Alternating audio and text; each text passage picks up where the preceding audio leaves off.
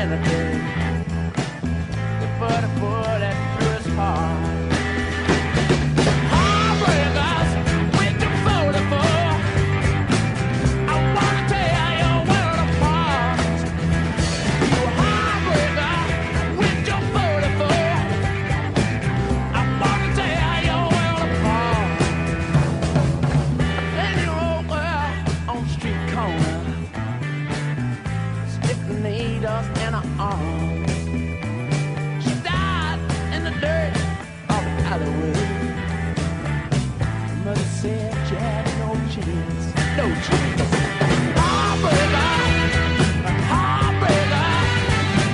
She stuck pins right in her heart.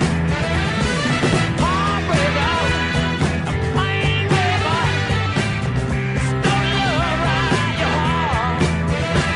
Oh yeah, oh yeah. Wanna tear your world apart.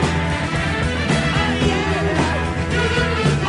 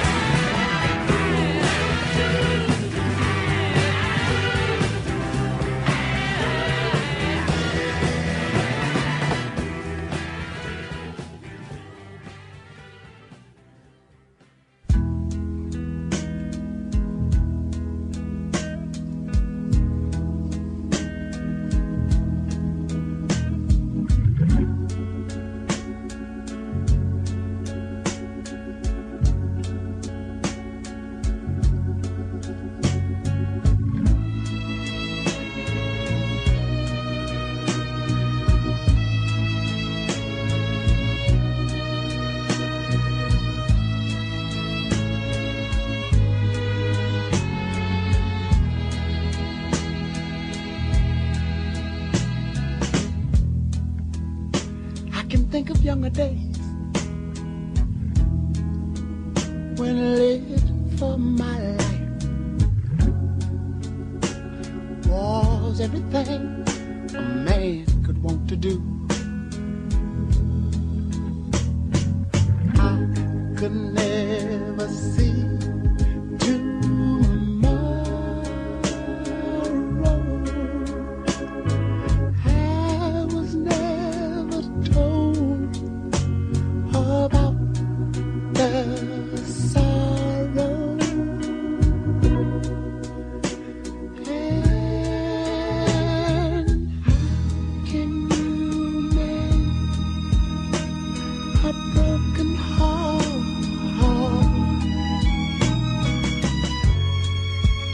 How can you stop the rain from falling down?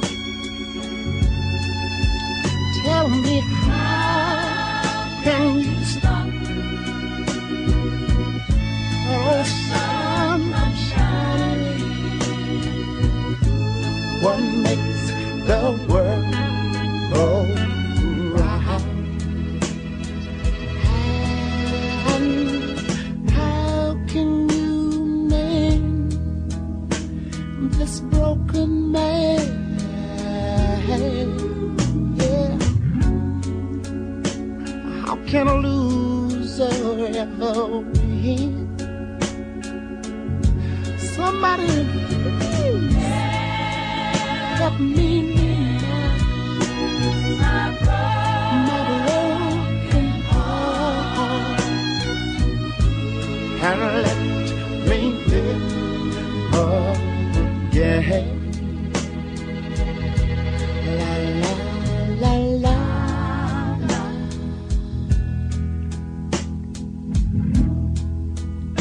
I can still feel the breeze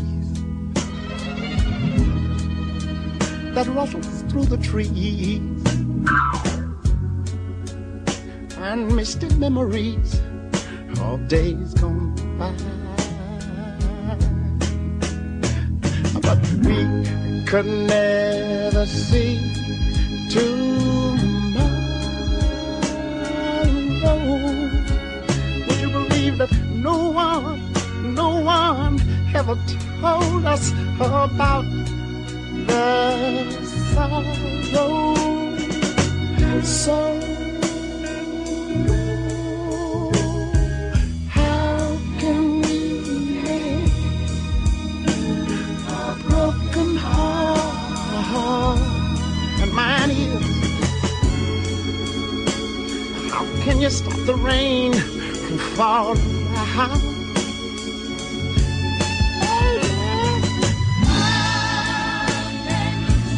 Stop us, that old sun from shining. What makes the world go round? And sometime I have to say, la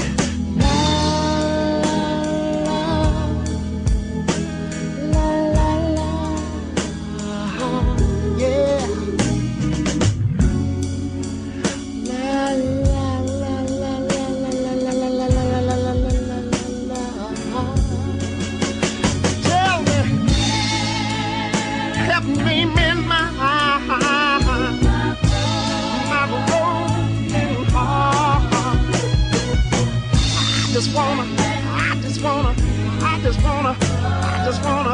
I just wanna live again, baby.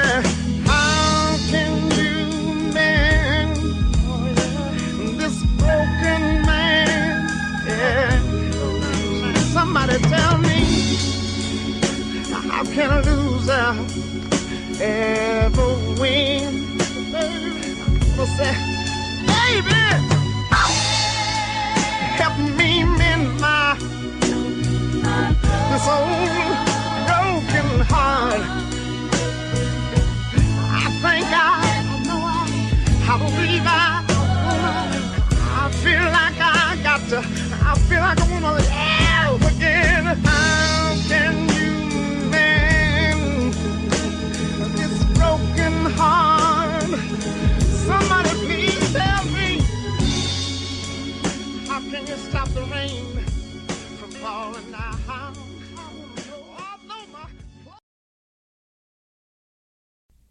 Okay, I think my mic is live now. I can't really hear myself that well. Let me turn me up. Okay, let me do this and this. Okay. And I am Debbie with you here on Spreaker.com. I'm still not used to saying that.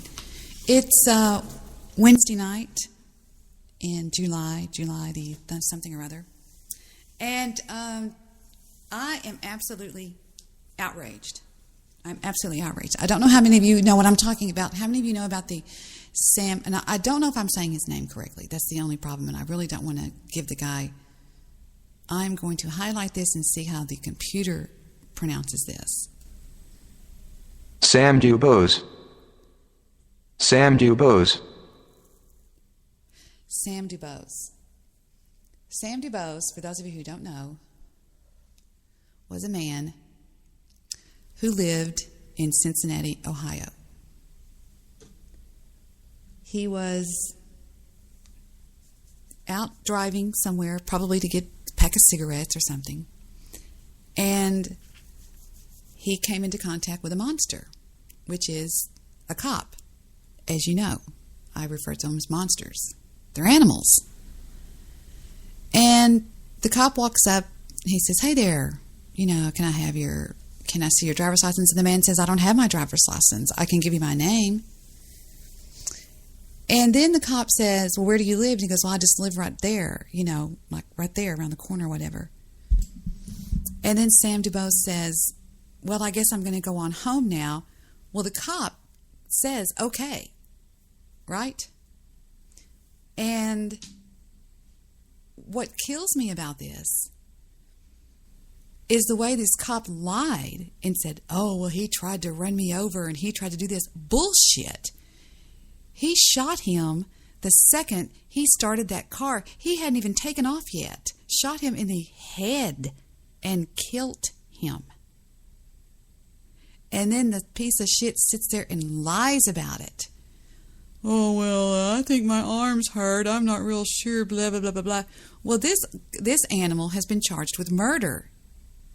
Hooray. Hopefully the bastard gets life in prison. Now, recently, there has been a video surface online that, let me see if it's out yet. Yeah, there's a couple of them out. Of Sam DuBose's mother, Audrey, speaking after the officer was arrested or charged with murder. And I just cannot get over this. I cannot get over. What is going on with these cops? I'm trying to tell you guys, there's something going on. There's something going on, because I've known cops. I've dated cops. My brother was a cop. My sister-in-law's dad was a cop. And something is going on, because nobody would pull the trigger that fast. These cops are pulling their guns when they're dealing with teenagers, innocent people that are just, so he takes off. I'm just in shock. So here's what I was going to do. For those of you who have not heard the video, I'll just play a little bit of the video for you. The first part, the part when he gets shot. And I want you to listen carefully to how it goes down, and then I'll stop it. All right? Just for those of you who haven't seen it. Here we go. This is the full 27-minute video of his entire thing. I will not play that. That's too damn long. But I will play the part when he gets shot. And you judge for yourself. Hey, how's it going, man? Hey, how's it going? Good. Officer Towns, UC Police. You have a license on you? Yeah, what happened? What was it about? Okay. Is this your car? Yeah. It's going back to a female, actually. Yeah, it's my wife. Her name is Deshaun Debi. Okay. We don't have a front license plate on your car. Oh, I can put my glove on. I have it. What's that? It's right here. I just... Oh, okay. Yeah, that's got to go where the front plate's supposed to go. Well, I didn't know. You don't have to reach for it. It's okay. You have a license on you? Yeah.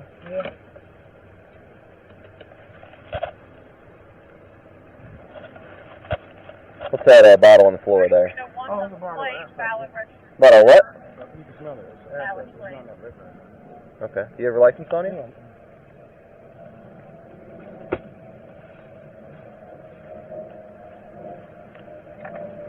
Okay. Do you know where that license at? Is that or what? I got my titles and stuff on that. Okay. I'm gonna ask you again. Do you have your license on I you? have license. You can run my name. So do you not have your license on you?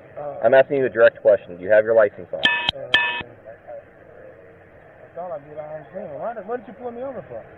Again, the front tag. But it's not illegal to have a front flag. Okay. Actually, it is. I'm going to ask you again. Do you have a license on you? I have a license. You can run my name. Okay. Is that not on you then? I don't think I have it on me. Be straight up with me. Are you suspended? No, I'm not suspended. Why don't you have your license on you? I just don't know. I'm sorry, sir. I'm just gonna go in the house. Okay. Where do you stay at? Down here? Right around the window. Okay. Well, until I can figure out if you have a license or not, go ahead and take your seatbelt off for me. I ain't even do nothing. Go ahead and take your seatbelt off.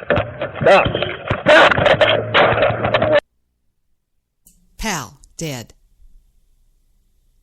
Starts the car, and in 1.5 seconds, he shoots him. Now the bastard says, and then he does this.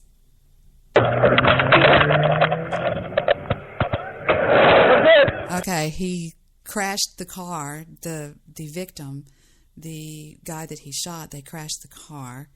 He crashed the car because he was dead.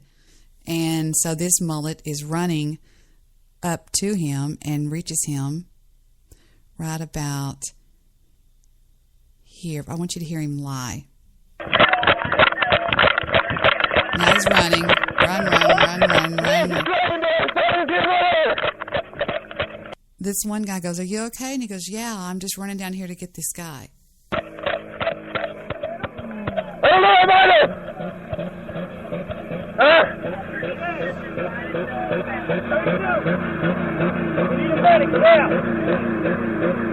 33 at the bus stop, Lansky and Rice. One shot fired. Can you tell me this? I'm gonna shut the car off. He didn't try to get his gun. He didn't try to hurt him. In fact, when he said, "I think I'm going to go on home." Now, this is the edited version.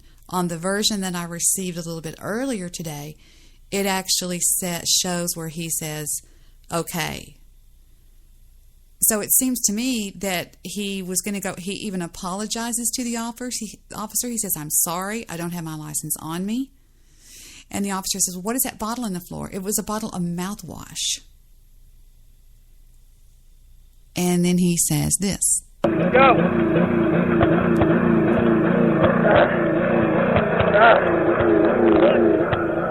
You good?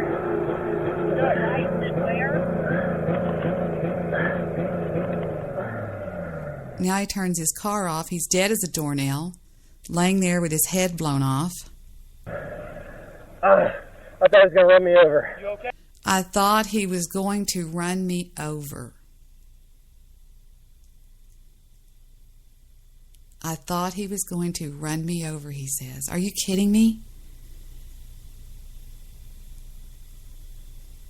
Again, he goes, he starts the car, and the officer reaches into the car, grabs the steering wheel, and goes, pow, in the head. I mean, and then when he passed out, when he died, his foot accelerated the accelerator, whatever you want to say. And now listen to him lying. I'm good. 33, started medics this way. We got a gunshot wound to the head. Rice and Valencia.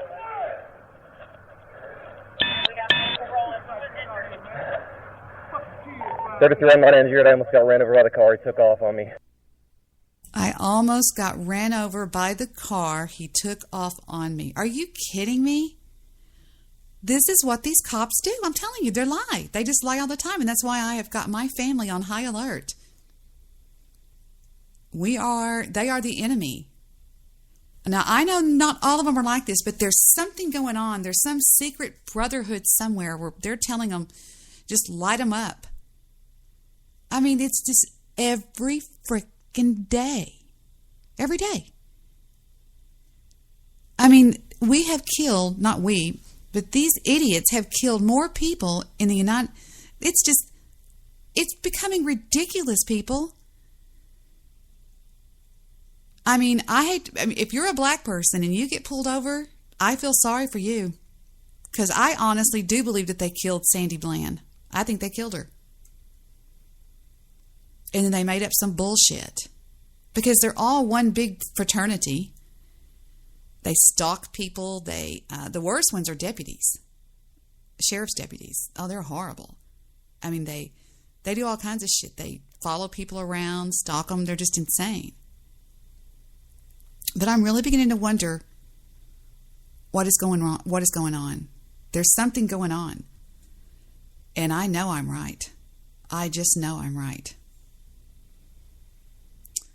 The comments on the page are, this beep is so beeped up. Black people, we have to unite. Our unity would make them think twice before they do this.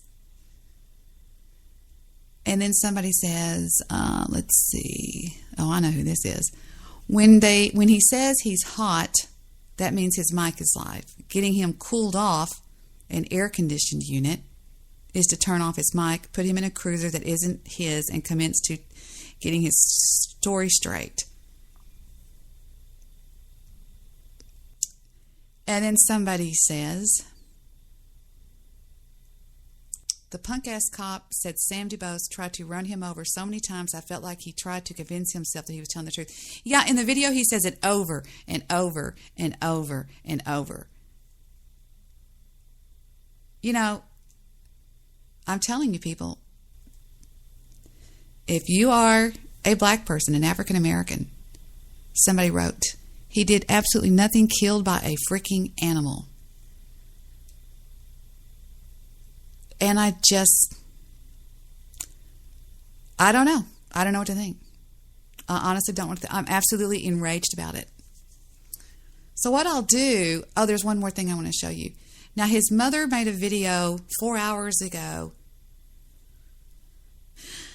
And I feel so sorry for this woman. Oh, my God, it's horrible. It's sad to listen to. But she is visibly doped up, which I've told y'all, if something like this happened to me, I'd be in the hospital. But she's obviously very doped up on something. And very sad. Very sad. I mean, can you imagine?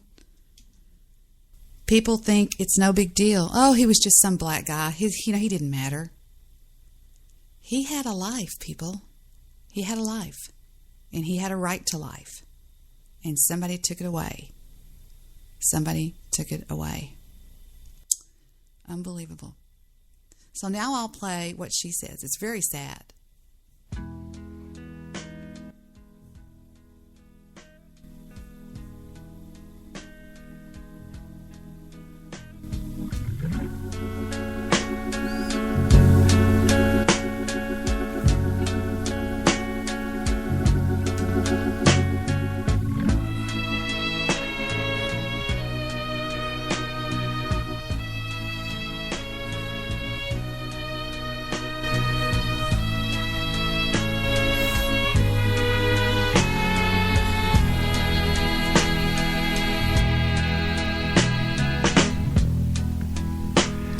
Think of younger days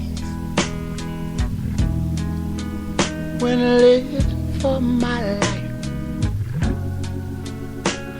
Was everything a man could want to do.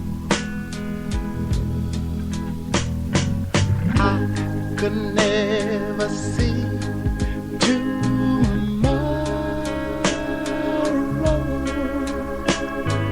I was never told about the sorrow, and how can you mend a broken heart?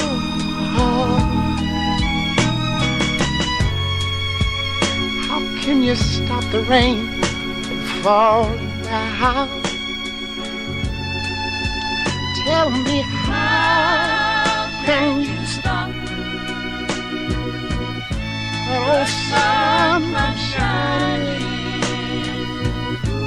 What makes the world go round? And how can you mend this broken man?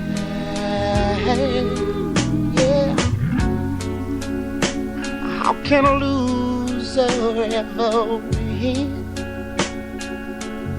Somebody help me mend my broken heart.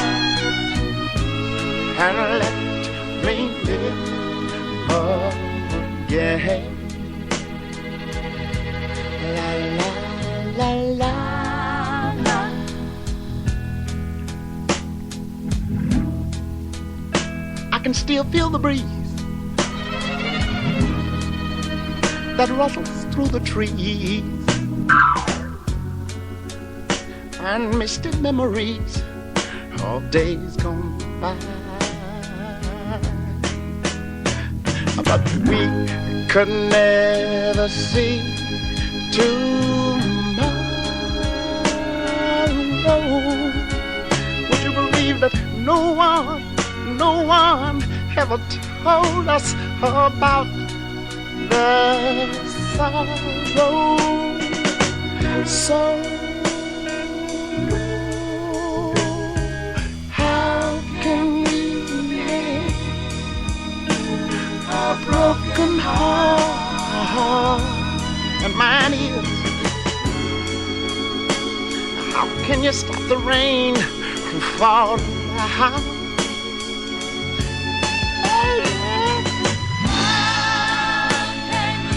Can you stop that old sun from shining? What makes the world go round? And sometime I have to say, la la la la la, yeah. La la la la la la la la la la la la la. Tell me,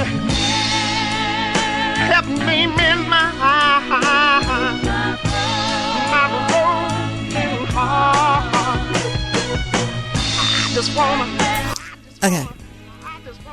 And then she just sits there staring at the camera. I mean, the poor woman was so messed up. Thank you, Al. So messed up that she reminded me of the day that happened to my little brother and the way my mother was. My mother was just like a zombie. They had her so doped up. That's the only way you can survive that. Wow, that's amazing. I looked up. I was laying down, because as y'all know, I've been so tired lately. I was laying down, and my mother, it's so funny, my mother used to love this song. She used to love this song, and it was by the Manhattans, and I just looked up on YouTube, and it said, the Manhattans, Kiss and Say Goodbye. You have an incoming call from the Jew. Hello? Where's the show? What do you mean, where's the show? Where's the show? It's playing. Oh. Okay. What's the show about? The murder of that poor guy in Ohio. Yes, good. That's what I want to talk about. Ouch. Fucking sad deal, man. Bad deal. Did you watch the video, the 30-minute video? I did. I could not believe it. I'm going to send it in my chat room for you, Polly B and Josh, if you're in there. Because, excuse me. Here we go. Here is the video that I just watched, so you can have that. I mean, I just watched. I was outraged. When did this happen? 10 days ago. What outraged you? Just curious. Because he didn't do anything, and the cop lied. I mean, if you watch the video, he starts the car and he grabs the steering wheel and goes boom, pops him in the head. Anything else catch your attention? Yes, the way the officer was going, he tried to run me over with the car. Okay, forget about him. Anything else? No, I don't guess. Okay, I'll the bottle in the car? No. Okay. He didn't pull him over for anything. He did. The only thing he pulled him No. Then tell me. It's the fact that for 12 minutes of that video, how many cops did you see arrive on that scene? 10, 12? Is that a fair number? A bunch, maybe more than that. Did you see one of them check to see whether that man was alive or dead? No. No. Did you see any of them have any concern whether he was still bleeding, alive, dead, anything? Not a one, right? No, now that I think, I thought about that too. I thought, well, I hope he's really dead. Did you see them all concerned with the shooter cop? Are you okay? Are you okay? Well, my arms are you hurting? Does your arm hurt you? Fuck. Something's going on with these cops. I think there's some secret thing that we don't know about that they're passing around in their dressing rooms or in their details. You know, just light them up, shoot them. Well, that's right. And what you saw, see, you got two things here, because one, supposedly this guy had quite a criminal record. I don't know what his criminal record was, but he didn't even know his fucking name when he killed him. What's that? He didn't even know his name when he killed him. Correct. The car came back to a woman.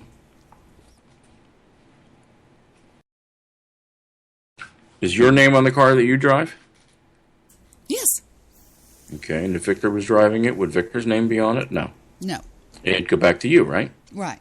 Same thing. So what do we know? What do we know from that? Well, just that somebody else registered the vehicle. Right. That really doesn't mean anything. The bottle of liquor, well, the bottle of liquor looked full to me. It was mouthwash. Was it? Yeah, it was mouthwash. I stopped the video and looked at it and blew it up and screenshotted it and blew it up. No, it was mouthwash. He even tells him it's mouthwash. Really? We got JP calling in. Yeah, good. Sup? Radio show. I heard that guy whining. I had to call in. No, we're talking about this murderer, this cop that murdered this guy up in Cincinnati, Ohio. Unbelievable. Have you seen that video, JP? No. I hadn't seen it either. I just thought, what's wrong? Are they keeping this on the down low or something? What? Because I hadn't. What story is this? I don't know anything about it. God, you won't believe it. Watch the. Is that the long one, Jew? Yes. I'll tell you what. Where is Brian? Brian who? We know Brian. Where's Brian? We don't call him Brian. His name is Mr. Midnight Movie. All right. Where's 3M? Probably asleep, I would imagine. It's after 10. He tries to go to bed by 10 on weekdays. Wake his ass up and get him on here. Who else are we going to get on here? Then play the video and we'll watch it and go through it. I want you to see this, JP. You are not going to believe this, JP. So I'm going to put it on the screen. Game. I'm going to put it on the screen, and I want you to watch it, okay? Starting. Sure, I'm watching now. Right now. There's my screen. Okay. Now watch this guy just walk up and go, hello, pop in the head. And here we go. All right. He walks up and he says, hi, I don't see the video. Do you see it, show JP? us the video. Do you see it? No, I can't see it. What are you looking at? What do you see? Oh, I'm seeing. I am outraged, and you should be too. Looking at your show page. I'm on YouTube. Wait a second. Go back to the beginning of that video. But you said you can't see the video. Oh, I see it now. Go back to the very beginning. Do you see it, JP? Yeah, now I see it. Okay. Yes. It must have just been lagging. Okay. And right. Started at the very beginning. All right, here we go. There's no volume. There's no audio yet, but there will be in a second.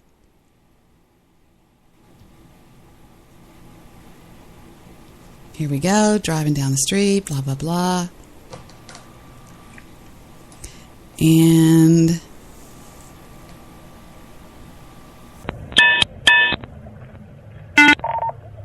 9233 traffic stop. I'll be on Still Street, just off of Vine.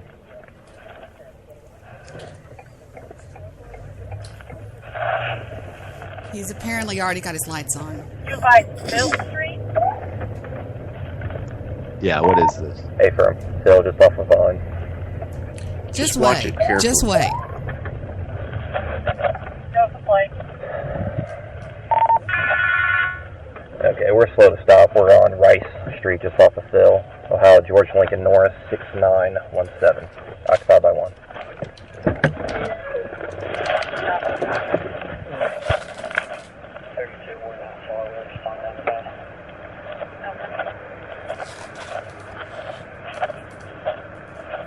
Hey, how's it going, man? Hey, how's it going? Good. Officer Tenzing, UC, please. Do you have a license on you? Yeah, what happened? What was the problem? Okay. Is this your car? Yeah. It's going back to a female, actually. Yeah, my wife. Her name is Debi. Okay. We don't have a front license plate on your car. Oh, I can come out glove box. I have it. What's that? It's right here. I just... Oh, okay. Yeah, that's got to go where the front plate's supposed to go. You don't have to reach for it. It's okay. You have your license on you? Yeah.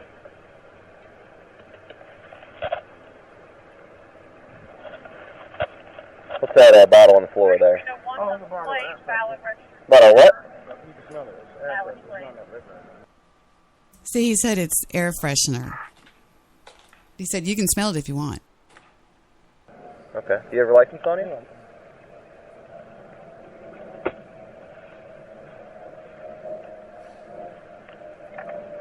Okay. Do you know where that license at? Is that or what? I got my titles and stuff on that. Okay. I'm gonna ask you again.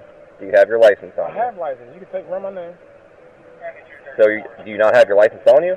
I'm asking you a direct question. Do you have your license on? I thought I did. I understand. What did you pull me over for? Again, the front tag. But it's not illegal to have a front flag. Okay. Actually, it is.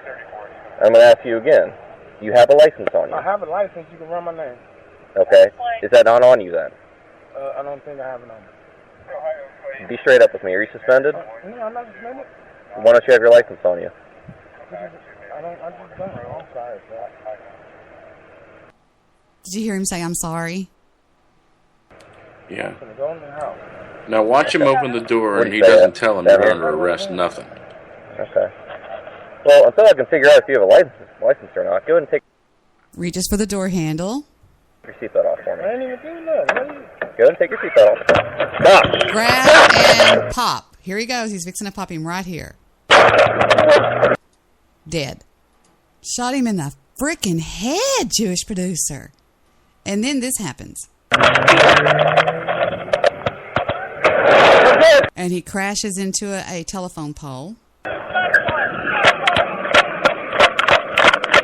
Run. He said, I'm good to somebody. Run.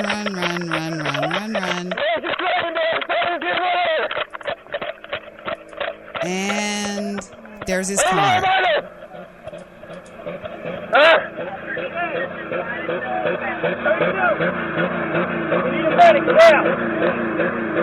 Thirty-three, the ball stop, right skid right.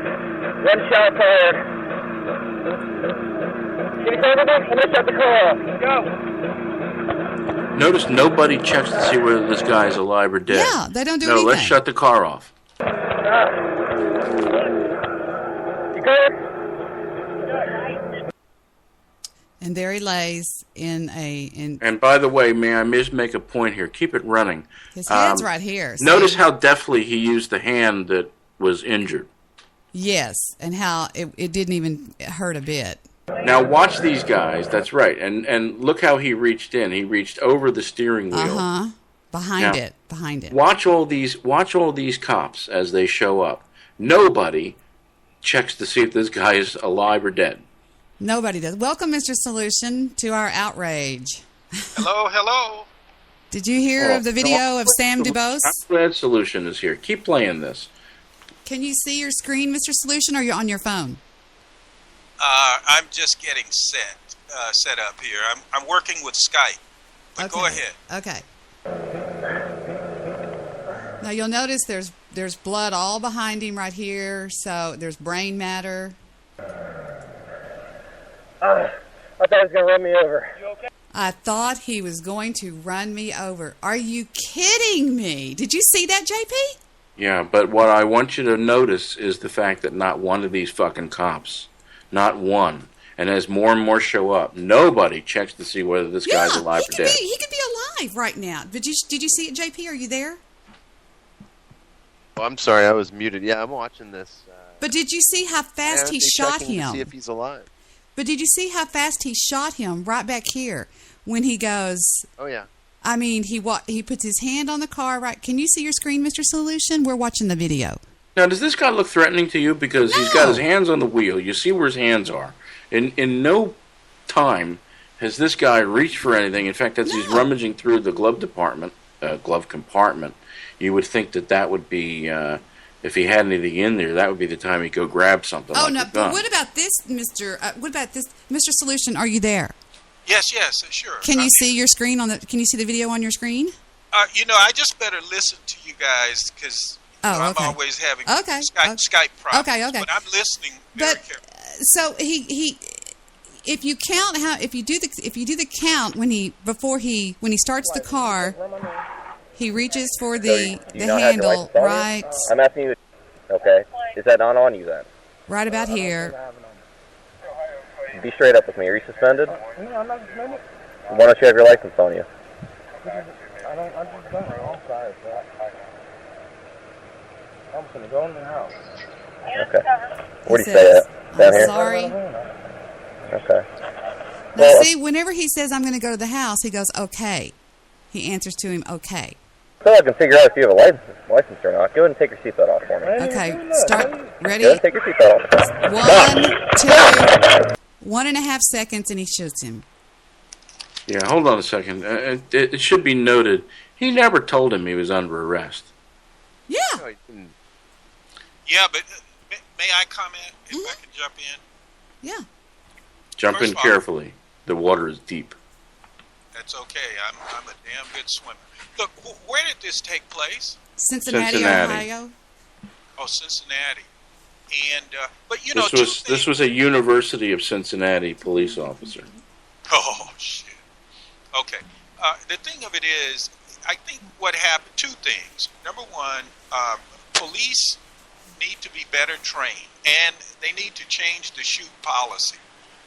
This thing about fearing for your life can include everything and nothing, and especially for a person who's power hungry, just a killer, and what we call a killer with a badge. A psychopath. Yeah, A yes, psychopath, yes. sir. And so right, psychopath. And the other thing is, I'm gonna show this to Vic, so y'all just keep talking, okay? I'm gonna go on mute. Go ahead.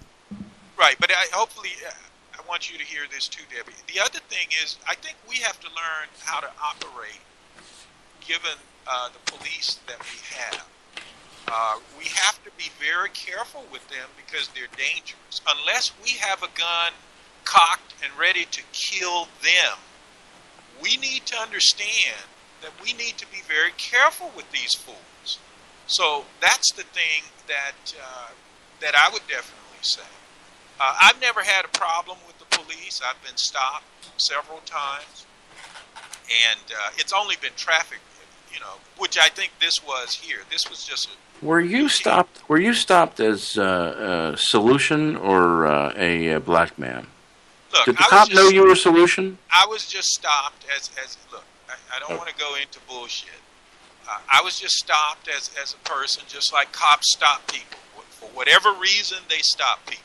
Now I've been upset and I question the cop and ask him, but when I see I don't disrespect the cop. I let them know I respect their authority, but at the same time, there's a way to arrest a cop, to set a cop's authority aside in the field, and then speak to his boss. So all he can do, if you can still hear me, I saw a shift on the screen. Can you still hear Someone's been ducking me.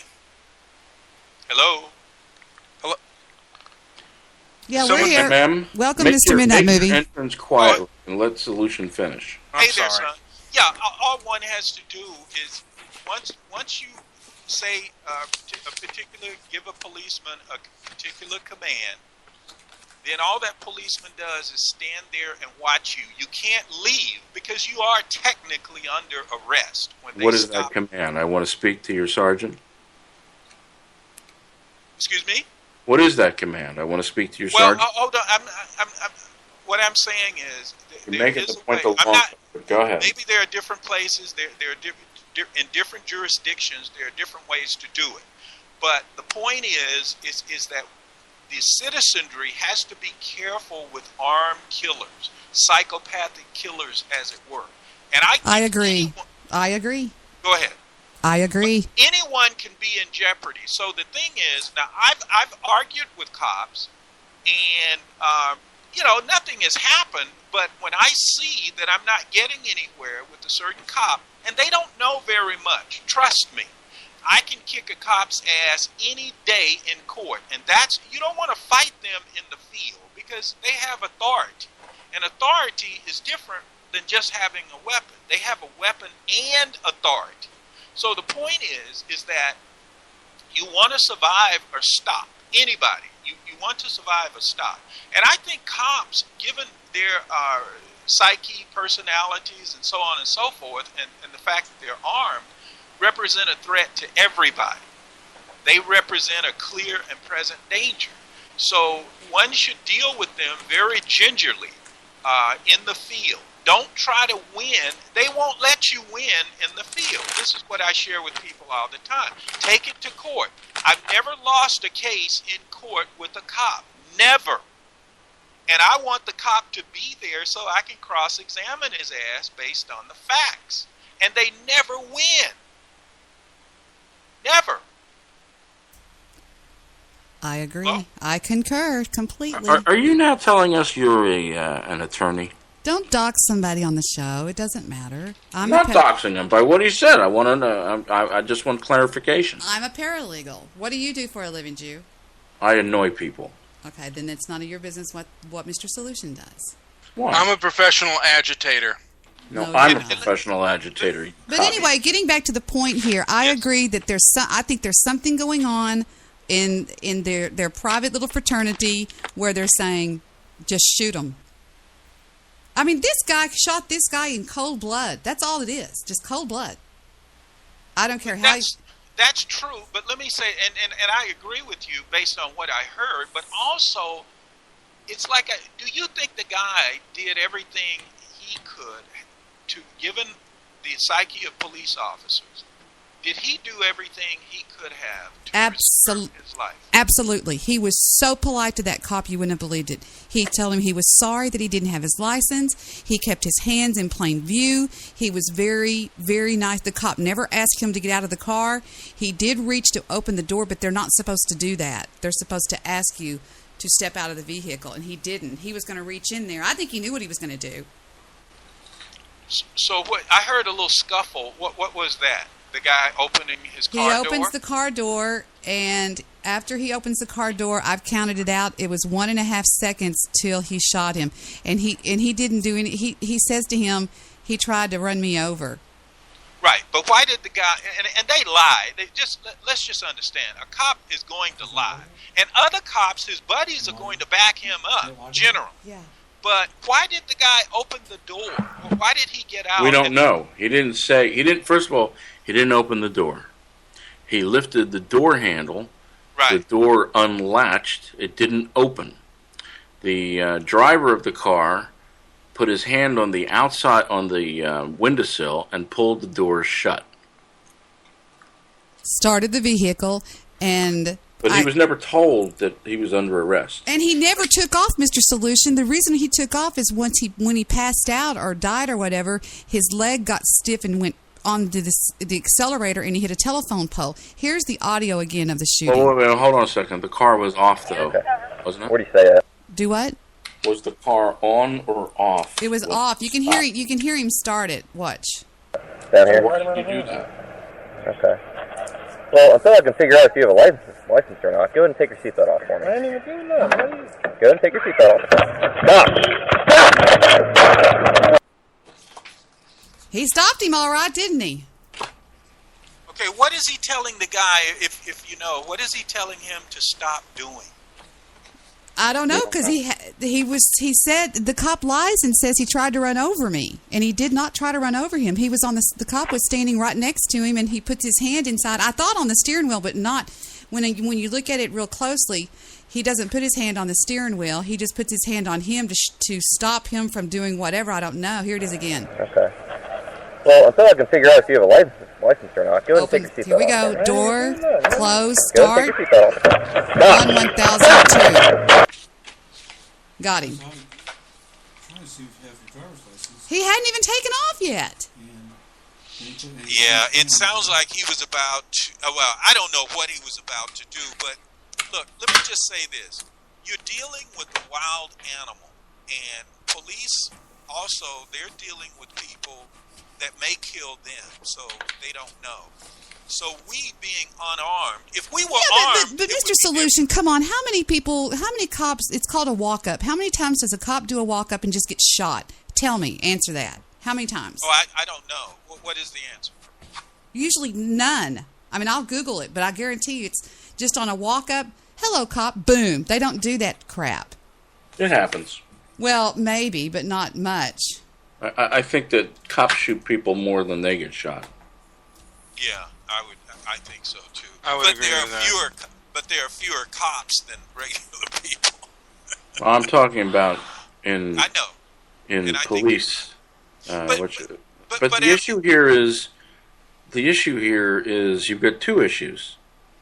One is whether or not the guy should have shot him. He's already been indicted. The district attorney has already come out and said absolutely it was a murder.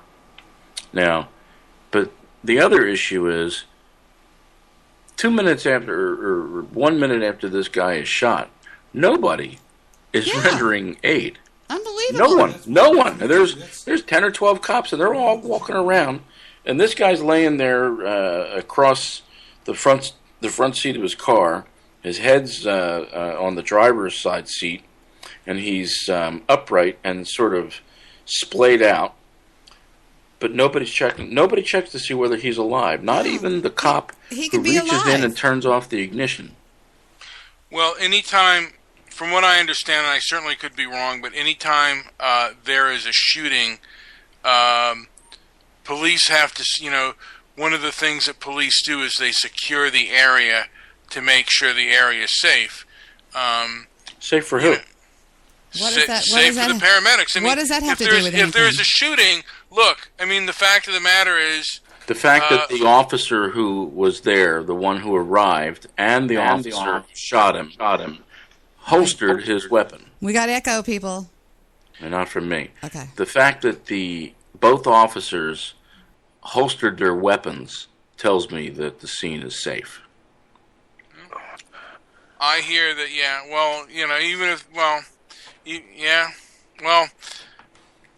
I just hear, like, if there's a shooting, they secure the area first, and then they call in the ambulance. Okay, well, they determined it was secure. They holstered their weapons. Obviously, they didn't feel that they were in any danger.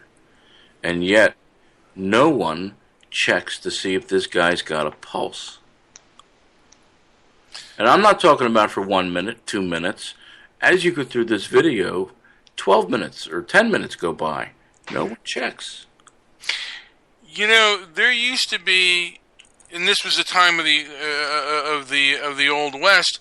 There used to be much more of a citizen police force. People would form posses, and they'd have to work right alongside the sheriffs and the deputies.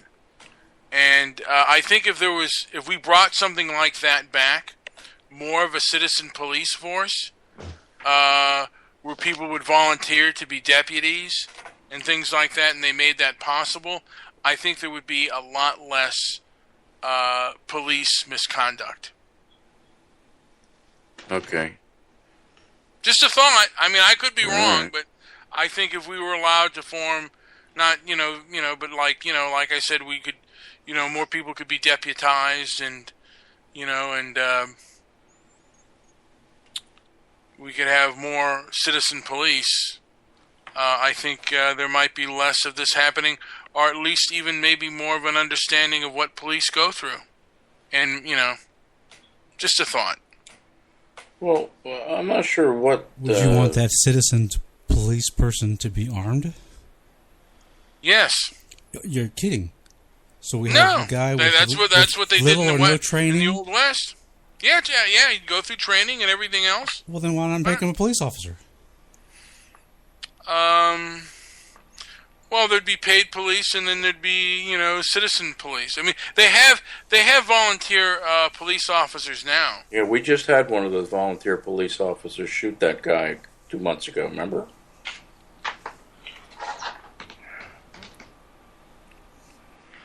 Did you forget about that? He was sort of the guy in town with lots of money, gave lots of money to all the politicians and the police and whatnot, so they made him an honorary something or other, gave him a badge and a gun. And he was the one who shot some guy in the street. I forget what it was over. It was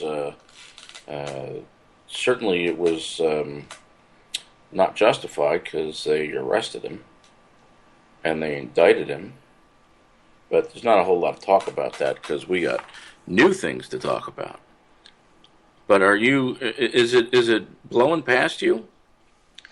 Nobody in this scene. Oh, hold on, Solution, wait a minute.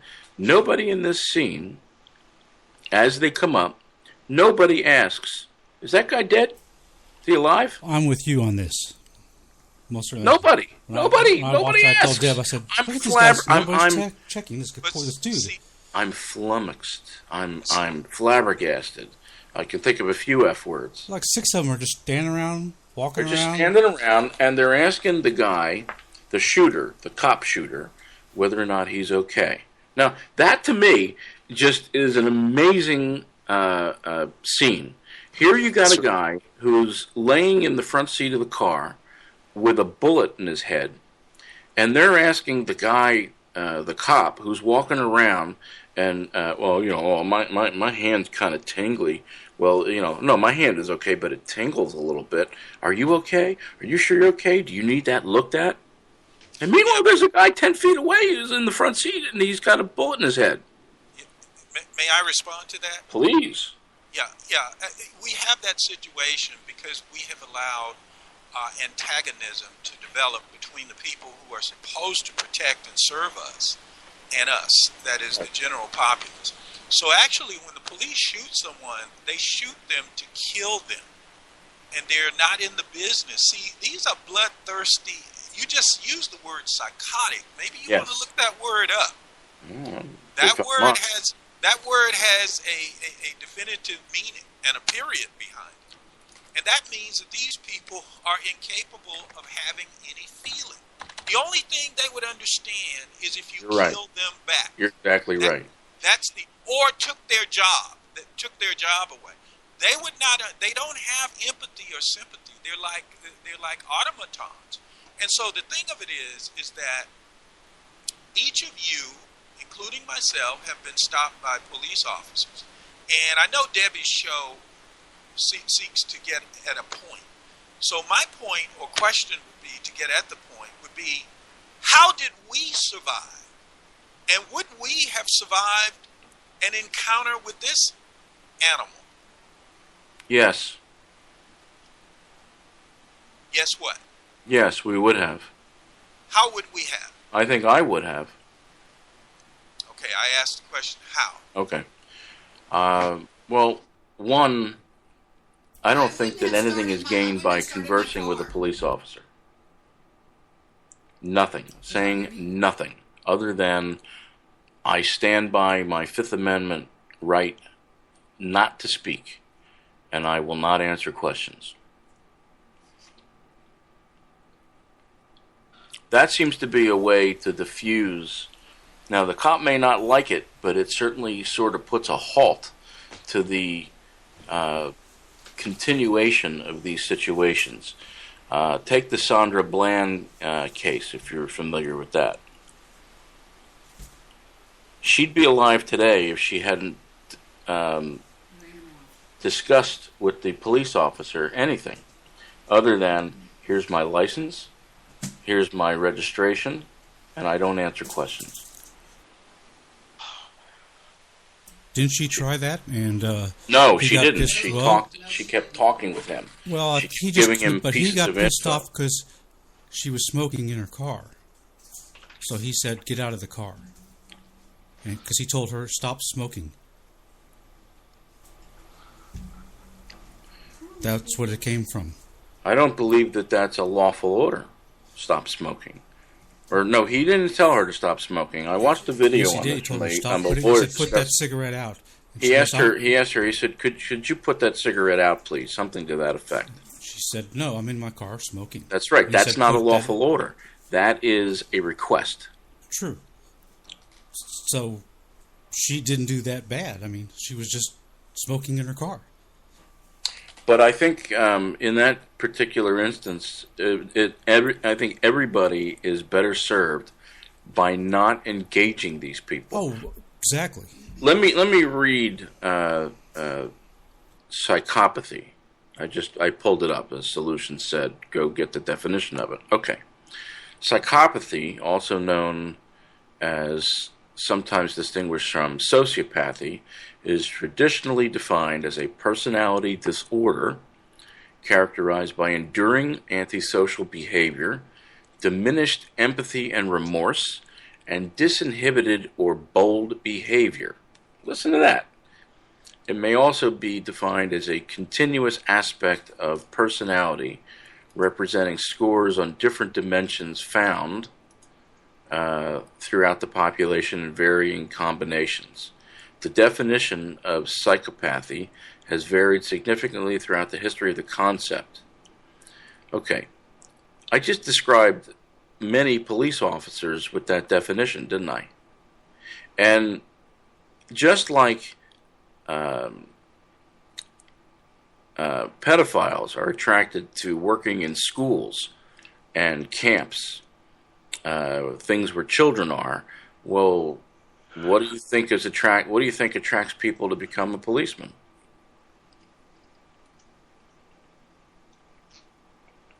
They get to knock you around with a badge and a gun, and what can you do about it?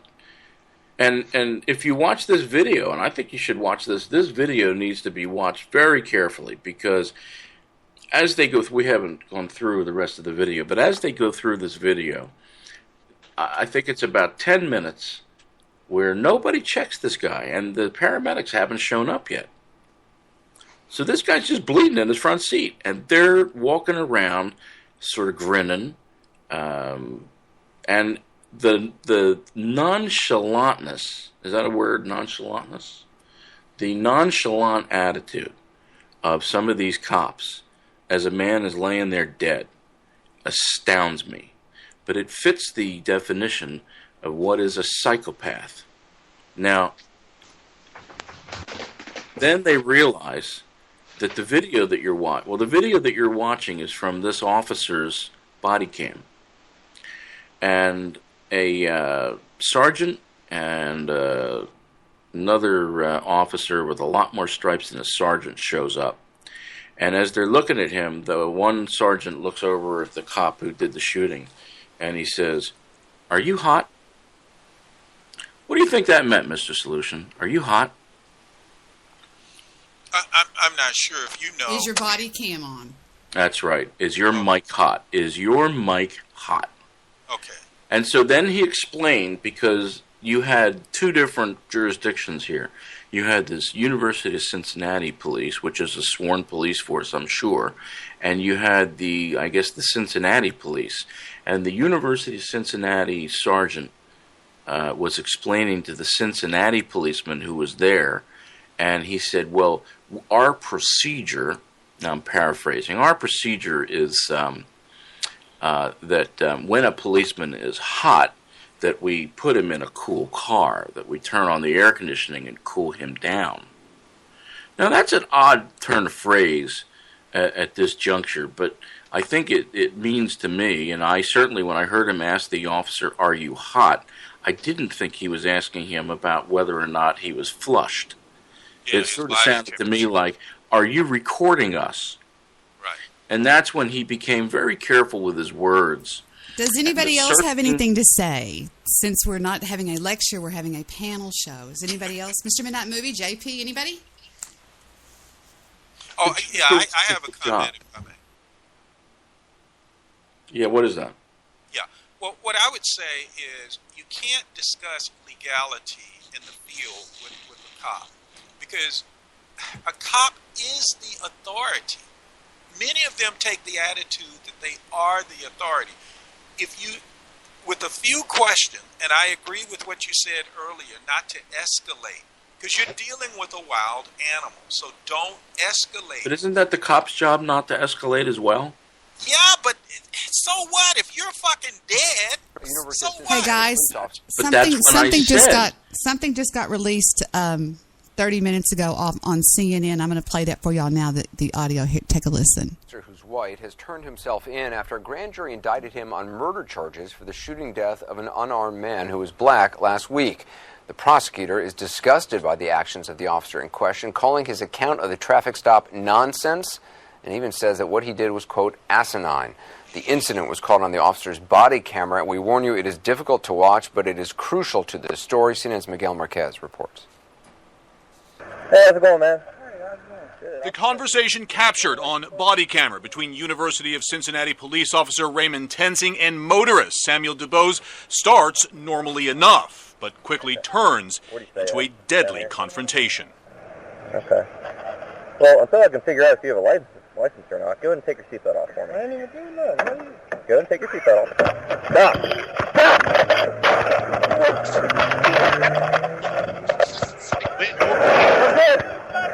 Frame by frame, you see the police officer reach for DeBose's door. He asks DeBose, who is driving on a suspended license, to remove his seatbelt. DeBose starts the car. It begins to move. The officer's gun comes out. He shouts, "Stop, stop," then the gunshot. The car speeds up. The officer is on the ground, the gun in front of the camera. If my son is righteous and he get killed, somebody had to be wicked here. I thought the person should have been locked up day one. In the video, it is hard to hear the gunshot. This is the video slowed about 20%. You can hear the car engine. Wait a minute. The officer shout twice. Let me show this to you guys, okay, so y'all can see what's going on. I'm gonna go back on mute, and I want y'all to see this.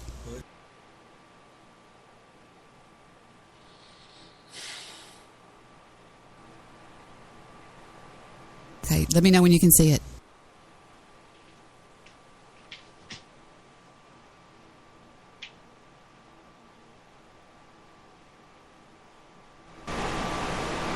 Reach for DeBose's door. He asks DeBose, who is driving on a suspended license, to remove his seatbelt. DeBose starts the car. It begins to move. The officer's gun comes out. He shouts, "Stop, stop," then the gunshot. The car speeds up. The officer is on the ground, the gun in front of the camera. If my son is righteous and he get killed, somebody had to be wicked here. I thought the person should have been locked up day one. In the video, it is hard to hear the gunshot.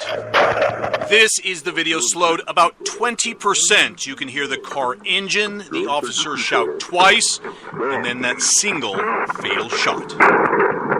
Samuel DeBose was struck in the head and died almost instantaneously. He slumped forward, hitting the gas as he died. The car came to a stop after jumping the sidewalk at the end of the block. Officer Raymond Tensing has now been charged with murder and voluntary manslaughter. This is the most asinine act I've ever seen a police officer make. Totally unwarranted. It's incredible. And so senseless, and again, I feel so sorry for his family, and I feel sorry for the community. This should not happen, ever. In the police report filed the day after the incident, Officer Tensing told the investigator he was almost run over by the driver of the Honda Accord and was forced to shoot the driver. A statement hard to reconcile with the video. You can't look at that video and say that that police report follows the video. It doesn't. It contradicts it. If there wasn't a video available, I do not believe he would have had an indictment. Well, and Miguel joins us now. I mean, that he would make this statement claiming what happened, knowing that he had a body camera on, doesn't make any sense to me. Or is it possible more charges could be doesn't make it. That statement of if the camera hadn't been there, there wouldn't be any charges. How many other of these incidences are there no camera? Good morning. Thank you, Jude. Thank you. You know, technology is a really good thing. And the more you can see what people are doing, the less they can get away with. So. Yeah, but wait a second. Well, why did this cop think he could get away with it? Wait a minute. He knew it was recorded. Well, he didn't think he could get it. He was shooting for the win. He knows he's wrong. He knows he's going to be in trouble. This is something where... Then wouldn't it be better if he just shut his mouth and said nothing? And said, hey, I want to talk to my union representative or my lawyer? You know what? I think he was desperate. He knows he's wrong. He's going to try. You know what? Most people, when they do wrong, try to get out of it. Yeah, wait. You've seen the videos that I have always talked about, that one that says, don't talk to the police. Don't say anything. What did Martha Stewart go to jail for? She didn't go to jail for insider trading. Running she her went to jail for lying mouth. to the police. Yes. Hey, I have an observation. I didn't finish my last one, but We'll finish the last the one. thing of it is that, first of all, I think everything that should be done to the police officer should be. I think he's been charged with murder. But I want to go back and look at, I believe in the old adage, an ounce of prevention is worth a pound of cure. Now, this guy lost his life. Why did he try and run? Why did he try to start the car and run? Wasn't another guy killed? But he didn't, Mr. Solution. He did not drive off. He didn't. He was fixing He did start the car. Maybe he was hot. Well, but Debbie, that's the thing. When you're around, Are you saying he deserved this? No, that's not what I'm saying. Okay. But what I am saying is, one doesn't deserve to be killed, so they have to be careful what they do. That's what I am saying. That's why I've told you people out there, they are the enemy. The cops want to kill. They're bloodthirsty animals right now. Be careful out there. Just do what they tell you to do and keep your freaking mouth shut or they'll blow you away. Yeah, that's just like an animal. If you take a wild animal, they are trained to be triggered based on the predatory, on the running, on the prey running. If the prey doesn't run, they're confused. They don't know what to do. But I just think, look, I've heard this, yeah. I wish the guy had preserved his life, and I wish he had not done anything to trigger this fool to kill him. To pull your weapon, Mr. Solution, you have to feel that you are in imminent danger. He was not in imminent danger. He shot that man before he even took off. Now, we're going to go to this right now. This is his attorney. This is the attorney representing the policeman, the murderer. This is actually the officer's lawyer who just spoke as this officer turned himself in. Here you go. I would be extremely upset with the way he handled this. And I think he has tried to create great prejudice against my client, but fortunately that's what we have courts for, because when all the evidence comes out, I think that there will be a different version of what went on here that will be made public. And you've seen the tape? I've seen the tape. And what you saw on the tape is not what Joe Dieters described?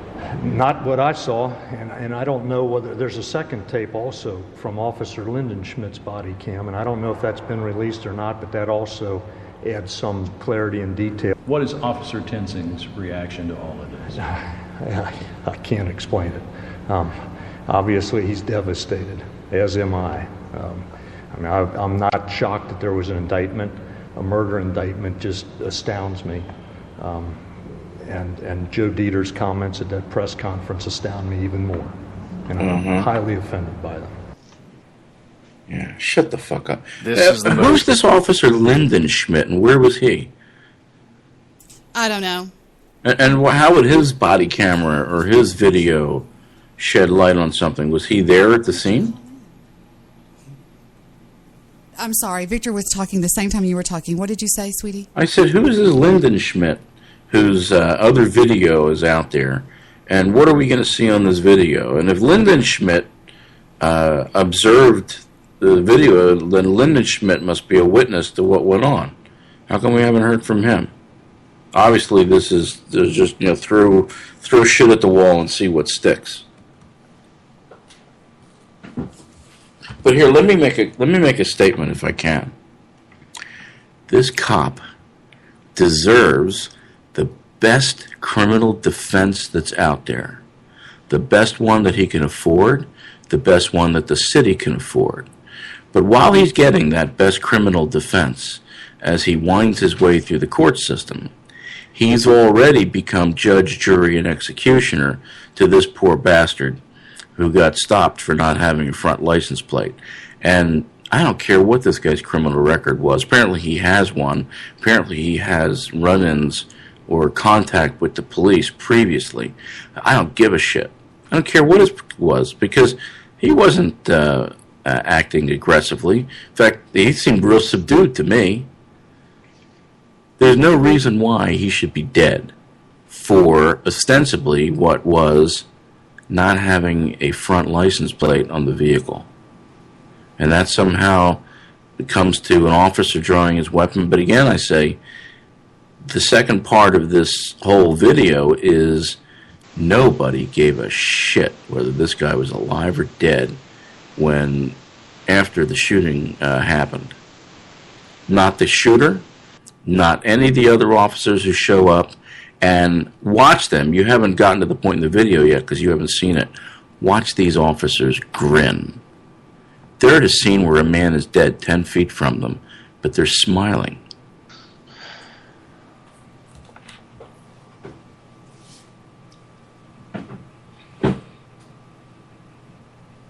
And this dead air has been brought to you by the following announcement.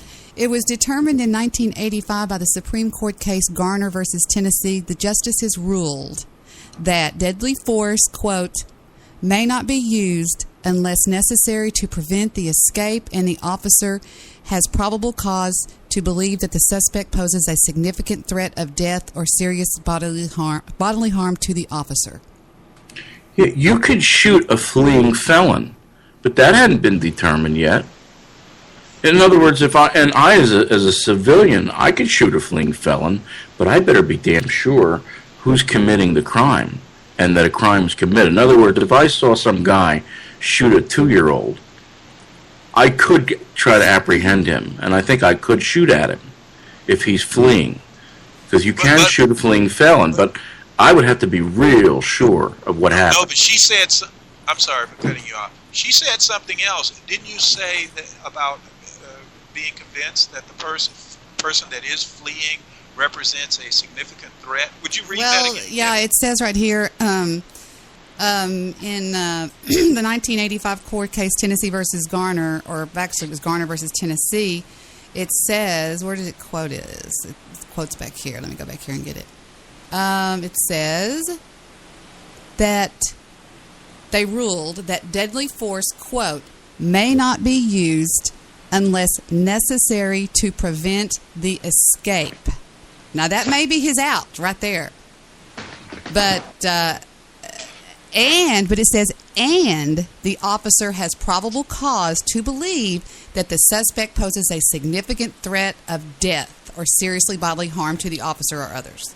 And is a coordinating, if I just may, and is a coordinating conjunction. Yes, it is. Which means that the antecedent and that which follows are equal.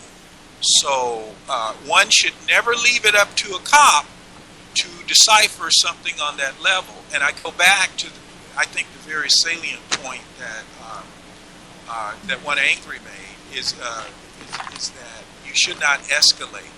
So, and I'm not saying, and see, this is the problem sometimes. Some people can't hear that one would rather preserve the life of the person juxtaposed to finding the cop guilty subsequent to the person's death. I would have preferred for this person to have done what was necessary, bow a little bit, and preserve their life instead of trying to flee. Now, this guy could have been afraid of going to jail. Obviously, I think I heard the statement he had a suspended license. But they didn't know that at the time. No license was ever produced. And the only probable cause that was enumerated by this officer was that he was missing the front license plate on the vehicle. And he offers to get it for him. He offers to get it for him. He says it's in his glove compartment. Oh, okay. And the officer says, no, you don't need to go. You don't need to get it. Yeah, even though that's the reason he stopped him, right? But that's the only probable cause that is spoken by this officer. So if I can just clarify, at least for me, so what it comes down to, the officer killed the guy, shot and killed the guy, because the guy was attempting to flee, correct? Yes. Right. Yes. Okay. Well, you know what? I'm not sure what order this is. Is starting the engine fleeing, or is putting it in gear and stepping on the gas fleeing? Well, we have to look at it from the standpoint of the officer. If that was his frame of mind. Now, I'm not saying he's justified in doing that. In fact, I don't think he per that definition that Debi read, he certainly wasn't justified in doing it.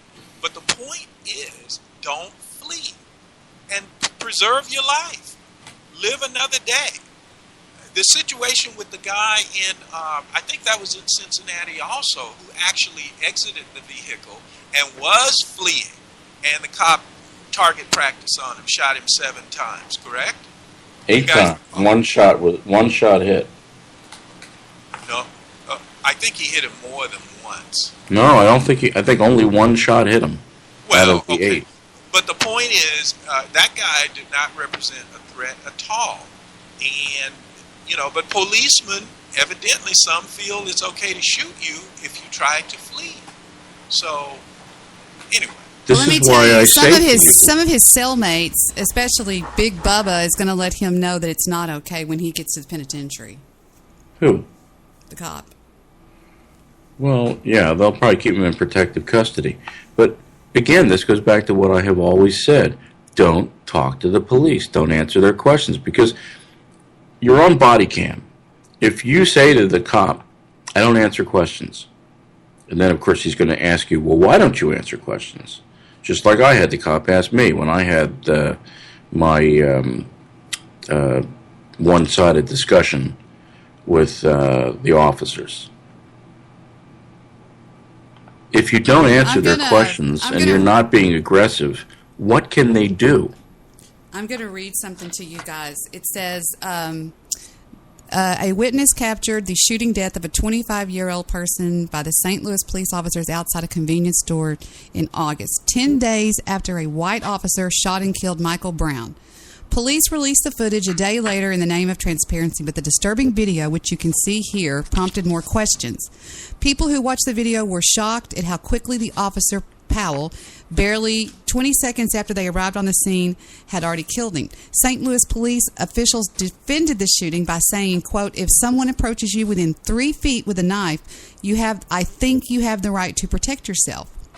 21 feet. I think, do what? 21 feet. Oh, okay. No. If somebody is within 21 feet of you and they're holding a knife, you're in immediate danger of death or grave bodily harm.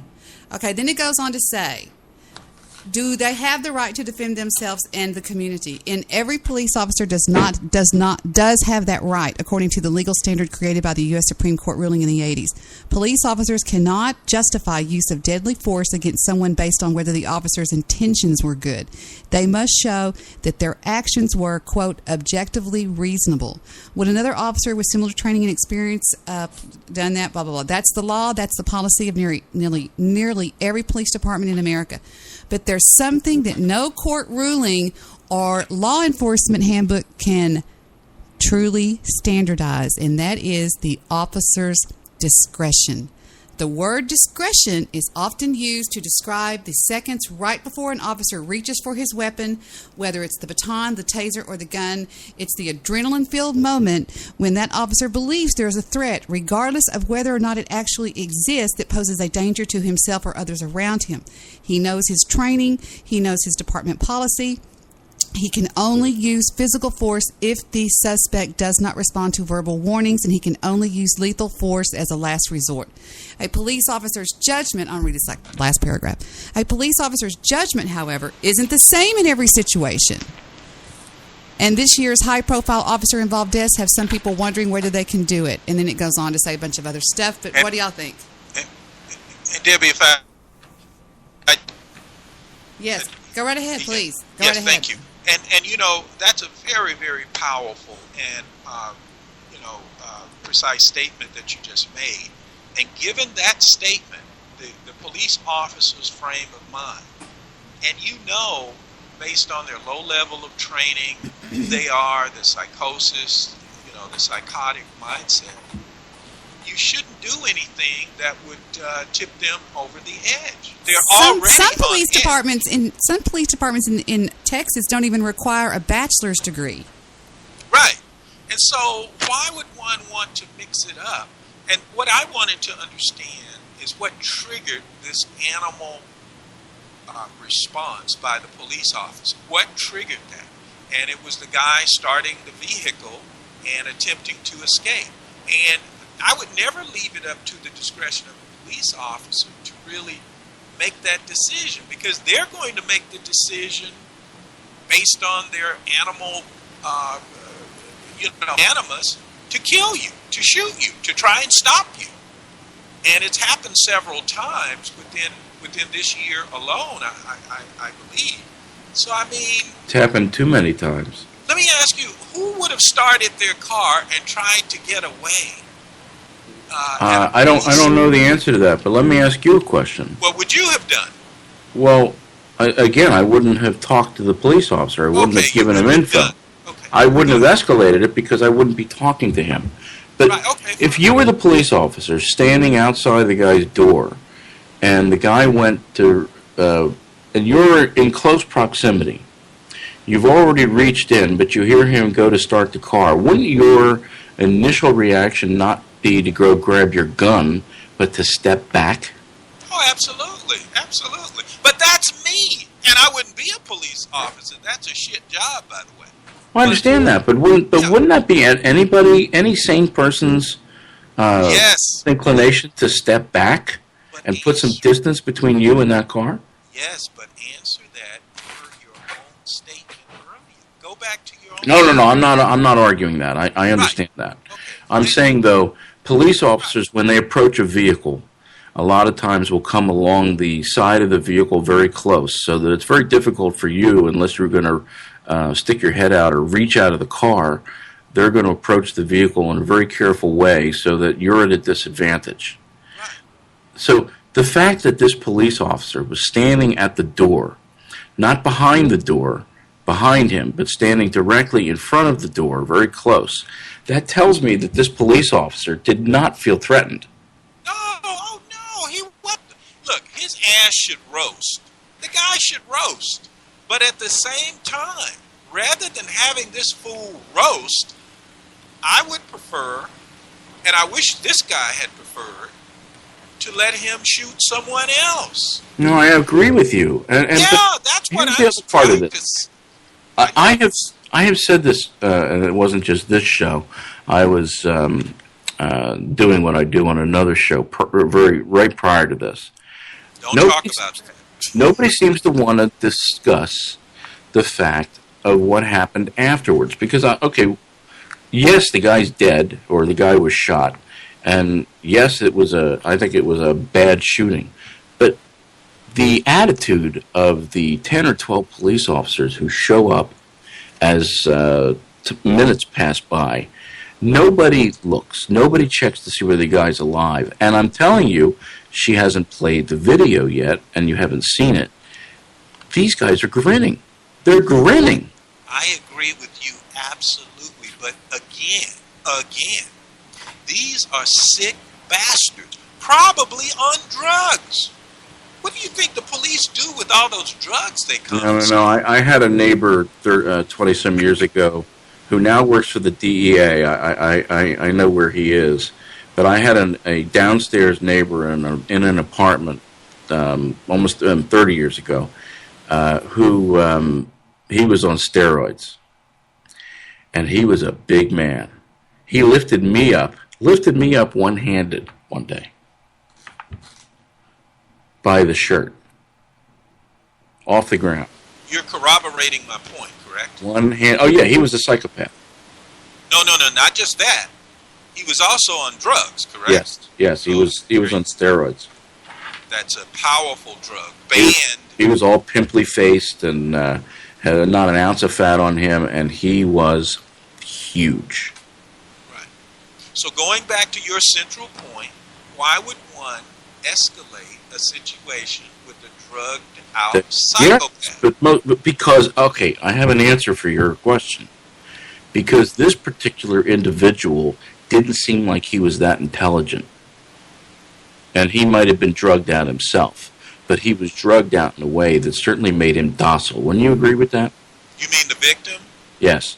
Oh, okay. So I don't think he had the wherewithal to figure that out. You do. I do. He didn't. 3M, have you ever been... Is he still around? Oh, they all bailed. He went Betty Bye? Oh. So did JP. Call them back. No. It's just you and me. And Well, Debbie. they've been. Well, I love it when it's just you and I. The thing is. I'm here too. Great. Well, Debbie, you've been stopped. Do you fear when you're stopped by an officer? Are you fearful? I couldn't tell you the last time I was stopped. I had a cop pull a gun on me, but he lost his badge for it. It was a sheriff, by the way, not a cop.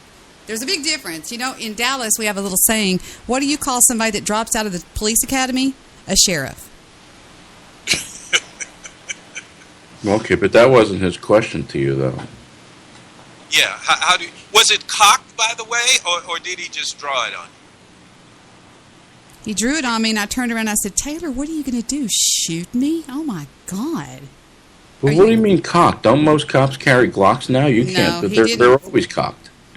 No, he didn't cock it or whatever. I was just walking Heather into school, and he was trying to get me to... He was going to shoot me right there in front of this on the schoolyard. I was like, God, are you crazy? Yes. But again, if you don't talk to them, it doesn't escalate, or it's very hard to escalate it. Because then the cop has to sit there and think, well, okay, either he's recording it or I've got a body cam on, and all he's saying is, I don't answer questions, in a very monotone voice. Well, I think that is a very, very valuable feature, is to have that cam. And I know the Arizona police, I hear these reports from time to time. If they don't have the camera on, or if they're not hot, and I should have known that, although my area is not criminal law, I deal with civil, not criminal. But if they don't turn on the body cam, they're dismissed, they're fired, period. Because that is so crucial to their job. That's their job, is to have that body cam on.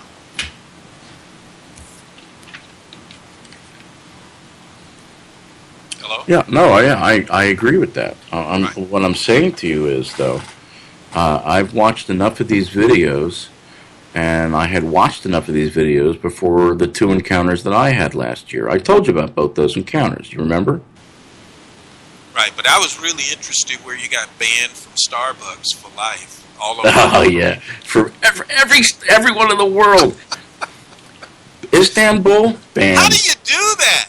Well, you know, it's that's a special talent. It is a special talent, yeah. I have to give you that. It's not something that everyone can do. I can go to the Targets, though, in Target and the supermarkets, because they're franchises. They're not company stores. You misspoke. You said you could go to the Targets in the Targets. You meant the Starbucks. The Starbucks and the Targets here. The Starbucks in the grocery stores, because they're not company stores. They're look. I respect private property. If somebody says I don't want you on my private property, then that's fine. That's all they need to do. But how I understand that. you? I mean, unless I'm not saying if I go to a Target in Tennessee. Listen, I'm taking a cruise at the end of next month, and where are you going? I'm going to the Caribbean. Oh wow! My 8-year-old and me. Oh, that's nice. I was about 8 years old when I first took a cruise. But how would they identify you if you went to a regular? No, they wouldn't. They wouldn't. But only the ones locally, the ones that know me. Yeah, Debi wants to know, do they have your picture hanging on the wall? Because there's like 500 of these in every town. Well, no, there's not 500 of them. Where I live, there's only one that's convenient. And no, I mean, it's sort of I'm on my honor as far as. But I was duly noticed. I was duly served. There was a witness to my being handed the ejection notice. Hell, I have it. I have it right here. I kept it. This is funny as hell. I can't believe this. This is outrageous. Well, I can tell you the reason why I was banned. You were drinking too much coffee. Well, yeah, there could be that too, but that wasn't the real reason. The real reason was that I think I caused a lot of trouble to the district manager by continuously complaining to Starbucks corporate about the loud and obnoxious sound system that they had on their outer deck that they didn't fix for 3 months. What? The loud and obnoxious sound system. Yeah, apparently the sound system that they had. What was it playing? Really bad indie music, and at Christmas time it was even worse because it was that crappy fake faux Christmas music. But it was it went on for too long, and I used to call up. And see, I would call them up because every time I called up and complained, they would put $20 on my account. Oh.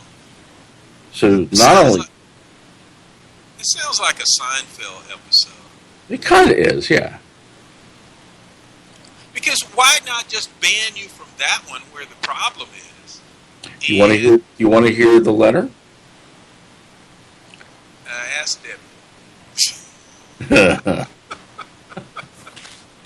It's not that long. It's not that long. She went and got food. She got food, okay. Go ahead. I'm over here. She went and got food. It says, it says notice of expulsion and warning against trespassing. We regret to inform you that you have been expelled from Starbucks Coffee Company's locations for the reasons listed in this notice. Starbucks hereby revokes any license and privilege you might have to visit Starbucks locations. Starbucks requires that you leave its locations immediately and do not return. This expulsion notice is permanent and applies to all Starbucks locations. And then it has a sort of a letdown paragraph, and it says, Starbucks reluctantly expels persons from our premises. However, there are compelling reasons for doing so in this instance. Should you fail to follow this warning and return to a Starbucks location, Starbucks may elect to call law enforcement personnel to secure your expulsion and will seek civil and criminal remedies for trespassing. Starbucks requests that you sign this notice where indicated below. Your failure to sign, however, will not affect this expulsion, which is fully effective with delivery or posting of this notice. A copy of this notice is hereby offered to you and will be kept at Starbucks offices. And then it has the reason, and it's signed by the, and it gives a description of me, my name, my approximate age, height, and weight, hair color, and eye color. Are you proud of yourself?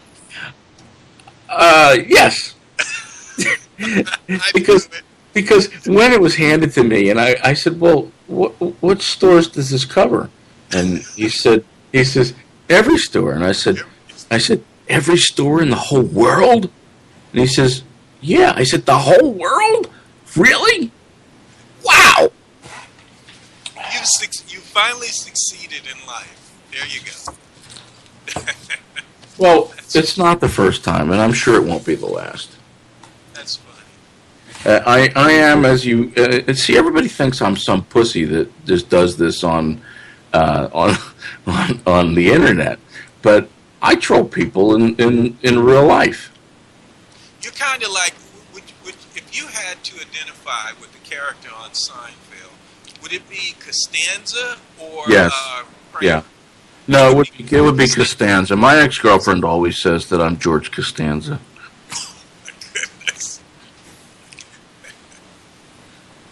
And I kind of look like him a little bit, too.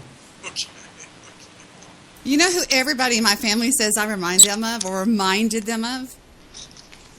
Who? I can't think of her name. Suzanne Summers. Remember, she was real naive. I've known, if you knew me in real life, what does troll mean? It means to lie. The verb is to lie, and the noun is liar. Yes. If it's a noun, they're a liar. Because they always go, I was just trolling you. Was he trolling you? It just means you're lying. But anyway, it's changed over the years, like a lot of things do. But anyway, that's answer to Mr. White in the chat room and Stabby. I was in there chatting with them. But what was I going to say? Oh, if you knew me in real life, you would know that what I'm mostly known for is being naive and gullible. Like, there's been so many times Victor's best friend is an attorney, and he just loves when he's around me. He'll say, did you feel that? And I'll go, what? That was an earthquake. And I go, oh, what? I mean, it's just like they just always mess with me. Like the old famous D kick. Remember the D kick when I was dating? I was even at Texas Tech, 19 years old, dating the kicker of the football team on special teams, and we were watching them. They were out of town playing Miami or something like that. And I'm sitting there watching it, and I said, what's going on? And they said, oh, it's a D kick. And I said, what's a D kick? And they said, well, he has to set the ball, and he starts at the ball, and he kicks backwards, and they all run backwards. And I said, are you serious? Is that serious? Is he going to get in trouble? And they just all like burst out laughing. So, yeah, I'm pretty gullible. I'll believe pretty much anything. So, what is your show called? I don't see it in the list. I'll give you a link. I'm probably up at the very top. Okay, as what? Live Now. Yeah, I'm looking at it. I don't see it. Let me see. Hold on, I gotta go look and see where we are. Hey, Debbie, I asked you a question earlier. I don't. Were you ever afraid when you're pulled over by cops? But let me preface it with this. Looking at what cops do, now that can be a good job. And for them to do something as stupid as kill someone the way they do and lose their job, I mean, that just doesn't compute. Well, I don't get pulled over that much. I don't get pulled over that much. But when I do get pulled over, I always drink Tecate beer. No, I'm joking. When I do get... Here it is, and I'm right here. I've got this picture right here, baby. See? On Live Now. This is the Live Now. And I'm right there. We're pulling some good bandwidth tonight. So we're up there on the upper whatever radio upper something, but yeah, it's not my picture. It's a picture of the murderer. So does that answer your question, Jew? Yes. Okay, there you go. But again, if you didn't escalate, the citizens don't know this, and they need to be taught this. If you have a good lawyer, any lawyer will tell you, don't talk to the police. I love that video by James Duane, formerly of Regent University, the one where he goes through that 20-minute in front of a class telling his first-year law students why they shouldn't talk to the police. And I think that everybody should know that. And after I watched that video, I sent it to all my friends. And I said, if you have children who are old enough to understand this, make them watch it. And if you have children that are driving or just getting their driver's license, make them watch it and make sure they understand it. Okay, so allow me to ask you a question so that I may understand it. All right, the police officer pulls you over. Yes. He approaches the vehicle. Mm-hmm. He asks you to roll your window down, or motions for you to roll your window down. And so you're saying you just allow the policeman to ask all the questions, and then you just comply. Is that correct? Well, one, would you agree with me that motioning me to roll the window down is not an order? Well, okay, don't make this hard for me. I'm trying to understand what the hell you're saying. So what I'm saying is very clear. Okay, no, it's not. Then I'll be clear so that you're clear. Okay. So I will roll the window down enough so that I can hear what the officer is saying to me. Okay. Number two, if he says to me, do you know why I pulled you over? I will say to him, officer, I don't answer questions. Oh, so you are speaking to him. I'm not answering questions.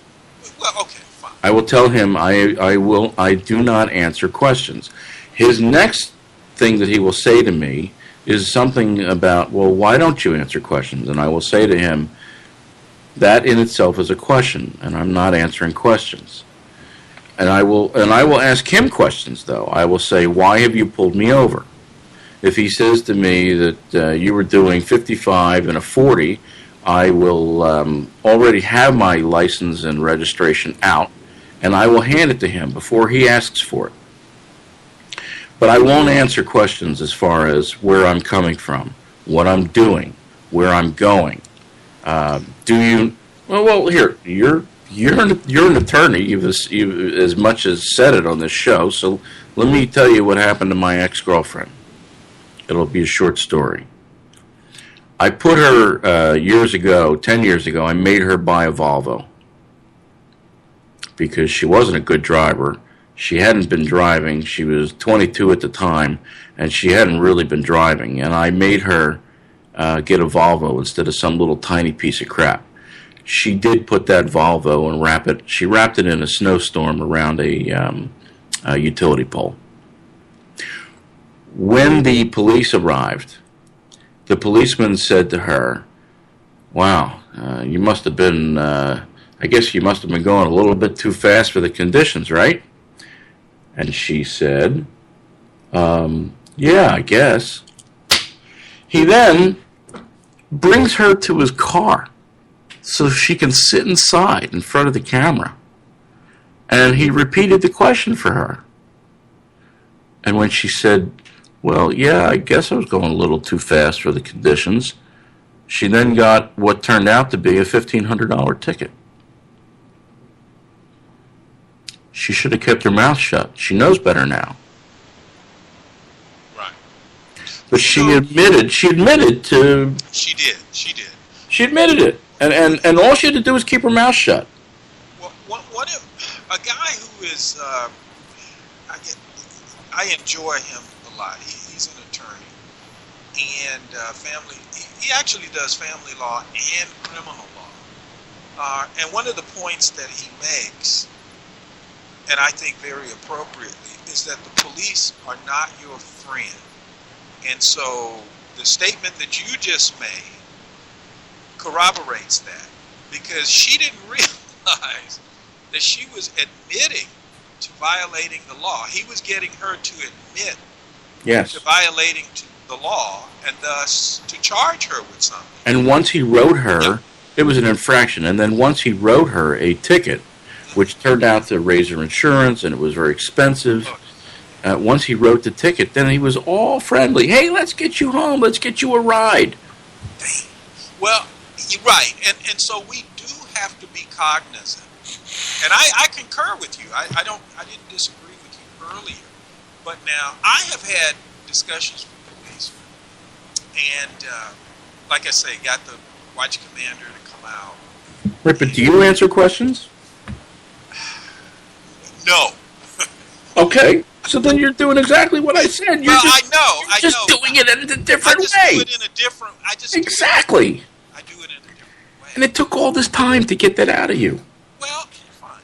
The thing is that once his boss came out, his boss, in essence, told me reverse the situation.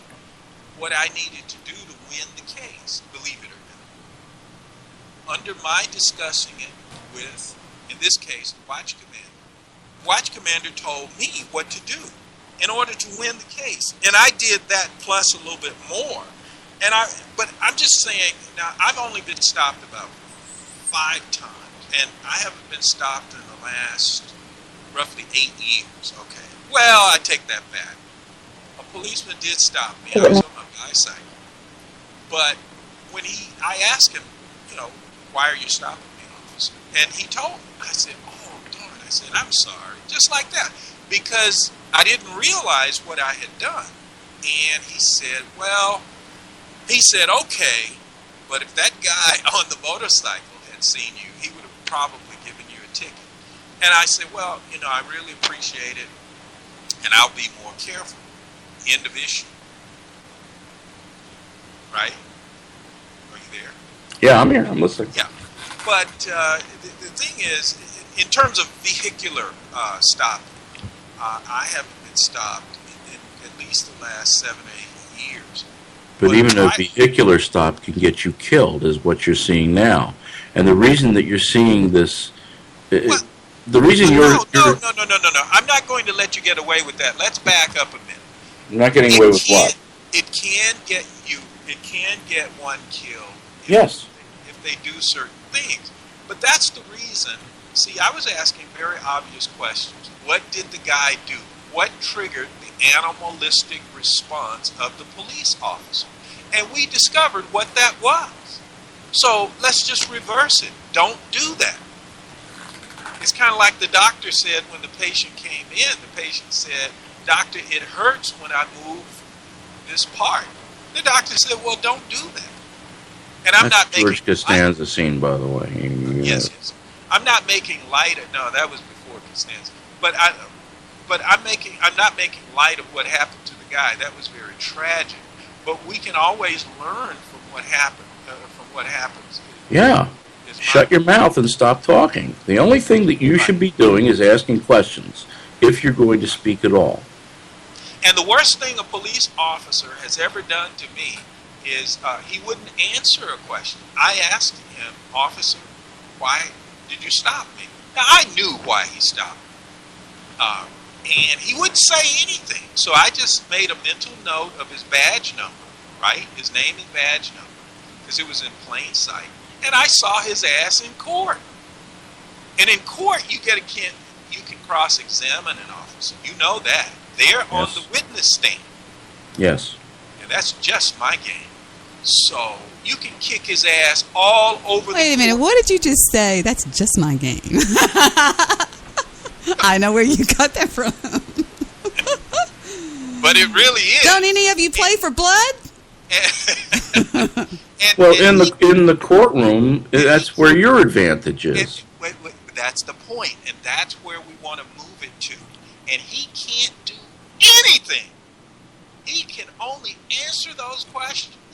Yeah, but hold on a second. Let me disagree with you for a second about this whole courtroom thing.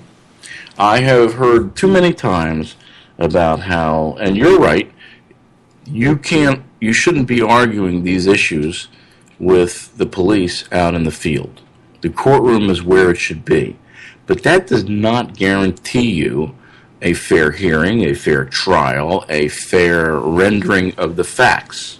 All right, let me explain a few things to you, if you can stop right there. You want to stop right there? I already have. All right, good. All right, one can actually survey the judge. You don't have to accept a commissioner. You can actually ask for a full judge, and one can sit in the back of the courtroom and survey the judge, just see if the judge rules fairly or not on different cases, and take it before the judge. Ultimately, you have to take your chances. I will take my chances with a cop any day in court. Agreed. Agreed, because I don't think that certainly they're not as skilled as you are in the courtroom.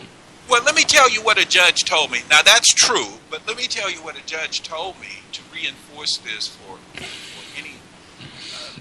a person doesn't have to be a professional. Once a judge said to me, whenever a person contests a ticket, automatically the judge gives that person the benefit of the doubt. Just for showing up, because most people won't. They can't miss work for whatever reason. It's just too cumbersome, or So just showing up, most full judges will give one the benefit of the doubt. Now you take all your diagrams, you have your case ready, and you. One time I pleaded no contest. I pled no contest, and still won. How's that possible? I did it. That's right. Yeah, but what I'm saying... I hear what you said. I agree with you. My point is, if one takes it to court, your chances of winning are phenomenal. Don't think just because a police officer says something that is correct. You're talking about a civil court now. You're not talking about a criminal court. Well, yeah, that's traffic. Well, right. Okay. Traffic is civil. What I'm speaking of. Because I watch. Oftentimes, but let me just make this clear, and then I'll shut Go ahead. up and let you go. I mean, let you go on. The thing is that many police officers do not even know the vehicle code.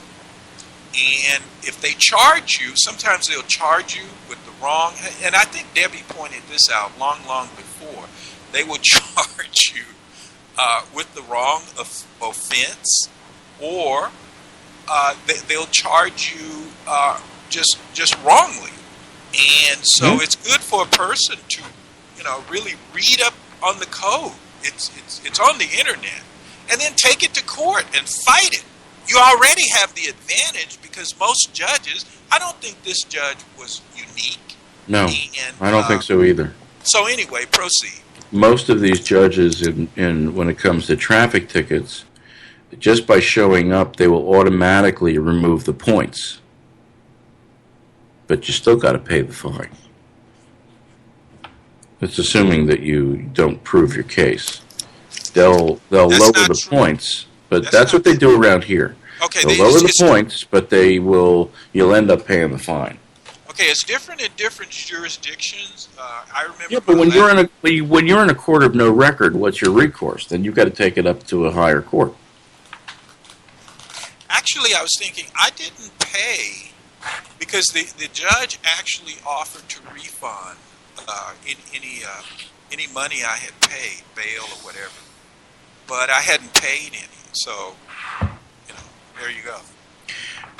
And when I said to you that's civil court, not criminal, I don't think you're always guaranteed a fair trial in a criminal court. I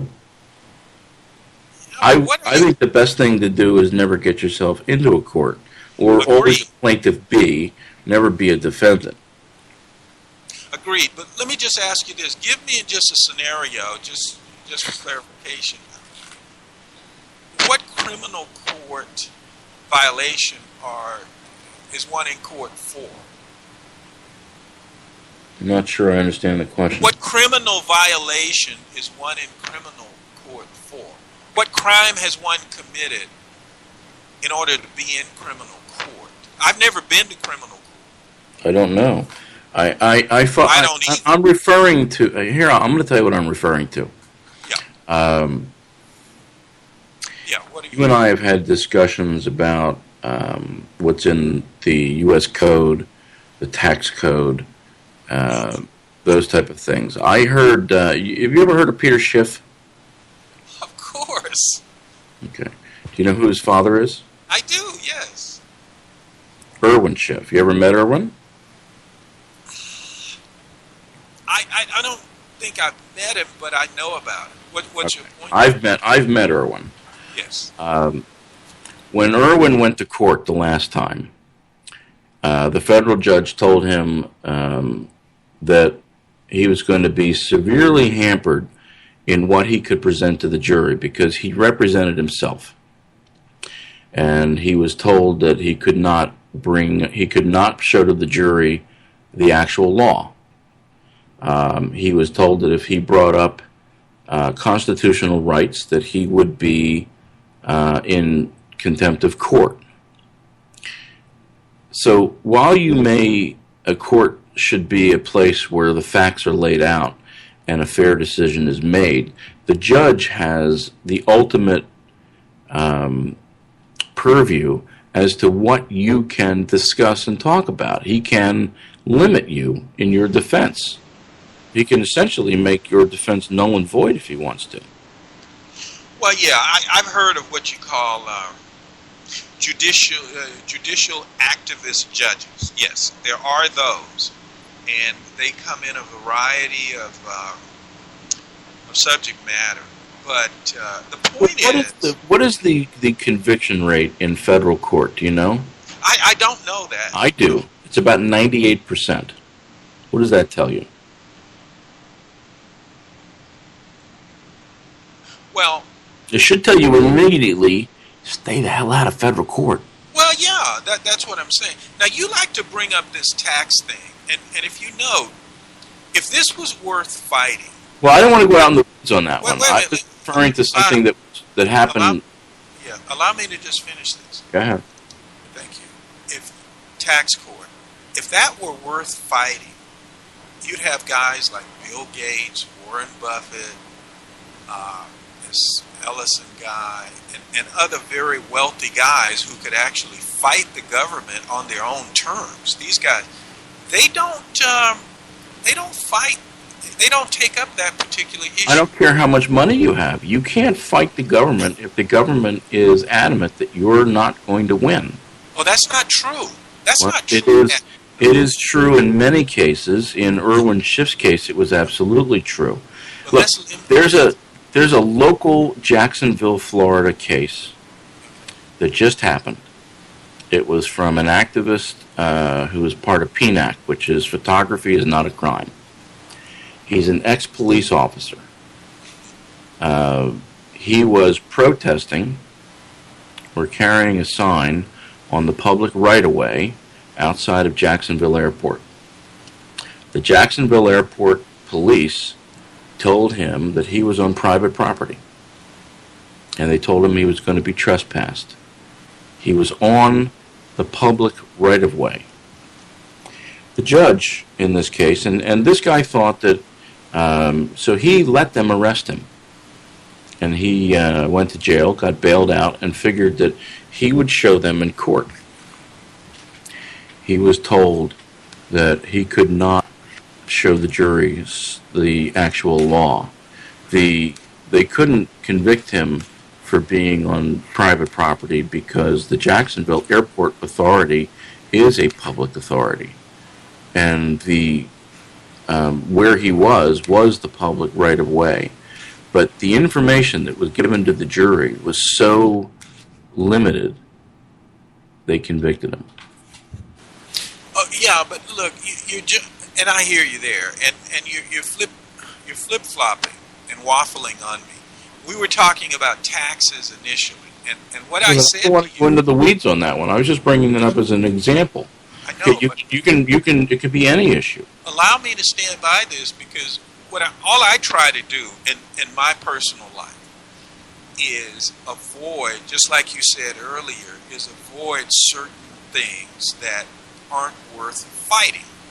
And so what I was saying is that if you look at the guys with the money, and I stand by this statement too, to fight the government on its own terms, the government can be beaten, and they often are, many times. They don't fight this particular tax issue because all one has to do is get a good tax accountant, a good tax preparer, whether a CPA or enrolled agent, et cetera, and, it's a But game. you're referring to two different things, though. There is tax court, and there is criminal court. They're two different things. I understand, but what I'm saying is to avoid getting to criminal court, if you comply.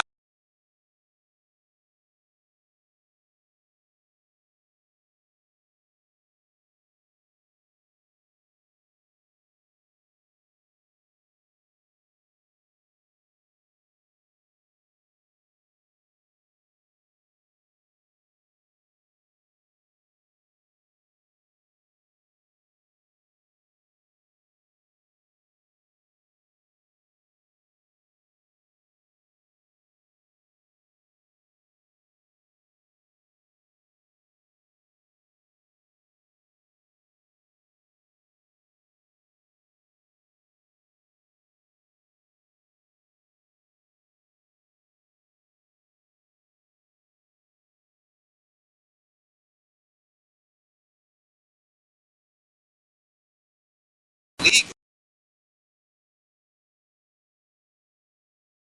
Where do you want to go with this? Well, I didn't want to go down that route. I was just that was just an example. And let me say this: Irwin Schiff was an example of someone who was severely hamstrung in court. Well, Irwin Schiff, and if I understand his point, Irwin Schiff was fighting the tax code or being taxed based on wages, I believe, because income is. I studied up on what he was saying, And what he was saying has validity. But the government doesn't want that to be the case. Like they say, the income tax system is a voluntary system. Right, and that's why they tell him that he can't... Wait a minute. If you can't show the tax code to the jury, which he wanted to do, he wanted them to read the actual code. He was not allowed to do that. Yeah, you're breaking up, too. I don't know if Debbie heard you. Debbie, are you there? Where did Debbie go? I hear you. I hear you both loud and clear. Well, Mr. White, I hate to tell you this, but Stevie Ray Vaughan is the blues, buddy. Go ahead. Over and out. I'm here.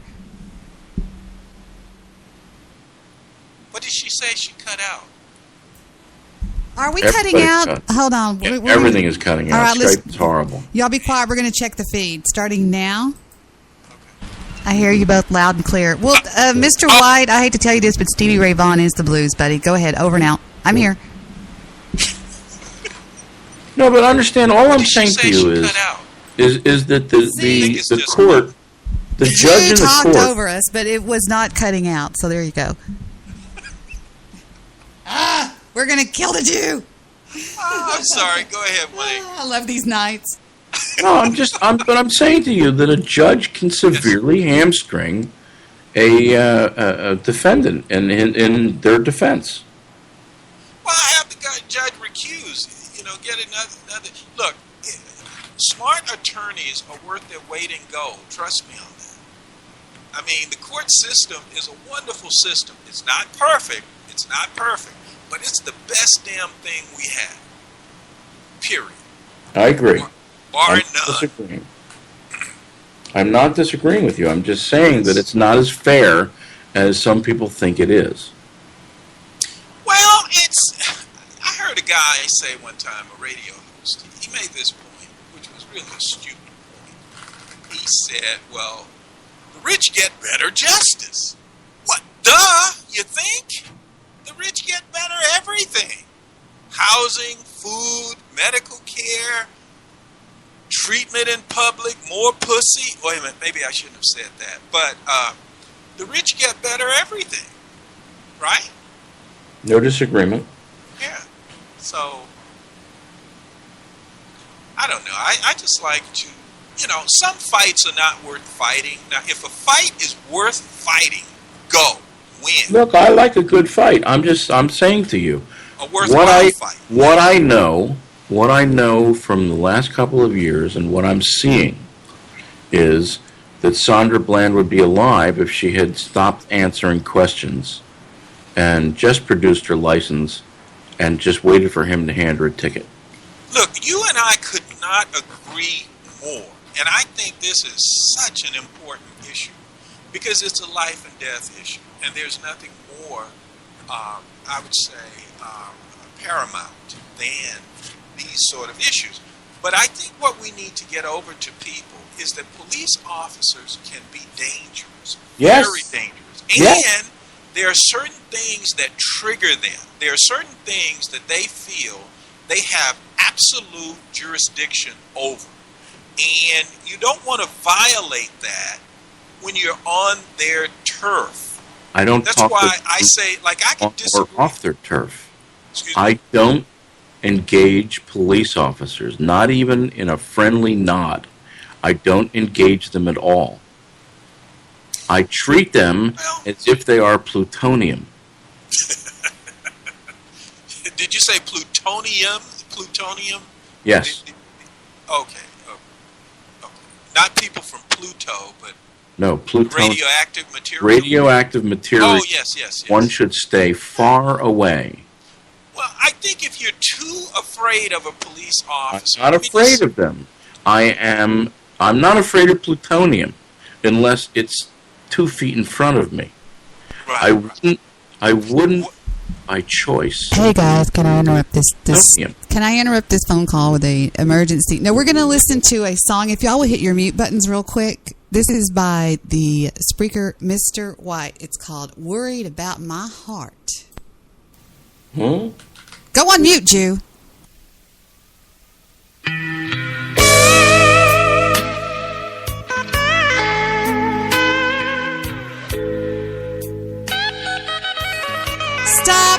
Stop Stop. That's you? Excuse me? Just a second. Wait a minute. What? Go back to my computer. Where's my page? Stop. I'm sorry. I'm taking the long way. Hold on. That's you playing that guitar. Are you freaking kidding me? Oh my God. Listen to this. I thought it was a Stevie Ray Vaughan cut.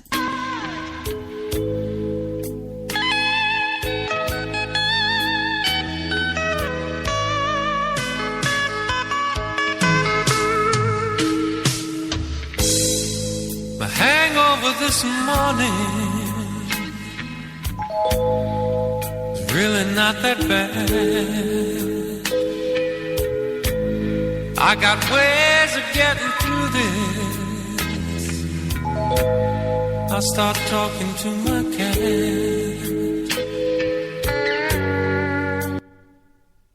Did he just say he starts talking to his cat?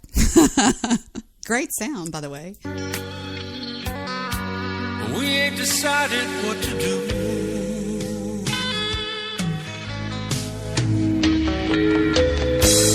But my cat's getting nervous.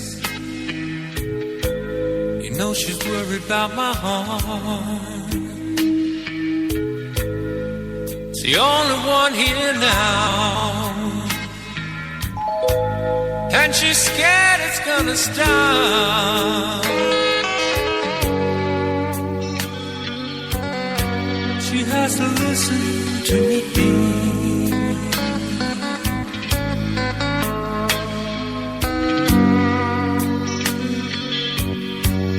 And she'd like to go to sleep.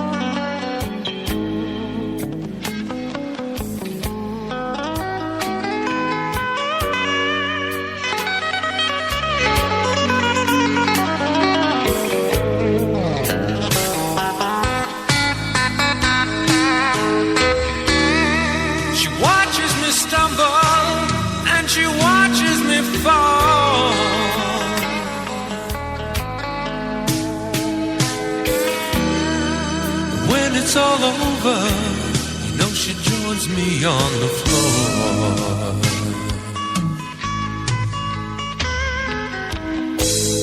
I'm amazed at what this did to me. I never thought she'd leave, but there's a lie I have to live with. Lie I must believe.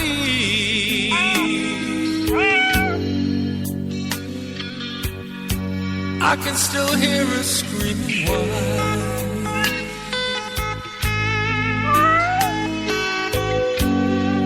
She's not the one that led, she's the one that cried.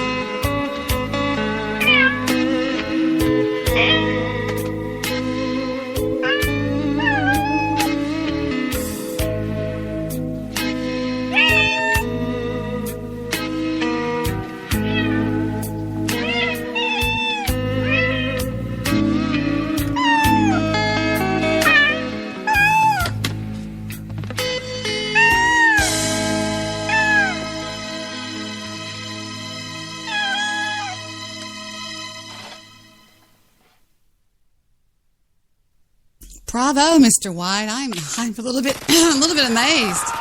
Wait, what's that?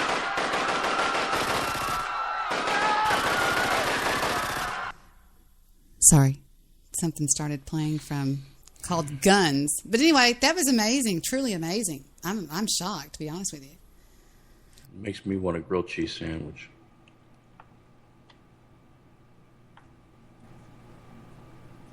With ham.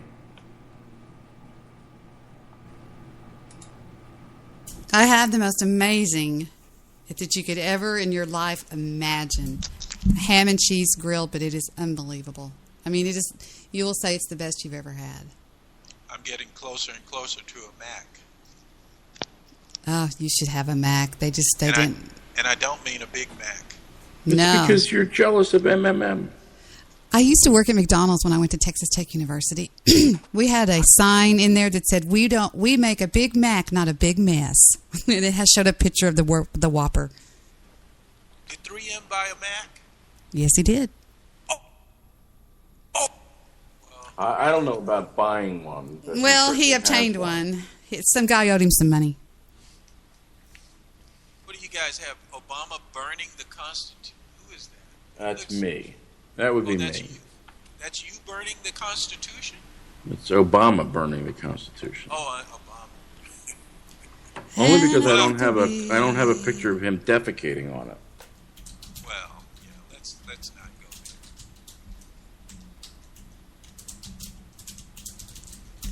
So are we done here, boys?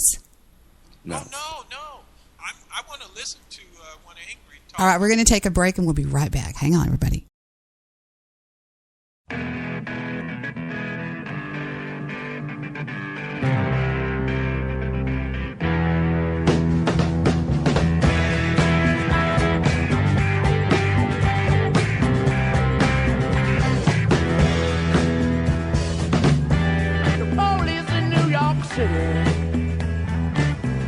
Chased a boy right through the park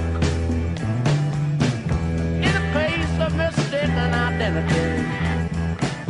They put a bullet through his heart. Heartbreakers with the 44. I wanna tear your world apart. You heartbreaker with your 44. I wanna tear your world apart. Then you over on the street corner, stick the needles in her arms. She died in the dirt of Hollywood. Mother said she had no chance, no chance. Heartbreaker, heartbreaker. You're listening to The Debi Daily Show. Now broadcasting live on Spreaker.com. Debi Daily, changing the world, one caller at a time. And now, Mr. White, I will play a little bit of my wonderful skills on the guitar. It's actually a small guitar. It's called a ukulele. See right here where it says, you look for these IP addresses. And it says, Jose John, California's. I see that. Right by the Guadalupe Freeway. Guadalupe Freeway is brought to you by the people who build the roads that are very good with a lot of government cheese given out on each expressway entrance or exit. Jose, what, Cisco? We've got road to build in San Jose. CC. It's right by Guadalupe Freeway. Get out the ukulele, sing a song for the mama. Okay, Jose. Okay, Cisco. Mama, I'm building the roads in America. I want to come home and eat tamales on your porch. And when I'm coming home, please tell Maria that tomorrow night the place are going to scorch just like Geddy Lee slapping that bass. That's right. Brought to you by those good people at the Debi Daily Network. You're listening to The Debi Daily Show. Now broadcasting live on Spreaker.com. Debi Daily, changing the world, one caller at a time. And we're back. with our classic Stacks of Wax here on KSAC, the station with pool. Now back to the one angry Jew. Take it away, Jew. I'm joking. Mm-hmm.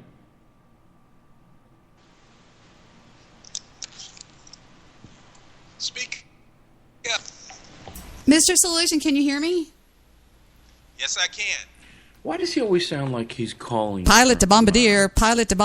I want to show you something that I did today. I wrote, I'm not going to read the names on it, but I wrote a motion to dissolve TRO, and I was so proud of it. It says, pursuant to the Texas Rules of Civil Procedure 680, on 2 days' notice to the party who obtained the temporary restraining order without notice or on such shorter notice that the party at the court may prescribe, the adverse party may appear and move for its dissolution, and in that event, the court shall proceed to hear and determine such motion as expeditiously as the ends of justice require. Plaintiff blank has wholly failed to comply with any of the requirements that entitle, I spelled that right, him to temporary restraining order. The law is very clear about the requisites for the issuance of an injunctive. Is this right? The law is very clear about the requisites for issuance of injunctive relief. Yeah, that's right, because a temporary restraining order is injunctive relief, right? And then I put, and plaintiff failed to comply with the clear requirements. Additionally, the form of the TRO is improper in that it, one, fails to state why the TRO was granted without notice despite it being granted ex parte, and fails to state the reasons for issuance of TRO, define the injury, or describe why the injury is irreparable. As such, this is the last line, the TRO issued on blank is void. Accordingly, movant respectfully praise, come on, Debbie, I have to file this somewhere, that in all things this motion be granted for the reasons set forth below, not herein. Well, it's herein or below? Herein. And then I go into the whole thing that happened. It's pretty crazy. I can read it to you. Listen to this. If y'all want to hear the facts of the case, I'll just blank out the names. Do you want to hear it? It's real short. Okay, I'll go real fast. On blank the blank of blank, blank received an order increasing child support from the Office of the Attorney General, Exhibit B. The child support was increased to $920 a month. Blank was livid. Blank telephoned. What? Blank telephoned me and began screaming and cursing at me and told me that he was not going to pay that much money to me and that he would get full custody, not to pay child support, to get custody of my son before he would ever give me money. Okay, that's wrong. Blank was screaming at me, calling me horrible names, blah, blah, blah, blah, blah, blah, blah, blah, blah, blah. Also, movement has abided by the terms and conditions of the TRO, blah, blah, blah, blah, blah, blah, blah. Anyway. I'll read the prayer. Wherefore, premises considered, movement, praise that all really played for. Anyway, so does that sound good? Well, I think you're going to prove it, right? Yes, of course I'm going to prove it. Yes. I think, yeah. I was so tired when I did that. And they told me today, it's got to be there. You've got to be standing there. You got to have the runner there when the court opens. I'm like, okay. When the court opens, you have to be standing there. Not me, but the runner will. Let me ask you something that may be related to this, although I hope not. Do any of you guys watch Investigation Discovery? Is it on the History Channel? If it's not, we don't watch it. Well, it's in that package of channels. Now, I've been watching it lately. It just fascinates me what it deals with. It's documented killings, like all over the United States, and sometimes England too. But they do dramatizations. But it's documented. This actually happened, and I find that that's what really attracted me. But I'm amazed at how often we kill each other, usually over sex and money. Those are the two motives, generally, sex and money. But it's Investigation Discovery. Check that out sometimes. What channel? Well, you have to look it up by its name, I think, because different carriers will have come on different channels. How many of you guys have seen Silicon Valley? You want to watch something funny? That is Silicon Valley. It is funny. And I mean funny. We show that we lost somebody on the call. Who did we lose? Did we lose the Jew? I hope not. 138. I can give you. I think it's Not a chance. I didn't think so. By the way, 31 days until I cruise. wow. That might. Have you watched Investigation Discovery? No. Have you heard of it? No. Yeah, it deals with how we kill each other. Usually money and sex. And This is funny. This is funny. I'm talking Silicon Valley will make you guys laugh as much as How about? what was the funny thing we used to watch, Jew? Benny Hill. No. Imposter, but it's pastor. And it's called what? It's called what in Investigation? Investigation Discovery. What channel? What channel? Got is it. Investigation Where you are? Discovery. I got it. What's the numerical? Oh, okay. It says 150. Yeah, I'm looking. Investigation Discovery. Hold on, I got it. You'll be fascinated by that, I think, because it deals with ultimate issues. Let's see. Yeah, it is a real thing. Here it is. There she is, enjoying the day, stealing a moment for herself. This will be a night to remember. She'll be with her family. Tragically, it will be the last night they ever spend together. Investigation Discovery. Is that the way it sounds, Sloosh? Sort of. What do you mean, sort of? That's the show. I agree. You will find that fascinating because killing people killing people, is the ultimate. And what motivates them, I mean, how they do it. Some of them are, they're very creative in how they do it. And obviously it's horrible.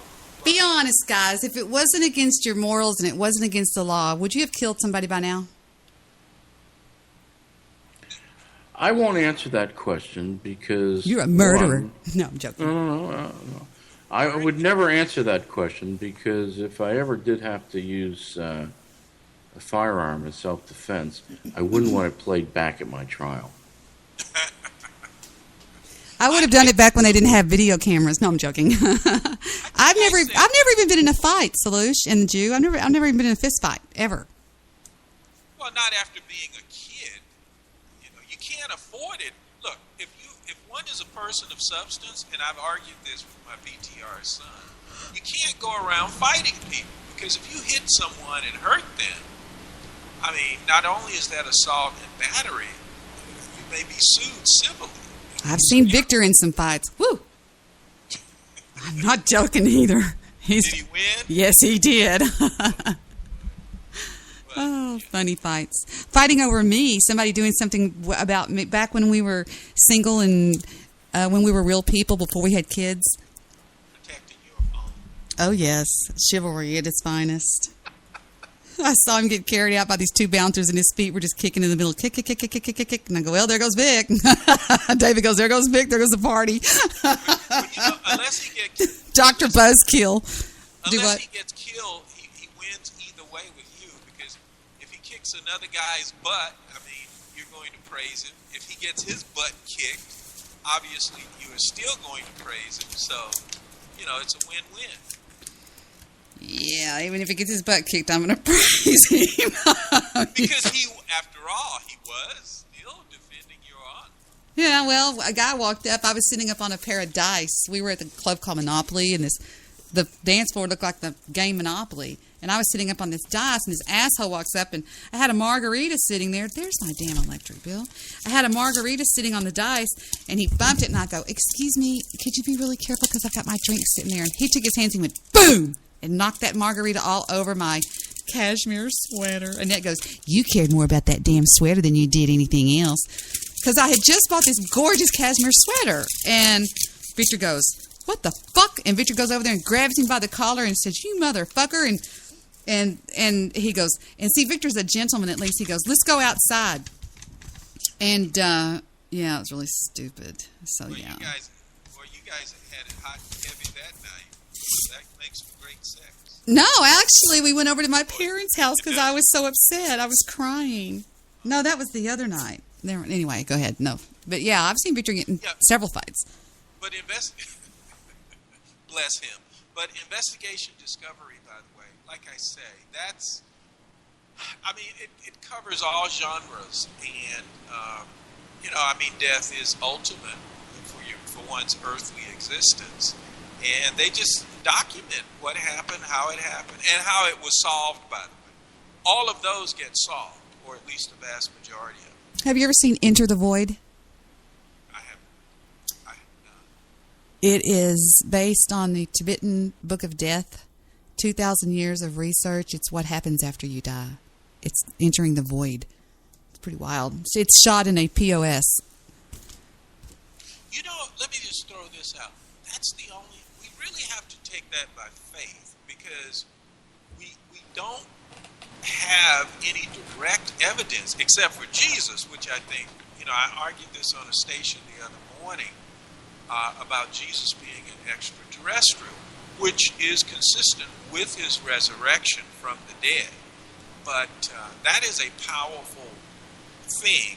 And we're getting to know a little bit more about how information could be stored, because a lot of your reductionist materialists are saying, well, consciousness is just a feature of the brain, although they can't prove that scientifically. But based on some of the new gadgetry that we have, like, for example, your smartphone, the information in it is not the same as the phone. And if you make the analogy with our body, the information could survive, say, the breakage of your smartphone, because it could be downloaded from, another system or onto another system. Excellent point. I never thought about that. Wow. You can just download me and keep me. My brother always says when he dies, he wants to be propped up in the corner with a beer in one hand and a cigarette in the other, just sit there stuffed like a damn, like a turkey or something. Right. And consistent with the fact that, what is this, the first law of thermodynamics is that energy is not, even matter is not obliterated. It just changes form. So God always has access to our atoms. And an MIT scientist has discovered God. Very true. I did all my research on that, boys, and it's true. The fuck? Hold on, we got a phone call coming in. You mean evidence for God? No, discovered God. Welcome, Lester Bartholomew Jones. What are you doing? Hello. Can you hear me? No. Yes. You can't, because I'm on my phone here.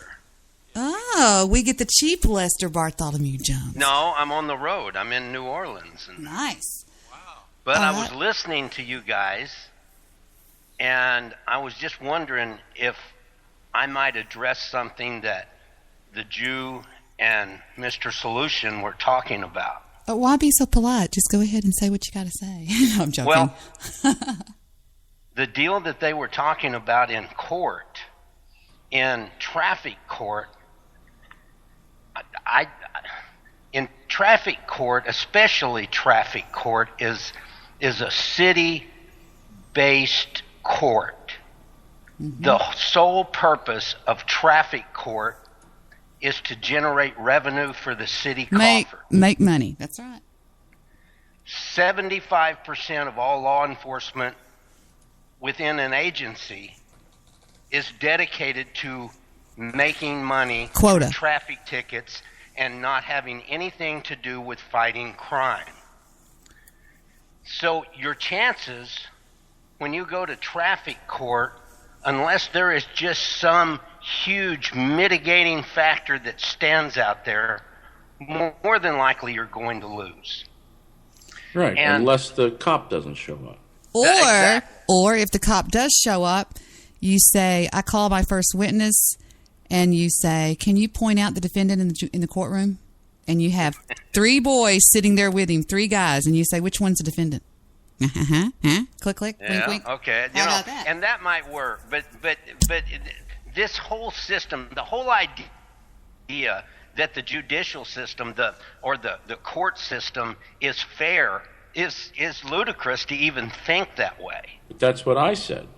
Right? No, I agree with you on this one. I needed to take issue with Mr. Solution on this. I understand his respect for the law, and I do understand your respect for the law, Mr. Solution. But I just think it's naive to believe that you go into court thinking you have a fighting chance as just an average us. A district attorney told me, Lester, that when you go into court, you've already gone through the grand jury, you've gone through the arrest, and those district attorneys look at you like you are guilty until you can prove your innocence. Well, that's another issue, and I'd love to talk about that, but traffic court's what I was talking about.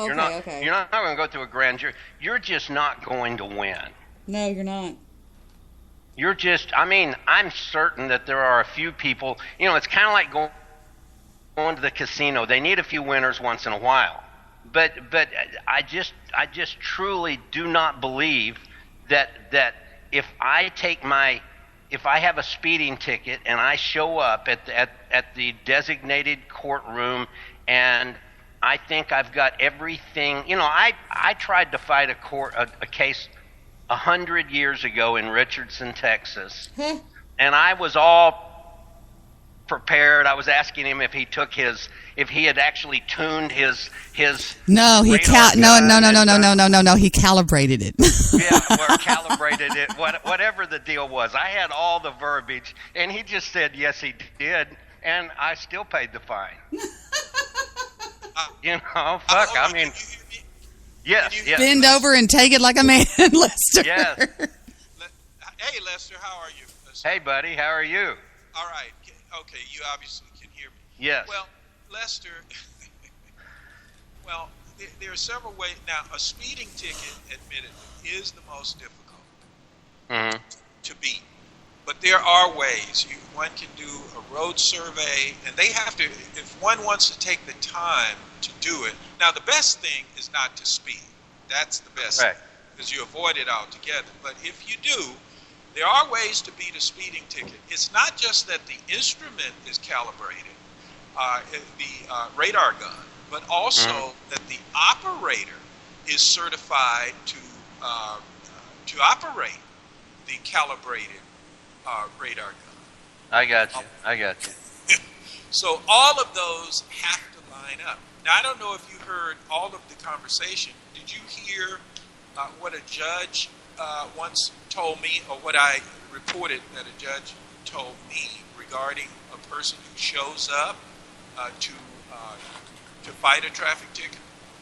Well, I think you got a judge that was 1 in a million. No, no. I've been before several judges. Several. Okay.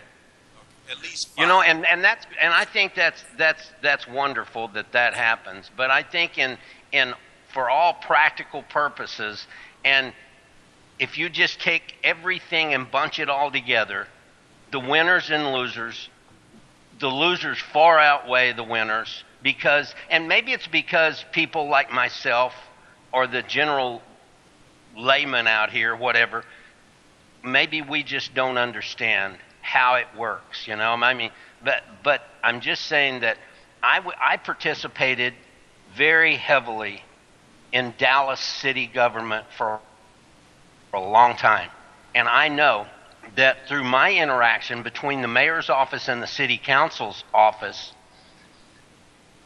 the onus was to generate more money.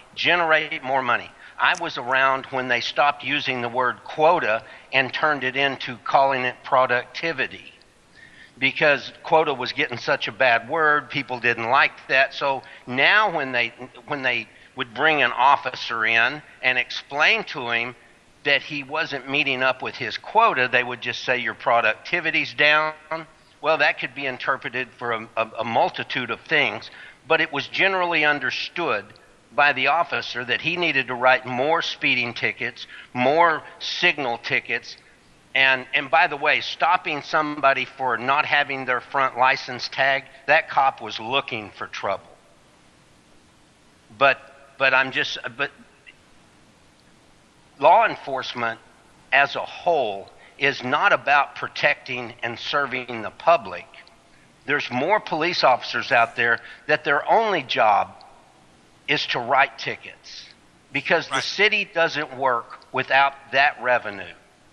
Well, you know what? And to buttress your point, and I'll give you that point, the red light cameras, and they have been ruled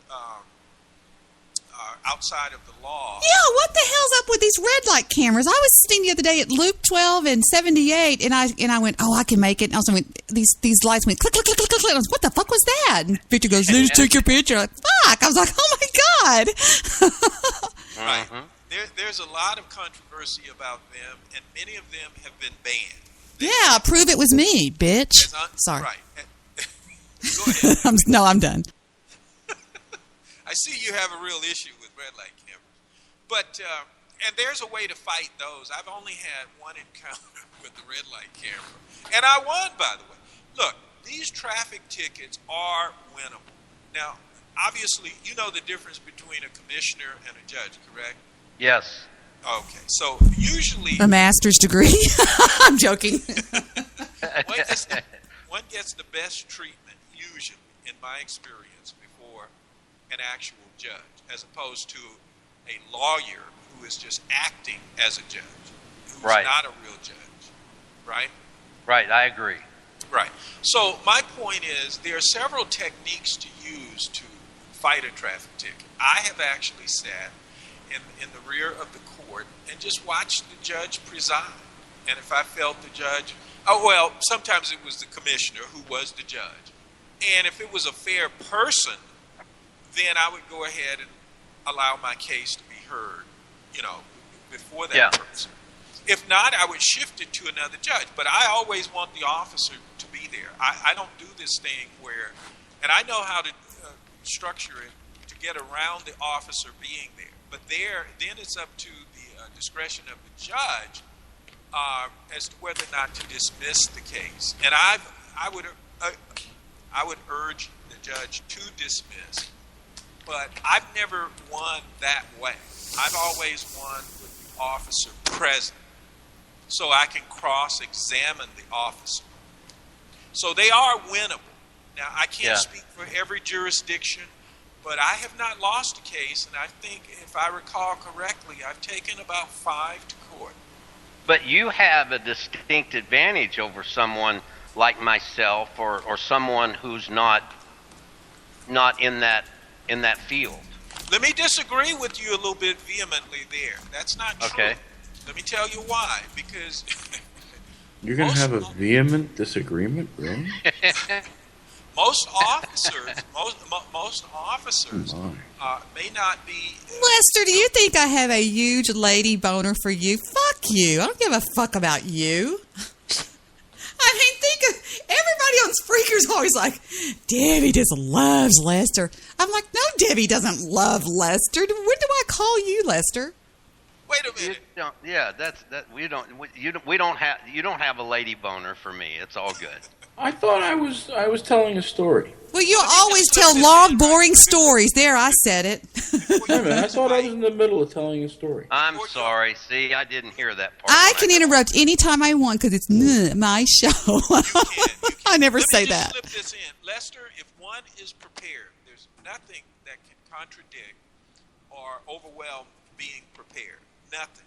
And I don't say impress the judge. That's not there. But just present the evidence, whether it's pictures, drawing, have your case ready for presentation, and be able to argue your case. That's what really wins. And judges give they give the contestants the benefit of the doubt. And once in a while, casino slots pay off. Well, that's right, because they need a winner once in a while.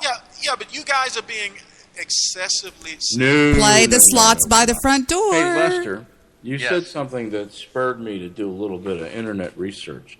Not a lot. It didn't take long. But when you said that the cop pulling the guy over for having no front license plate was kind of looking for trouble... Yep. When went and looked up the University of Cincinnati Public Safety, University of Cincinnati Police, of which this officer was a member. Right. And here's what it says. It says the UC Police Department is fully empowered law enforcement agency that operates 24 hours a day, 365 days a year. All police officers are certified by the state of Ohio and have full police authority. The department currently employs 72 police officers and 26 security officers. UCPD works closely with the Cincinnati Police Department to prevent crime within and around the campus community. Together, UCPD and CPD have partnered with UC's Institute of Crime Science to utilize real-time data to proactively develop strategies to keep our campus and community safe. Well, here's the question. And here it says, patrol beats are separated into 3 areas on UC's main campus. You heard that, right? Mm-hmm. Patrol beats are separated into 3 areas on UC's main campus: Uptown, East, and West. Additional patrols work with Cincinnati Police to cover neighborhoods surrounding UC's main campus. I'm just curious, where was this traffic stop made? I read that it was not far away from, and see, you're onto something that I haven't had the opportunity to look up.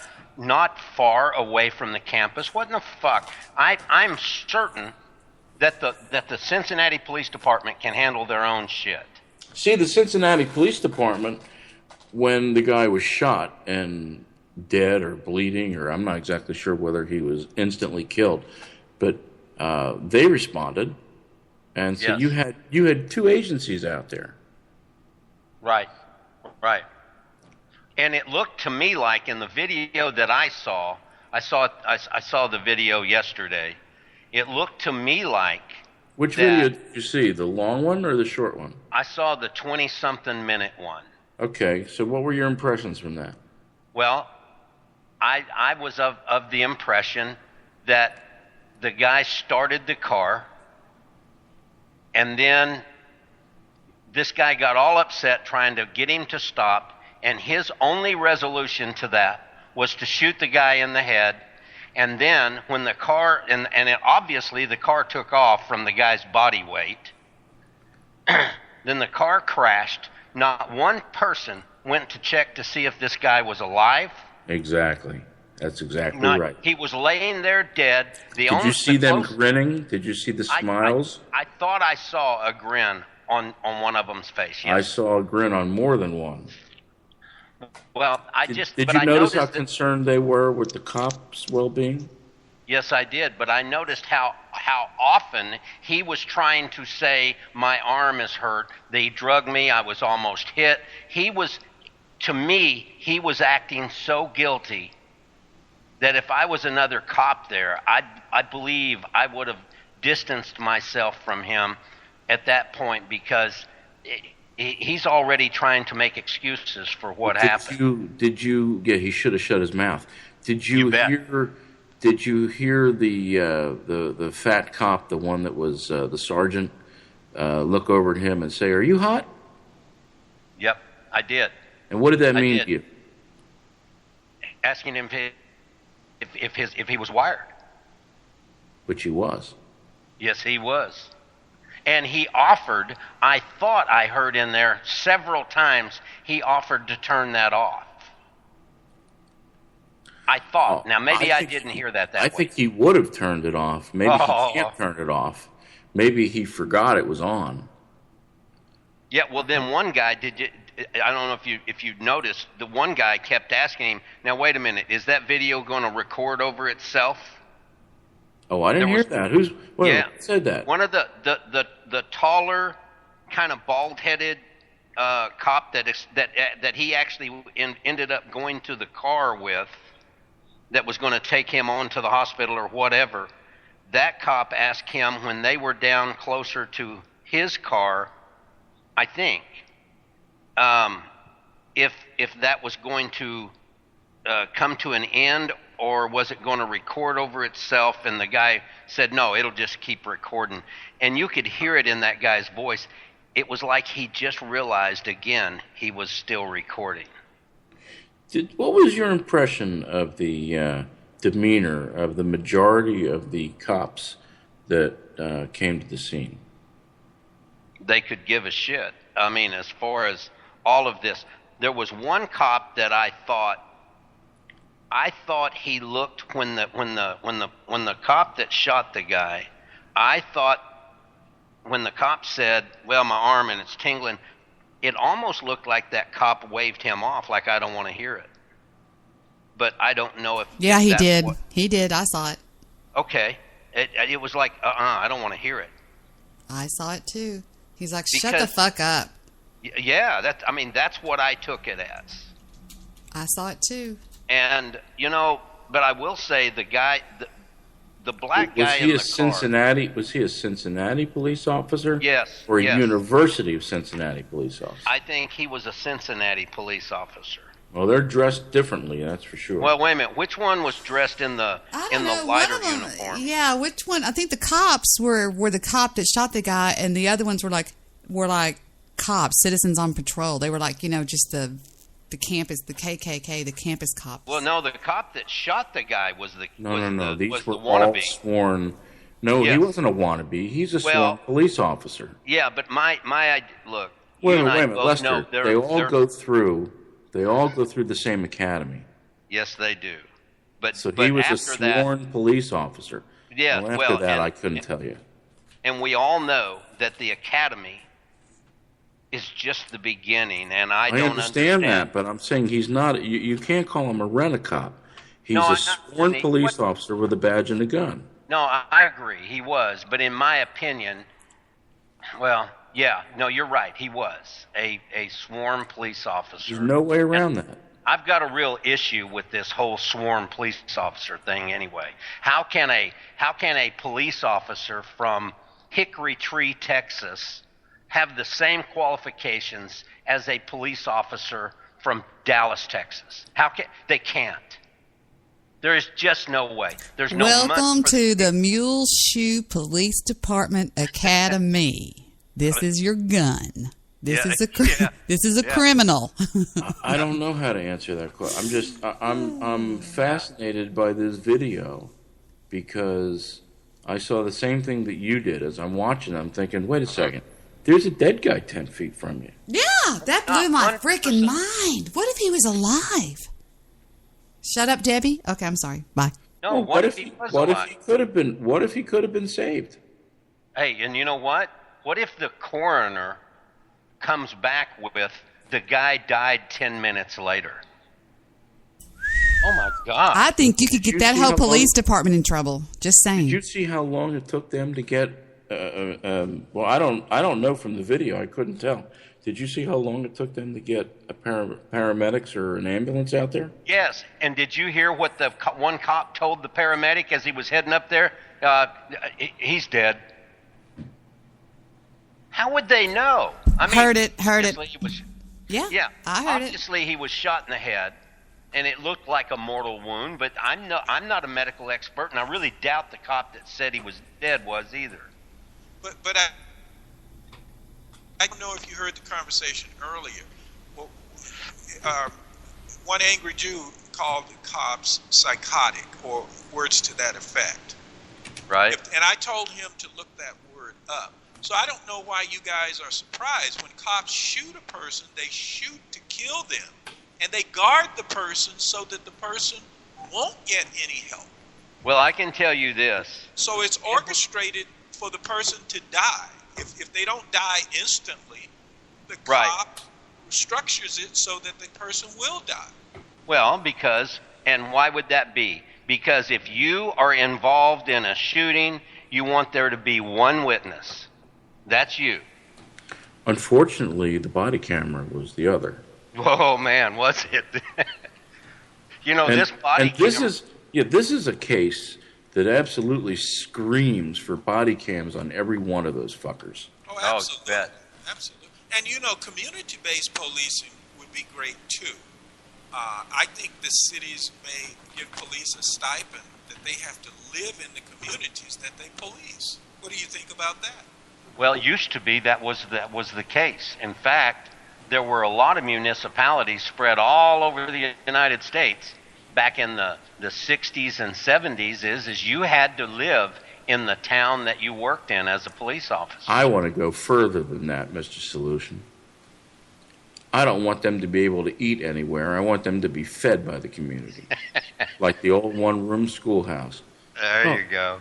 Yeah, Do y'all still eat, Lester? Do y'all still eat? I mean, do they still eat free at McDonald's? I don't think that a police officer is allowed to take any kind of favors in that respect. But I don't know. They used that. to eat free at McDonald's when my brother was a cop. I'm certain they did, and I'm certain that there are some that the guy just goes, go on, I got you. You know. Yes, I think that's true. I still have my shirt from the 80s. It says 911 makes a cop come. So I'm going to look up the street, because he gives the streets out right in the beginning. Yes. I'm going to find where that street is in relation to. I'm just curious where this guy was, and why was he patrolling the same area that Cincinnati police? Because obviously it's Cincinnati police jurisdiction because they showed up. What was the guy's name that shot Trayvon Martin? George Zimmerman. George Zimmerman. Well, I saw an interesting thing as I was getting ready to call in. I saw that the guy who died, his wife's attorney, is Mark O'Mara. Yes, I saw that. You know what? I saw Mark O'Mara, and I thought, where did I hear that name before? Yes, and he was the. Exactly let me tell you right. something. That is one sharp attorney. Well, if the job of these officers, and here's a good question too, when They call him Tank McNaira. When a Cincinnati, University of Cincinnati police officer writes a ticket, who gets the revenue? Jeez, I don't know. Does it go to the city or The does university. it go to the university? The university. There's got to be a split though somewhere, because they've got to be writing those tickets based upon, like in Texas, if you get a ticket from like a highway patrolman, you end up in a justice of the peace court, and it's all split out, and then everybody, it's kind of like the mob splitting up the skim, and then if you get a ticket in the city of Dallas, 20% of that ticket money goes to the state. Lester's not only a cop, he's a rogue cop because he knows what happens in the mob.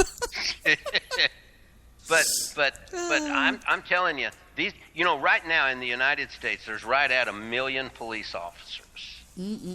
We have 1 million law enforcement officers, and I honestly don't know if that million includes Department of Homeland Security. Those people, they have some of those. I don't know if that's what that is, but we have 1 million people in the United States that we've given a gun, very little training to, and I mean, it's a shame. I agree with what Mr. Solution said about the fact, don't put yourself in a bad situation, but Jew, you've got the right idea. Just don't answer their questions. It doesn't. You got to do it right. It doesn't, and you don't antagonize them. No, you just stand on your rights. But the other thing that could have been done in both cases, but if you watch the video, this guy didn't. When he went to open the guy's door, he didn't say you're under arrest. No, he didn't say anything. He just started opening his door. What's that? That's not proper. I think that was he expected a response. I think, notice how quick he shot that guy. Yeah, I will tell you this, Lester. I believe that most cops in America are itching for a reason to kick the shit out of you. Oh, and I think I happen to agree. And I go back to a video that I saw not too long ago of a woman in a jail, or she was being booked, and she was handcuffed behind her back. Hands behind her back, handcuffed. And she was sitting down. Policeman walked up to her, and she kicked him in the shin. What do you think the proper response would be for that? You mean for her to kick him? I mean, after No, she she kicked him. After she did that, what do you think the officer's response should have been? Should have been. He should have. I would think that at that point in time, he would have explained to her that she was under arrest and attempted to take control of her. Okay, how would you take control of her? She's sitting down. Oh, she's in a chair. She's sitting down in a chair, and she's handcuffed. Oh, well, wait a minute. Now, see, I'm sorry. I didn't get all the facts. Y'all listen to this. Listen to this. Oh, I want to hear his answer. Hi, my So name is she's John. sitting in a chair. She's handcuffed.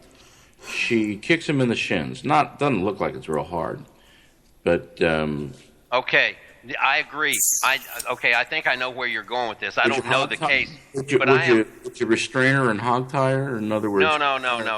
I wouldn't. I would call somebody. Pop a cap in her. I'm sorry. I said No, pop a no, cap. go ahead, answer, please. I would actually. I mean, I don't know where this was at. I assume this was. If she was sitting in a chair, handcuffed, more than likely she was at a police station. She was in a booking facility. Oh, then it's at that point in time, she poses no risk to anybody else. I would ask that other people come and take control of this situation, because as a police officer, once you become the victim, you can't take control of that. Well, here's what he did. He picked her up out of the chair. He was double her size. He picked her up out of the chair, and he essentially swung her like a baseball bat face first into the ground. Oh, my God. Oh, So my she's- God. That So she's shocks you? They handcuffed- always do that. She's handcuffed hands behind her back. He picks her up, and he flings her over and into the ground, face first. Wow. You see, that's a prime example of this guy was waiting for something in his life to happen. Yes. And I think that this guy in Cincinnati was the same thing. How did he get his gun out of that holster so Man, fast? that was fast, Well, brother. also, I'm going to interrupt you on that, okay? I looked at the video a minute ago, and he pulls up behind him, and he runs his tag on the computer. When did he see that he didn't have a front license plate? He was looking for a reason to pull him over. Well, again, a missing front license tag. Oh, There's only one reason that you would even use that. It's called probable cause. Yeah, my brother used to pull over people that had a sticker on the back of their car that said Kazoo, because he said he knew they had pot on them. Well, but I don't know if that would work today. I'm But- just saying, back in the day. But Probable cause. You see, a lot of times when police officers are following somebody looking for a reason, maybe they've got some info on the guy, Hey. but they can't. no, you're right. I've worked for some big name criminal attorneys, and that's the way you win is you make them prove probable cause in court. Absolutely. And when a police officer is behind somebody, man, I'm going to tell you what, if he's looking for a reason to find one, hitting the center line, going this way, you know how a lot of people on a two-lane highway will pull over to the shoulder of the road to let other cars by when they're going to go ahead and make that right turn that's coming up? That's called making a turn from an unapproved surface. And that is probable cause to pull you over, search your car, find the drugs they were looking for. There's a million reasons. And and they sit around and they have classes about probable cause. And did you know that the minute those lights go on behind you, you're under arrest? Well, you technically during the time that they pull you over for a traffic offense, you are technically under their care, custody, and control. You Yes. can't leave of your own free will, and a ticket is just a courtesy. And every word you say is testimony in court. Absolutely, and Jews got it right. You know, if they've pulled you over and like he told him that he had pulled him over for speeding, he got his driver's license and everything because that was and you already knew, Jew, the next lawful command was he was going to ask to see your driver's license at that point because he had reason to stop you. Yep. But he doesn't have reason, but Jew had no reason to answer any fucking thing this guy asked. Right. And going? if he says, "Do you know why I pulled you over?" do not answer him. Say, "No, sir." No, I wouldn't say that. I wouldn't even answer that. I would say I don't answer questions. Okay, or that's good enough. Yeah. I plead the Fifth. I exercise the Fifth Amendment. Well, then yeah, but I mean, there you're trying to say that you won't incriminate yourself, but. Well, that's all right. I don't give a fuck. I guess okay. But I don't answer questions. Look, I had 2 encounters last year with cops. One was at Starbucks. Where's solution? You know, you can chuckle now, or you're making a pot roast.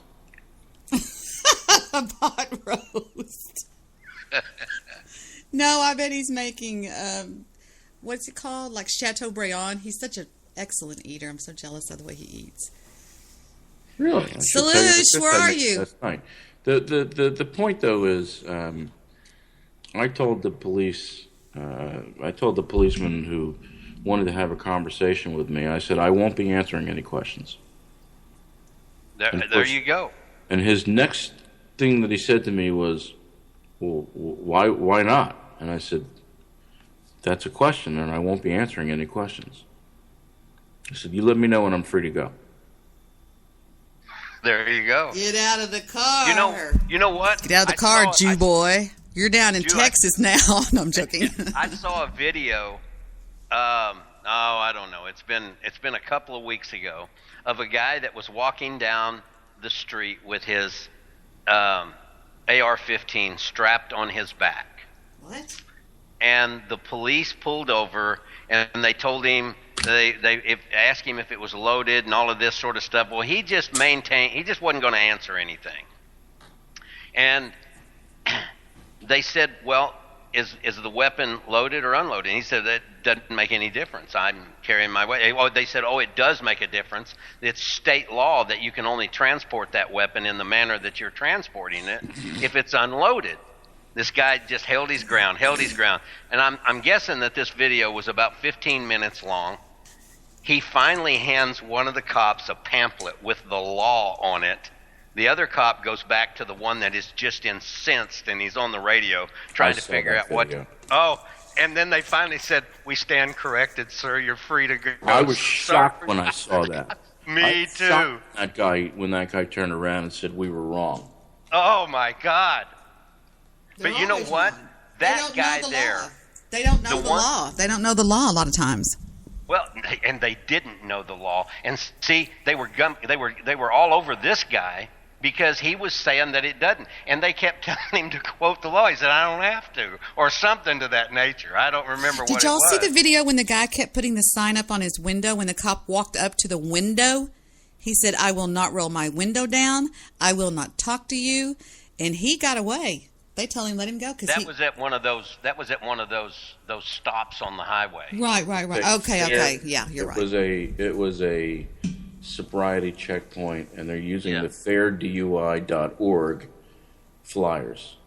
Yeah. Fairdui.org. Hey, I was drunk in a bar. I wasn't drunk in public. I want to go back to drinking in a bar. I want to go back to. That was broad night. Though? The deal that when I saw the news report about this guy, though, the thing that was kind of chilling. I mean, we all know that is the way it was. Is the thing that was chilling that the guy that was interviewed said is had the officer not had a body cam on, he wouldn't have probably been indicted. That's right.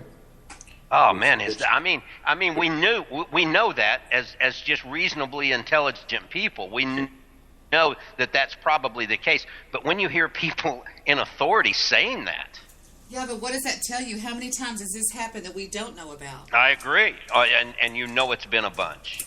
Shit, you know it. You know, And I think this guy thought that he could in some way. You see, they get caught up into this brotherhood thing. But I got news for you.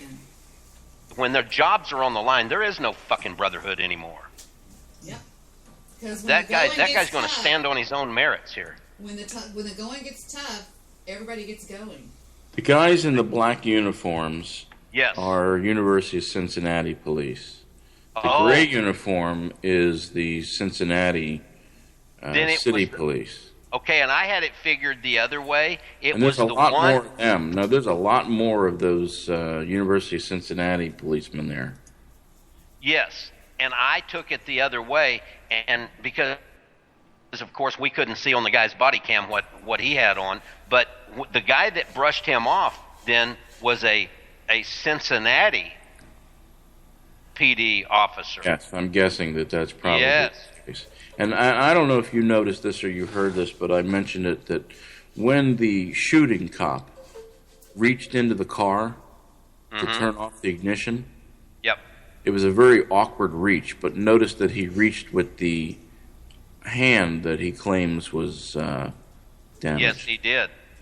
Yes, and at all times, I mean, that gun came out so fast it was unreal. So you know what that tells me? He was ready to shoot him. He had that gun out already. Yeah, something. Man, there's just... He had that gun out and down by his side. We haven't seen, there's somebody has alluded to that there's another video out there that hasn't come out yet. The attorney for the attorney for the murderer said that there's another cam. Yeah. I wonder if that video will show that he already had drawn his weapon. I don't think so. You know, and when it kind of looks like maybe he's stumbling a little bit, I think he lost his balance when he shot the guy. Bingo. Hello. Now that's what I think. That's what I Look think. how close he was to the car. Yes. He shot him execution style. And I said that as close as he was to that car, Lester, he didn't feel like he was in imminent danger of death or great bodily injury. No way. Where he was standing in relation to this guy, he wasn't behind him talking to him where Which is where he should have been. Exactly. No, he was right there in front of him. So he didn't perceive this guy as a threat at all. No, he didn't. You know, and I got to say this, though. The guy, no matter what the deal was, see, they're going to come out and say the guy had a suspended driver's license. He had a mile longer than a mile longer than the Al Capone. That's right. Irrelevant. They didn't know any of that at the time. And you know what? I don't give a shit if he did or he didn't. I don't care. That's right. He didn't deserve to die over this. It was the St. Valentine's Day Massacre. Look, this is no different than Eric Garner getting choked to death. I don't see any difference between that. He didn't offer any resistance. He didn't put the cops in physical danger. I don't see any difference. I see this as endemic in this country. And there's too many of these cops, and you get a real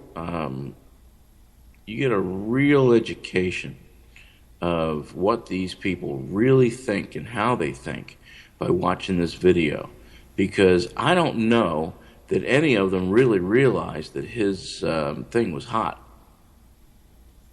I think you're right about that.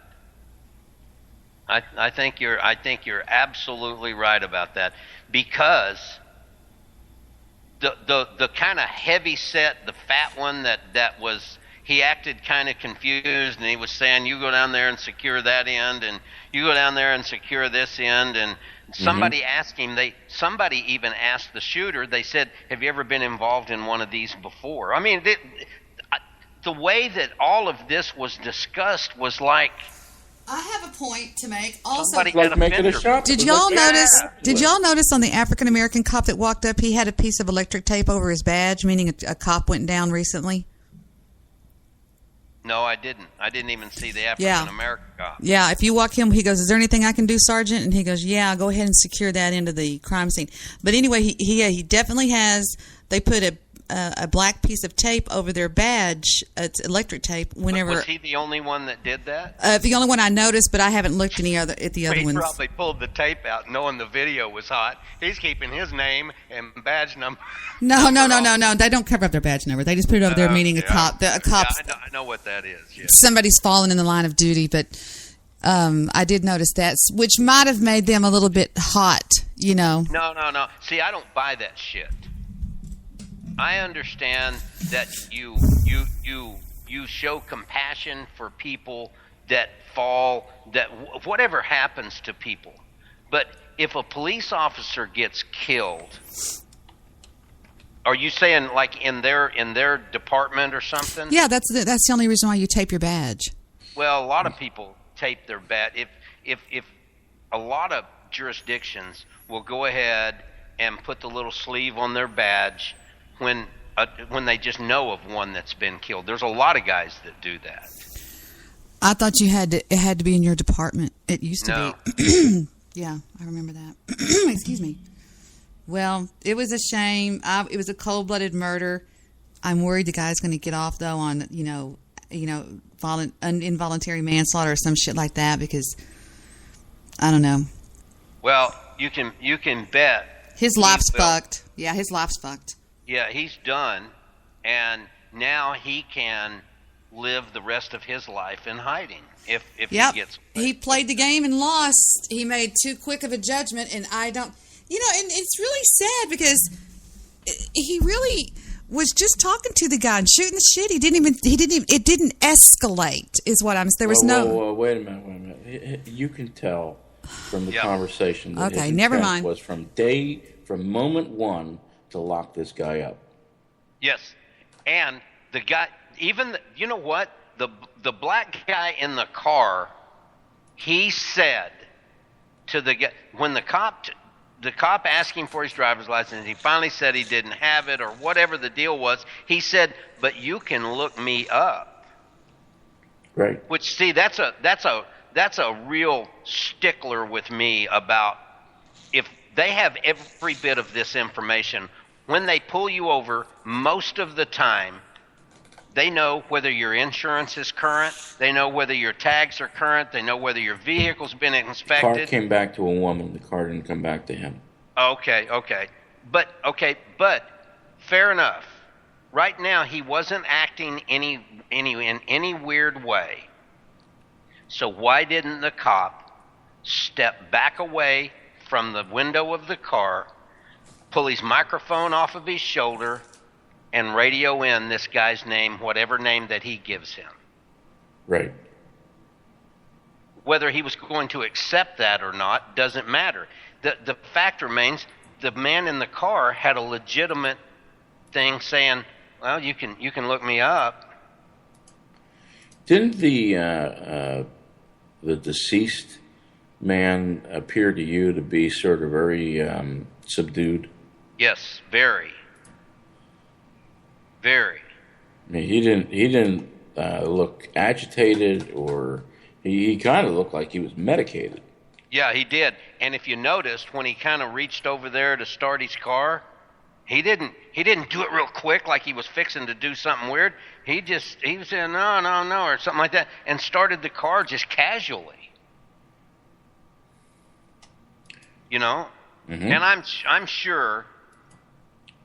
I know there's a lot of stuff that goes on. I mean, I'm so glad that I'm not involved in any type of law enforcement today, because I think it is about as crooked as it comes. I think they manipulate autopsy results, and I think they manipulate toxology reports. I think I could go on for days about what I think now. But you watch. This black guy will come back with just a cocktail of drugs in his blood. Doesn't matter. And I agree. But they're going to use that to try. You know how they try to They're slowly. going to impugn his integrity. There you go. Along every chance they get.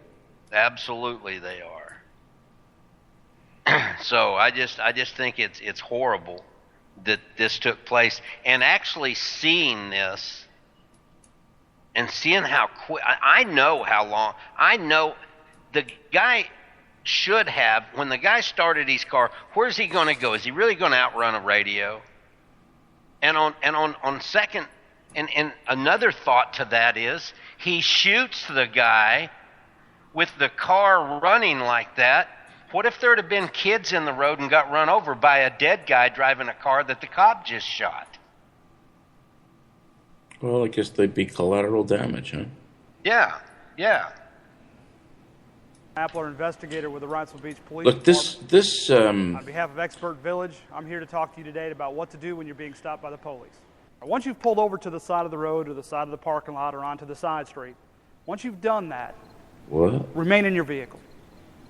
Resist the urge to want to get out and explain yourself to the officer right away. Don't worry, he's going to come up and talk to you. Stay in the vehicle now, unless the officer tells you different. Now, we'll cover that. We'll cover more about what you do after the officer approaches in a second here. But let me tell you first, if the officer asks you to get out, he doesn't need a reason. According to the Supreme Court, he doesn't need a reason to ask you to step out of the vehicle. If he requests that you do, wait till he does. But if he does ask you to step out, go ahead and comply with the officer. The same goes for the passengers. If there are passengers in the vehicle, the Supreme Court says that an officer can actually ask the passengers to step out, and he doesn't need a reason to do it. Most of the times you will find that the officer is asking for a safety issue. Remember the same theme, safety? If we're on a busy highway and the officer doesn't feel comfortable standing on the side of your car where traffic's going by because he may get struck by a passing vehicle, he's going to go ahead and ask you to step out and stand off to the side of the road. So just remember, stay in your vehicle until directed otherwise by the officer. And if the officer does direct you otherwise, comply with what he asks you to do. Where's Solution? I don't know. I'm not at Skype. Well, let's summon him, Dr. Bombay. He shows to be on. Solution, stop eating and come back on the call, you mullet. If he's on the call, he's on the call. He's just on mute because he either went to the kitchen to make him some Chateaubriand with some salmon croquet. Or he's got gas. Look, it goes back to a question that he asked me. What's the question? If a police officer says, I'd like you to step out of the vehicle, my reply to him would be, is that a lawful order? Right. Okay. I only follow lawful orders. Is that a lawful order? But he just said they don't have to have a reason. Well, but I'm still going to ask him. He's asking him, right. He's asking the officer to clarify that he's making a lawful command or order. Any order he gives you is a lawful command. No.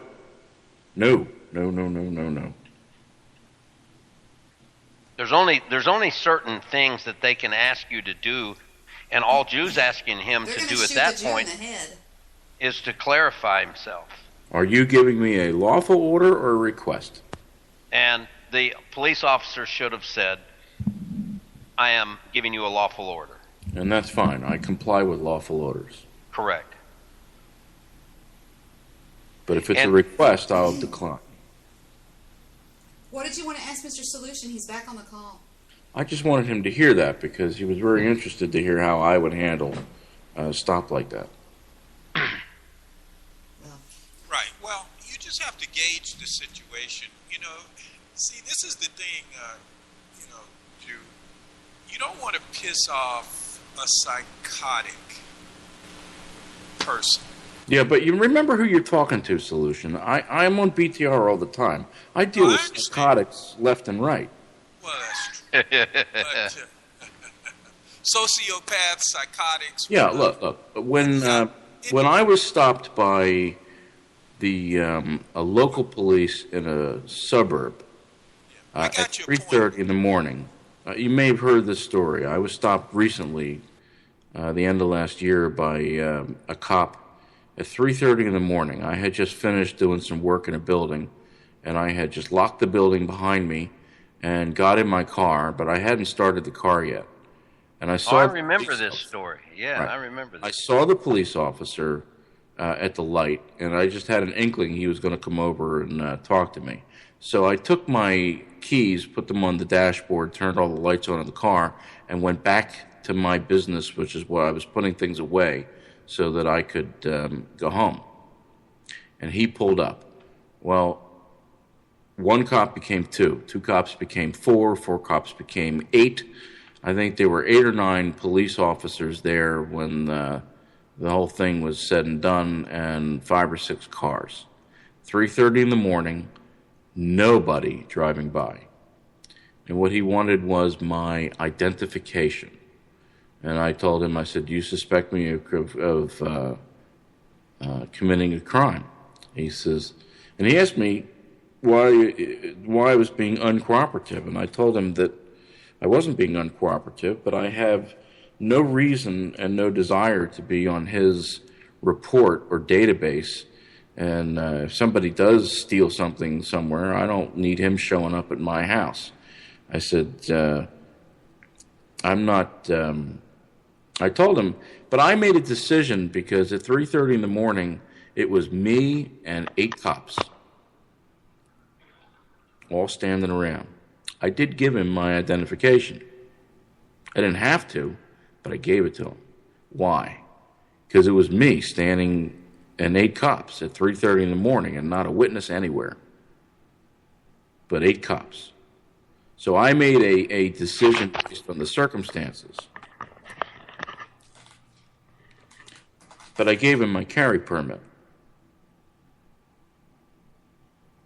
And he didn't want that. Do you know why? You know why, Lester, he didn't want my carry permit? No, I don't.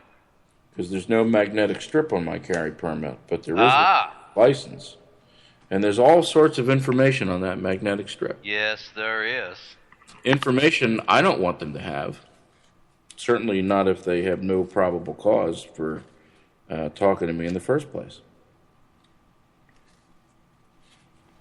So they just shook your hand and let you go bye-bye. I told them, I've given you identification. You have my name. You have my birth date. You have all the information that you need. I want to know what they were saying to you. And I told him, I told the cop, I said, you let me know when I'm free to leave.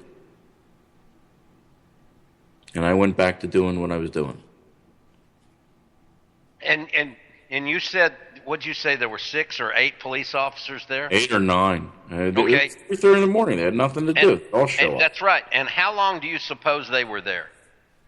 Oh, it was probably less than 10 minutes. Okay, but... Sounds like somebody made a call. No. How do you know? One guy called it in. The next guy heard it. The next guy heard it. They go, fuck, we haven't got anything else to do. Just go beat up somebody. If you were black, I guarantee you still wouldn't be alive. Well, this was a black cop. The initial officer was a very large black man, and he was a sergeant. And at the end, when he handed me back my identification, he said, "My name is Sergeant such and such, and my badge number is, have a good night." That was basically a fuck you when he left, wasn't it? To me? No, I don't think so. I mean, to me, that was like, you seem to be one of those guys that probably going to try to work this up, so here's my name and badge number. I don't care. I mean, that's the way I kind of would have. He knew I was recording. He knew I was recording. Comment. A sergeant, from my experience, is going to be a little bit more intelligent because he's a higher officer. Professional, too. Excuse me? Yeah, okay. Yeah, he said professional, too. Yeah. A sergeant is not just your regular, patrol cop. So he was the original, he was the initial officer. I understand. Sergeant. So I didn't say to him, "Would you get your sergeant for me?" Because I already had him. Because you had the guy. How could you tell he was a sergeant? What? How could you tell he was a sergeant? He had stripes on his sleeves.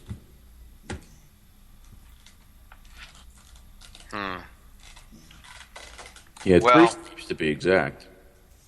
Yep. David was a sergeant. I've personally lost all faith in our system. I don't mean just now. But Lester, there needs to be an education system that teaches people how to survive these encounters. You know, I know, even Solution knows. Go ahead, Mr. Solution. No, well, yeah, I thought Debbie was playing a clip that was giving guidance. I was. Yeah. Did that clip finish? No, there's a minute and 26 seconds left on it. Let's listen to the rest of it. Yeah. Sure. Hi, my name is Sean Appler, investigator with the Wrightsville Beach Police Department. On behalf of Expert Village, I'm here to talk to you today about what to do when you're being stopped by the police. People react differently to stress, okay? We understand that.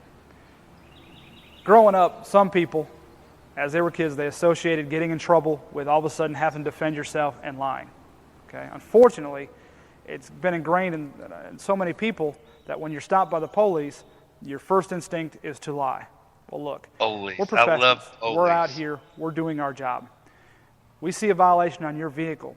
We're not just picking on you, okay? We didn't just randomly pick your vehicle out of the crowd and just single you out. Chances are you've done something wrong, okay? We know you've done something wrong.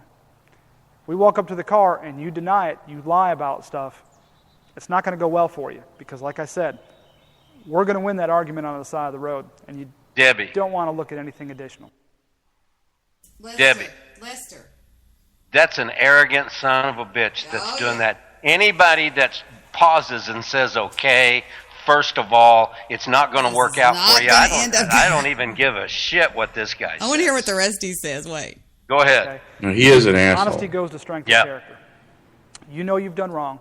Be honest. He said honesty goes. He said honesty goes to strength of character. Oh, fuck him. He's full of shit, this police officer. I hope this police officer gets cancer and fucking suffers. Should we pray? Should we pray? Yes. Dear Jesus, please give this officer cancer. Thank you, Jesus. Thank you. Amen. Here, take a look at this schmuck. Hold on. Can we get solution to well, when he tries pray to with talk, us? you... Oh, okay, he'll pray with us. Put your hands on the screen, everybody. Go ahead, Jew. No, the Jew's been doing this for years. Go ahead, Jew. Put it right on this guy's head. Put your finger right on the solution to pray with us. Dear Jesus, please give this bald-headed jerk-off the king. This arrogant. Look at the smug look on his face. This cunt. Yeah. He's got killer eyes. Look at him. But see, I think it's good to know what your work, and to a great degree now, you should listen to him because he is correct. To the greatest degree, he is correct. Now, I have argued with him. I forget how many police there were. I think one time there weren't 8, but there were at least 4 or 5 or 6. Actually, I was headed to Bible study, and it was dealing with the front license plate. Yeah. And I told the guy, I said, I'm insulted that you guys would spend this time stopping me instead of pursuing real crime. And what I said at that particular point was to really arrest all of them. And so their boss came out, and we had a discussion. Wait a second. Do you think you impressed them by saying that? Well, I don't care if it had impressed them or not. I mean, I'm not afraid of them. I thought you weren't arguing with them on the side of the road. You were waiting for court. You can speak to them to get clarification. That's okay. As long as you don't violate, I understand animals, and as long as you don't violate their territory. So it's not but their like territory they think is you. No. Hold on a minute. You're an animal in their cage. Would you hold on a minute? I'm holding. I'm doing this. And of course, we had a discussion. I mean, it turned out fine. They've never asked me to get out of the vehicle or anything of that nature. And now these are just traffic stops. And I understand sometimes traffic stops can escalate. But that one, that was one of the 5, approximately 5 that I told that I explained to you earlier about. And so on one occasion, the cop told me that he said, I'll give you a fix-it. He said, I'll give you a fix-it ticket. And I said, officer, I don't want a fix-it ticket. Is that a coupon? Is that what they got out in California? You are they give you a coupon to Home Depot? What is that? But usually... Wait a minute. They give you a coupon well, let me to Pep just Boys? finish. They can give you what's called a fix-it ticket. It's not a real ticket. That just means you get repaired, whatever they say, or yeah, you repair whatever they say needs repairing, and it's not a monetary ticket, is what I'm saying. And, Correct, definitely distress. Well, you just get the higher up. You just escalate. You can't leave because, like someone said earlier, you may not be arrested. Technically, you are under arrest when they stop. But there is a limit to how long they can detain you. Yes, and I like what you said earlier because we're making some real headway, at least in my opinion. And it's always good to ask them, am I free to go? Am I free to leave, officer? Like that. You don't just leave because you don't want to trigger their animal response. They are animals. This is why the keys to my car were on top of the dashboard. Okay. They weren't in the ignition. It was on top of the dashboard. Where they could see them in plain sight. Well, no, there's a legal reason for them not to be in the ignition. Did you know that if you pull over to the side of the road, let's say you've been drinking, and you pull over to the side of the road to sleep it off, if your keys are in the ignition, you can get taken to jail for DUI. If they're not in the ignition, you are not in care, custody, or control of that automobile. Or you're not considered that at that point. And there's a real, yeah. No, I know what I'm doing when I put the keys on top of the dash. What were you doing? I was trying to get a response. You were putting them in plain sight, placing them in plain sight, so the officer could see that you weren't trying to get away? I had all the lights on. Well, getting away was not even in my mind. And when you get out of the car, lock it. Right, but I wasn't operating the vehicle. In fact, the vehicle had been parked there 3.5 hours. It was stone cold. Okay. And you don't have to consent to a search.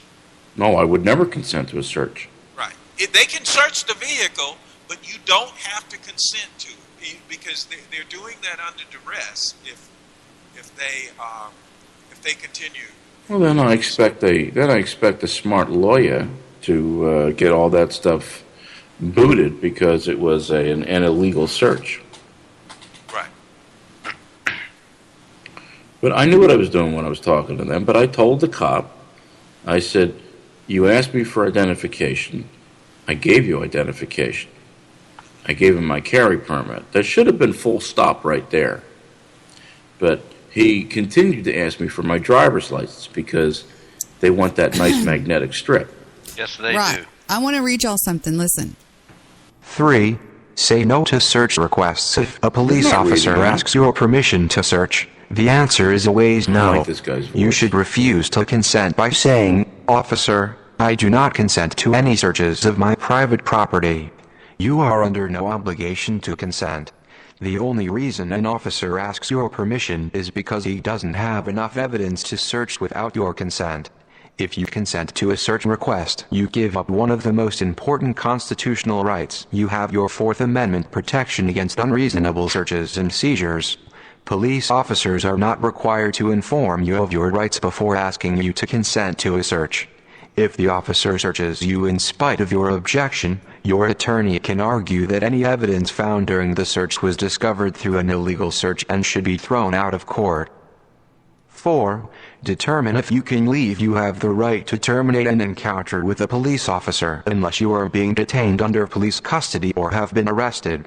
The general rule is that you don't have to answer any questions that the police ask you. This rule comes from the Fifth Amendment of the U.S. Constitution, which protects you against self-incrimination. If you cannot tell if you are allowed to leave, say to the officer, "I have to be on my way. Am I free to go?" If the officer says, "Yes," tell him to have a nice day, and leave immediately. If the officer's answer is ambiguous, or if he asks you another unrelated question, persist by asking, "Am I being detained?" or "Can I go now?" If the officer says, "No, you are being detained," and you may be placed under arrest. If this is the case, reassert your rights as outlined above, and follow rules number 5 and number 6. Yeah, that's. I'm sorry. May I comment? You'll have to ask that strange-sounding man, not me. Yes. That's a. You better be nice or you're going to get bumped off this call. Don't be a prick to me, okay? Asshole. Go ahead. Was I referring? You're an asshole to me. That was good information, and I think we shared the gist of it earlier. You don't have to consent to, and like the gentleman said, they don't have enough evidence to really proceed with a search. So that's why they ask you to get permission. But once your permission, it is the evidence is admissible. But that's why you don't give yours. Now, a lot of people, one doesn't give their permission.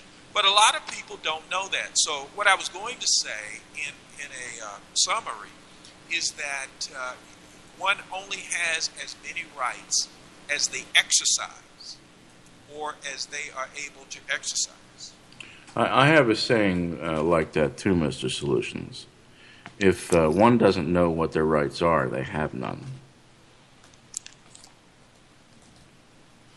Well, I don't know if that's totally true because a policeman is under obligation not to just arbitrarily violate your rights. Now, and that would be discovered, in a court of law.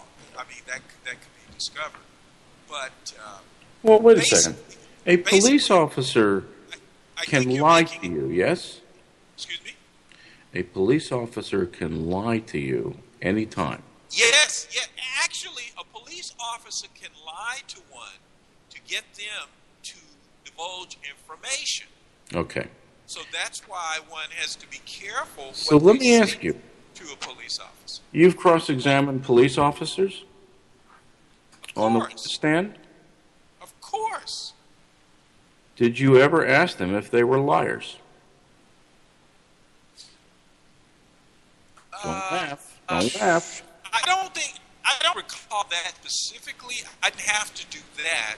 There were other ways that I proved that they weren't. If a police officer lies in the course of their duties, right, with regularity, yes, why should I believe what they say in court? How do they determine what's a lie and what's the truth? No. Let me clarify what I said in case you understand me. I'm sorry about that. What I said is that a police officer, first of all, is not one's friend. A police officer is there to convict one. And so they can head, whichever's more expedient. They can lie to a person to get information that will be instrumental in that person's conviction. That's what I meant to say. Yes, I understood that. I'm saying that have you ever challenged? Yeah, have I ever asked a police officer if they were lying? How do they tell the difference between the truth and a lie? Well, let me say this. In the situations that I was speaking of, mainly traffic situations, it wasn't necessary that I do that. Now, one time, let me just say, I recall a judge telling me that I was being too hard on the officer. And of course, I just kind of lowered my voice a couple of octaves and continued to pummel his ass. And I think, like we have agreed earlier, a lot of times policemen will cite you on the wrong code. They'll use the wrong vehicle code. Or they'll just use inappropriate evidence. So the thing of it is to get it into court so that the arbiter of facts can really decide. When you're in the street, the judge is deciding. I understand that. So if a policeman referenced something that didn't exist in the law, what would you do? Well, that's why I said earlier, you're asking the same question. You want to get it in court before the judge. Yeah. Yeah, you don't want to settle it with the police officer. Let me say this. I've said to you several times, and number one, one can remove the situation out of the police officer's hands, the traffic cop. And also, you want to get it in court. So those are the pertinent points that should be made. But you can't fight the police officer in the field. If the police officer is insistent on something, No, I'm not saying to do that. Yeah. But I think we understand. We understand. No, I'm actually setting you up. You're not setting me up. I am. Shouldn't be surprised. Well, go ahead. Set me up. Well, I'm about to move into something else that you brought up, but I'm going to move into something else, and I'm just curious. So, if you knew that the officer was citing something that didn't exist, you would go after him tooth and nail, yes? In court, yes. Yes, in court. Oh, yeah. Okay. And I have done that. I've done that. Now, I don't know if you've seen the video that Lester saw the last time I talked to Lester. Remember the video I asked you to watch, Lester, the one where the ex-cop schools those 3 cops on the side of the road? Yes. And I told you that I thought that the body language in that video was sublime. Yes. Yeah. What was your...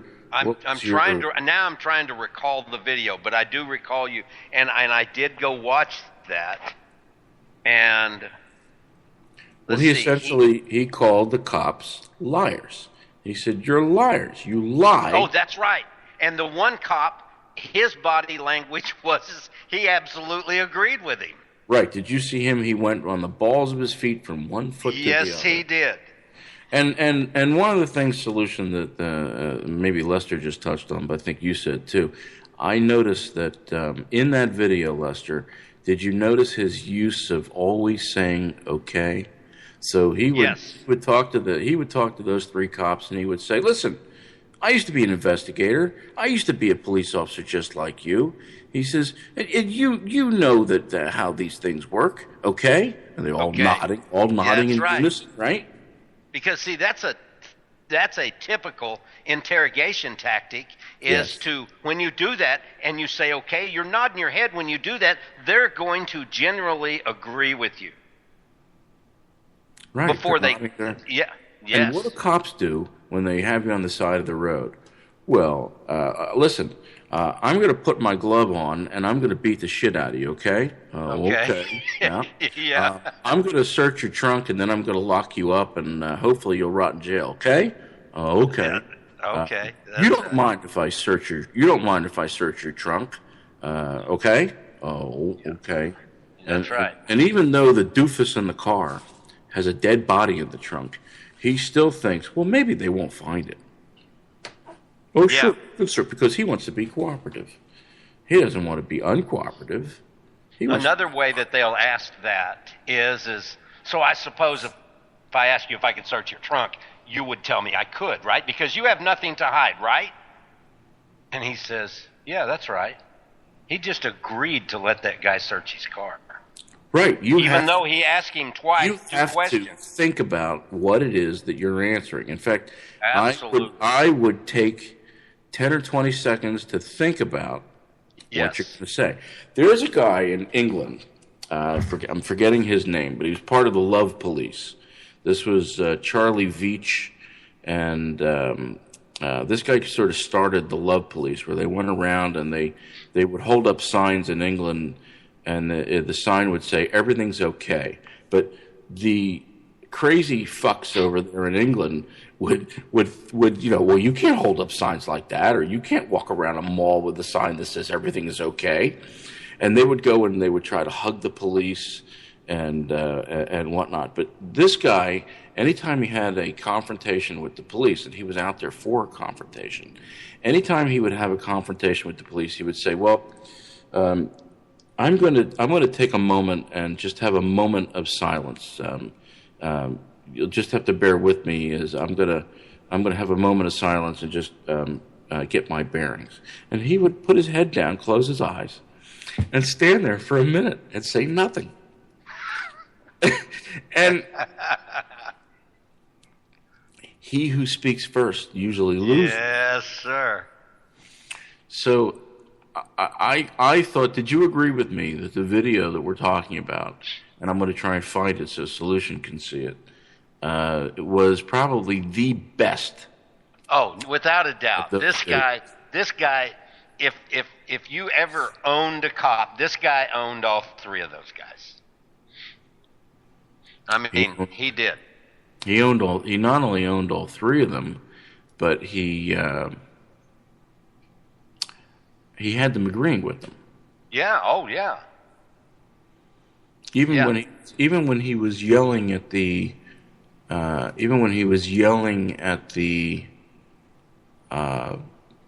one fat cop telling him that he was a liar, the other two were standing around and you're like, oh, yeah, we know he's a liar. Yeah.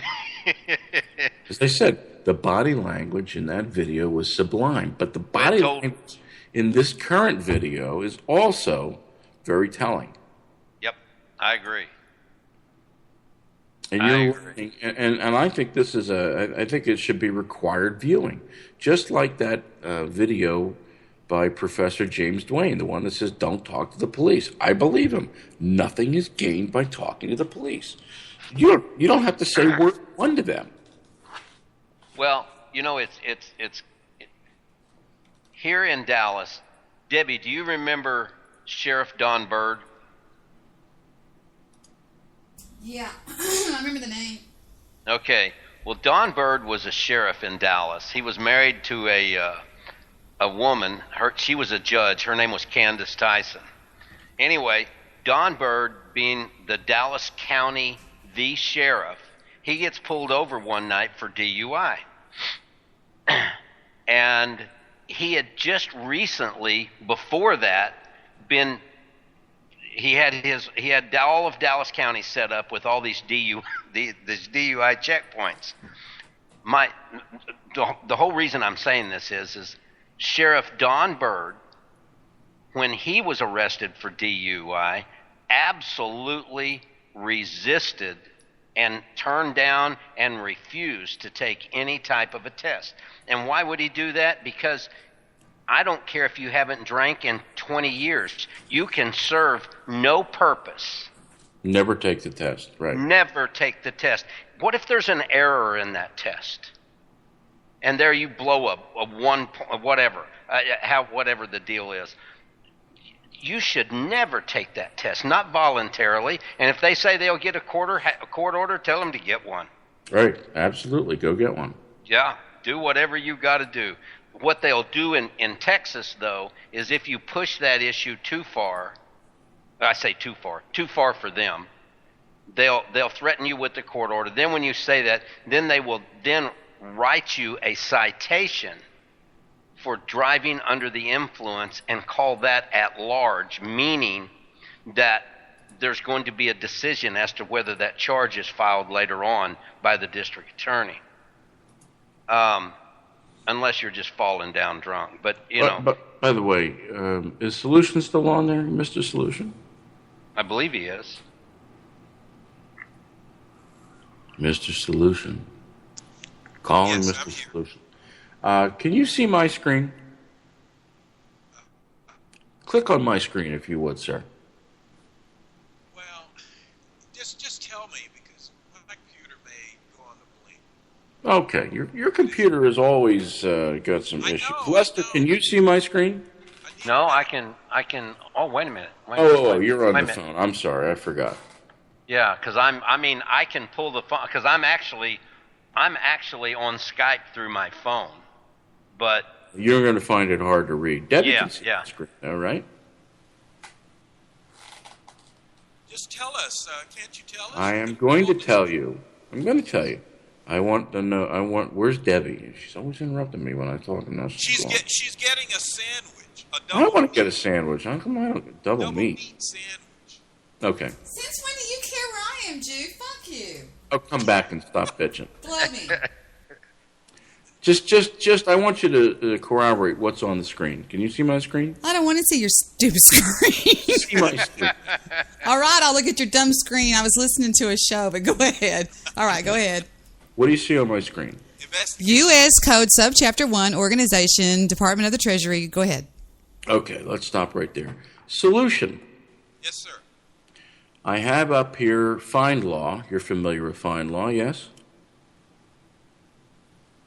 I live in Fine Law. Okay. Yes, go ahead. Okay.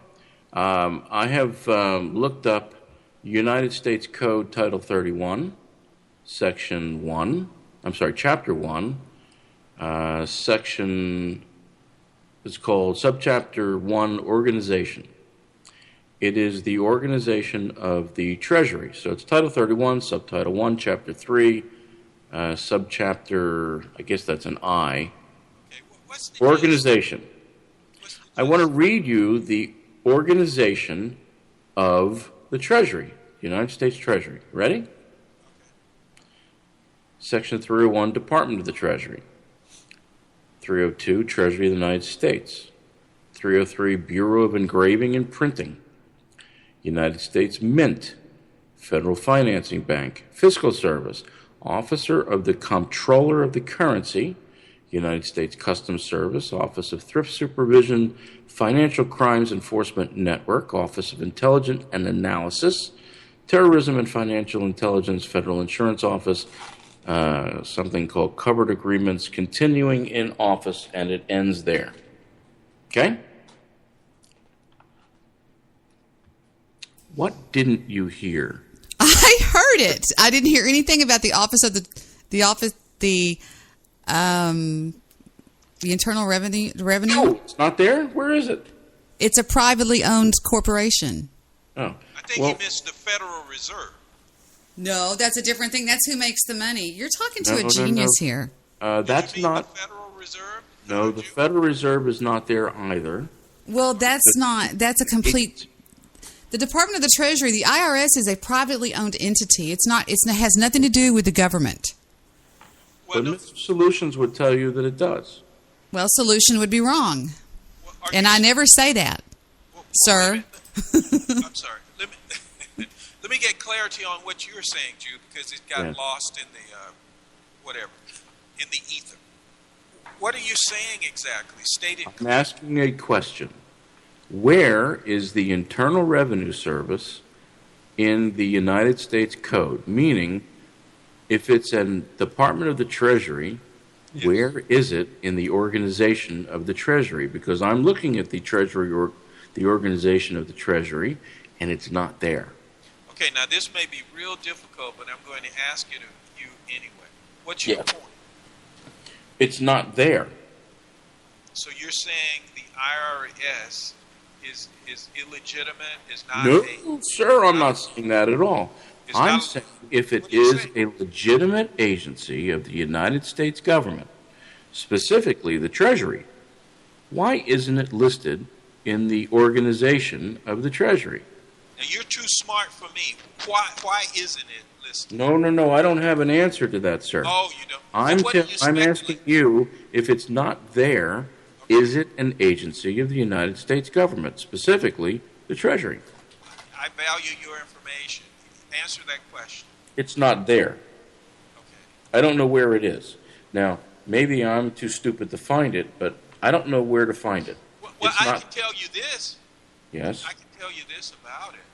Mm-hmm. The federal tax court recognizes the IRS.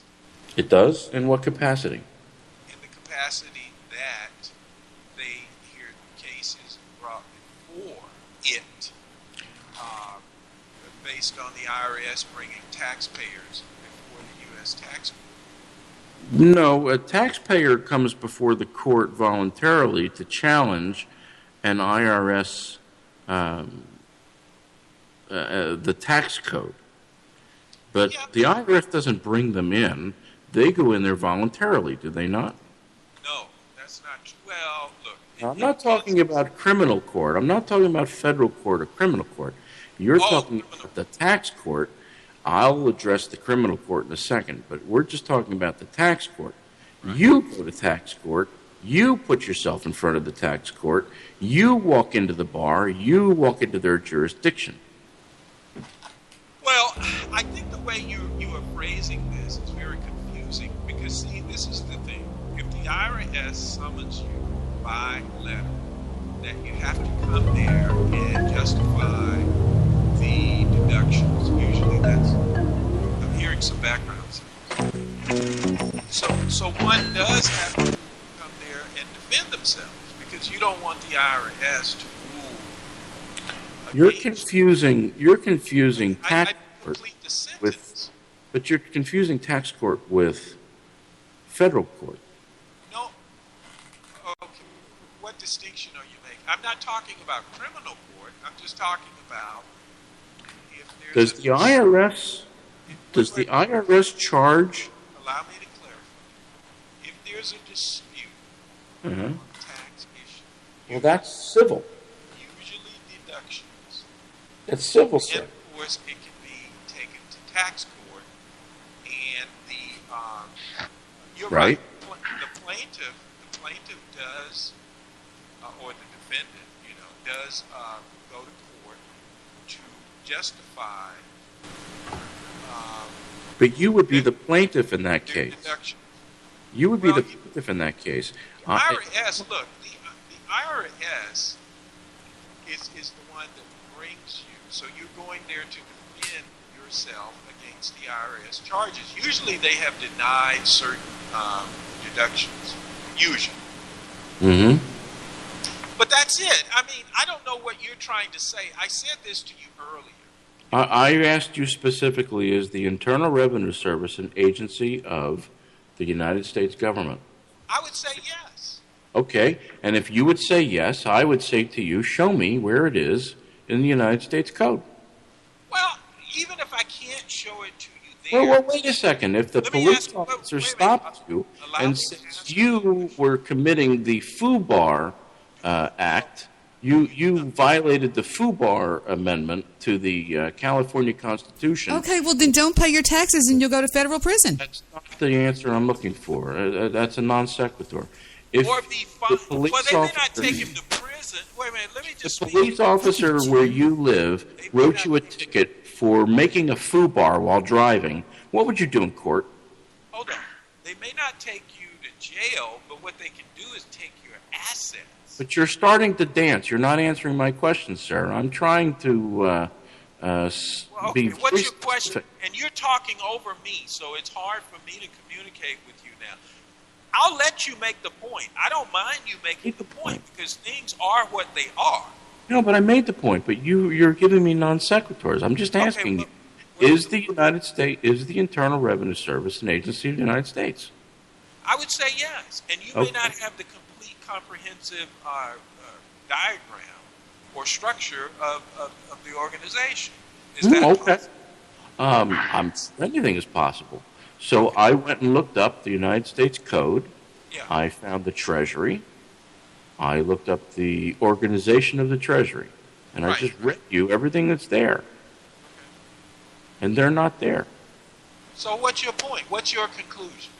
You don't have to follow their mandates? No, I'm not making... you're trying to lead me down a path that I'm not... I'm just... Go down. What I'm asking you... I'm asking you, is it an agency of the United States government? Hold on. You said yes. I've already answered yes, but what I'm asking you is... Then let me ask you a question. Follow up. Okay. Allow me to ask a question. Go ahead. I'm just asking you the logical conclusion to your contention. What is it? She should only be so lucky. The logical conclusion is, if it's not there, it's not. Which means you don't have to conform to it? No, again, you're taking... It's a non sequitur. No. That's not a non sequitur. I didn't ask that question, nor did I make a statement. No, I asked you. I'm being very specific. I asked you, is the Internal Revenue Service an agency of the United States government? And I said yes. Yes. Okay. So since you answered in the affirmative, then let me put it to you, since you're an attorney. Can you show me? Can you show me? Talk about personal careers here. Just ask me. You're the one that brought it up. I didn't bring that up. You did. I didn't bring up the U.S. Code. You did. No. You brought up the fact that you're an attorney. No. I didn't bring up anything of that nature. You did. You talked about going into court. Of course you did. Anybody can go to court. I didn't You're say... correct. Look, go ahead with the question. You're wrong about that. Are you being a prick to Mr. Solution? Nobody's a prick to Mr. Solution on this thing. You hear me? Quit trying to dox him. It's none of your business what he does. But I'm trying to understand, where is he going with his line of questioning? He's just being an asshole. Jew, you've now got a yellow card. No, you had a yellow card. Now you've got a red card. I asked the question several times. Lester. Yes. Lester, you heard the list read off. I did. And I got to tell you. The absent. Yeah, go ahead.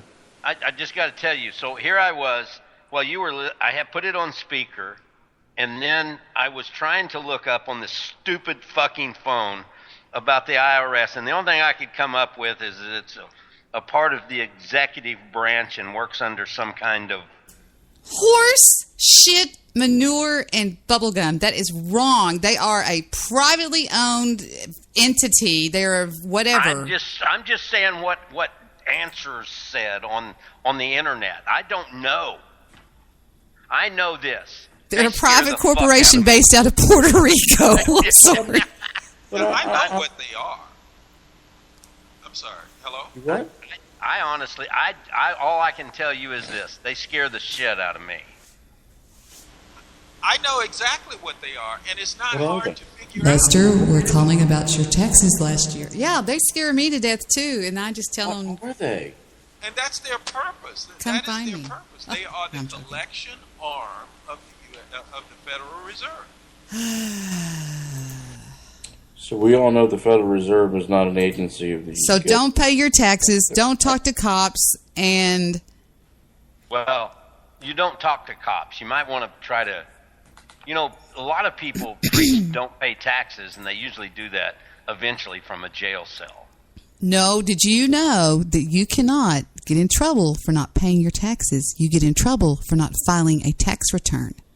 Well, ask Lyndon LaRouche about that. He has faced a lot of battles over that. Well, he didn't pay a $65,000 retainer fee and get a former IRS agent as his attorney. Then did he? Meanwhile, back at the ranch, you know what? Did you hear my argument earlier? Did you think it was? No, I can't hear nothing but the Jew. Okay. I'm My kidding. argument earlier was, why don't any of the men, very rich and powerful men, argue the point that the Jew is arguing? They don't do because that. it's very hard to do. I didn't argue a point. It's very hard to prove because you have to really do a lot of work. It's been done in court, but it's a lot of work. Wait a second. I didn't argue a point. I asked a question. No, but my point was this. This is the point. All one needs to do is to get a good CPA, an enrolled agent, or a tax preparer, and they can take care of that. One of the reasons that Congress doesn't challenge the IRS is because none of them do their taxes. They hire someone to do their taxes. And when you do that, you practice tax avoidance, not tax evasion, tax avoidance. And that's just the way the system works. One has to work within the system. No? Yes? Yes, no? No. Yes. The Federal Reserve is a private corporation consisting of 13 families. Then when Federal Reserve notes are printed, we don't care about the Federal Reserve. We care about the Internal Revenue Service. Now, the tax revenue from all sources is less than $2 trillion a year, according to United States Debt Clock. What a way to run a business. I was looking at another thing right here. It says, the United States government was created by the Constitution to conduct certain affairs of the people of the several states. To conduct these affairs, Congress created various offices, departments, and agencies. Okay, pursuant to its constitutional authority under Article 1, Subsection 8, Subsection 18, where the laying and collecting of Article 1 offices being collector of internal revenue. Okay, collectors were officers of the United States who were appointed by the President with the advice and the consent of the Senate. One collector was to be appointed to each internal revenue district, which was designated by the President. The office of the Collector of Internal Revenue was a public office. Collectors exercised the sovereign authority of the United States in the enforcement of the internal revenue laws and the collection of taxes. They could sue or be sued in the name of the United States. In order for Congress to collect taxes pursuant to Article 1 and 8, collectors of the Internal Revenue are required within internal revenue districts within, I think I skipped a line. Collectors of the Internal Revenue are required within internal revenue districts within what is that? That doesn't make any sense. It says, in order for Congress to collect taxes pursuant to Article 1 and 8, collectors of internal revenue are required within internal revenue districts within the several states. All collectors of the Internal Revenue were fired by the President in 1952, and their duties were assigned to personnel with the Bureau of Internal Revenue. And then it says, what few Americans know or understand is that Congress has an implied constitutional authority to lay and collect taxes that has nothing to do with Articles 1 and 8.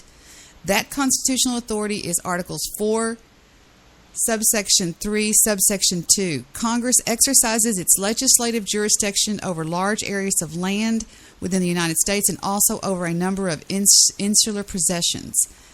For example, Puerto Rico, Guam, Virgin Islands, etc. Within these areas, Congress can act in the capacity of a state legislature as well as a national legislature. Congress can lay and collect taxes within these areas under... Debbie, come on. I feel like I'm ADD. Taxes laid pursuant to Article 4 and 5 are not required to be collected pursuant to the demands of Article 1, 8, subsection 18. Congress is not required to use collectors of internal revenue for those taxes. As a matter of fact, it's almost over. As a matter of fact, Congress can use any organization it desires to collect taxes laid pursuant to its constitutional authority of Articles 4, 5, 3, and subsection 2. The Bureau of Internal Revenue or Internal Revenue Service was never... What happened? Lester's calling me. Lester, did you lose us? Yeah. Oh, I've got man, such I am shitty not phone reading service. that over again. But this is the real deal here, boys. I mean, this is the real deal, right? Chow. And then it says right here, because this was filed in it, this was certified in the National Archives, and it was part of a case. It was some of the case law that was stated when this person sued the IRS, the Internal Revenue Service. And Steve Morgan, I mean, this guy did his homework on this, and it was over $845 that they took taxes out on, and they levied his thing and his that and this that, and he won the case, and it set the standard. But little people don't know this too much. But it goes on to say, as a matter of fact, let me just do this. I'm tired of reading. Here we go. I know Jude's going to hate this. As a matter of fact, Congress can use any organization it desires to collect taxes laid pursuant to its constitutional authority at Article 4.3.2. The Bureau of Internal Revenue Service was never created by Congress.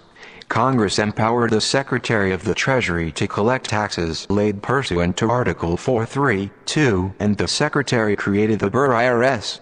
The Secretary can even use private collection agencies to collect internal revenue taxes laid pursuant to Article 4.3.2 if he so chooses.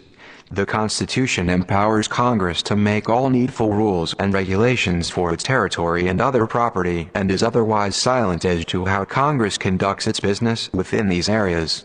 The Internal Revenue Service has been defined by statute to be a federal agency and is administering the internal revenue laws that have been passed pursuant to Congress Art. 4.3.2 Authority over its territory and other property. The federal income tax, Social Security, and all other taxes administered by the Internal Revenue Service are being laid and collected under Congress Article 4.3.2 authority. Now stay with it. This is the great secret and fraud underlying the federal income tax. This is the great secret and fraud underlying federal income tax. Where did you find this website? Non-taxpayer.net. It's ran by ex-Internal Revenue Service officers. Debbie, the argument that I'm sorry, had you finished? Let me know. Well, wait a second. It's not run by ex. Well, how do you know that? Because I do happen to know this. because I know Tim McCrory. I didn't say it was ran solely by him, and I'm not talking to you anyway. Yes, Mr. Solution, precious angel, what's up? I've known him for about 25 years. The arguments that I've heard, and I was just trying to collect them from people like Schiff and other people too. I mean, some good arguments are made. But number one, it's not that Congress doesn't have the right to collect taxes. They do. It's how they do it. Number one, it should be based on profit, not wages. And I think income was defined as corporate profits. The other thing is, now the modern day income tax, I think wasn't what you call the payroll tax, was not instituted until after World War II, I believe it was. Also, the way Congress is supposed to collect taxes, and this is real important, it's just like they do with your property taxes, where they send you a bill. It shouldn't be this back and forth, this game, this play. It should be by apportionment per capita. Congress should define... Explain what that means, please.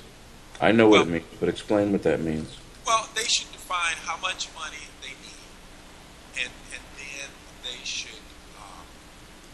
if you guys have seen the U.S. debt clock, where it assigns a numerical amount that each U.S. citizen owes. So they should... And the only way the tax system works now is that they take it out of people's checks before they ever see it. If they send people a bill at the end of the year, just as they do with the real estate taxes, the tax system could not flourish. It would just fall under its own weight because people wouldn't have the money to pay it. So that's why they take the money out incrementally, and that is from individuals. And do they take that money? One has. Let me just finish this statement. By consent or Jim, by force? Go ahead. See, when they take that money out incrementally, it's sort of like boiling a frog, turning the heat up real slowly. But what happens is people adjust to living on less because they never have it. The money is taken out. So that's the heart of the system, is the payroll deduction in terms of income tax. Is that payroll taking by force or by consent? Well, they take it by force. They say it's voluntary, but well, wait a second. Hold on. How do you set that up?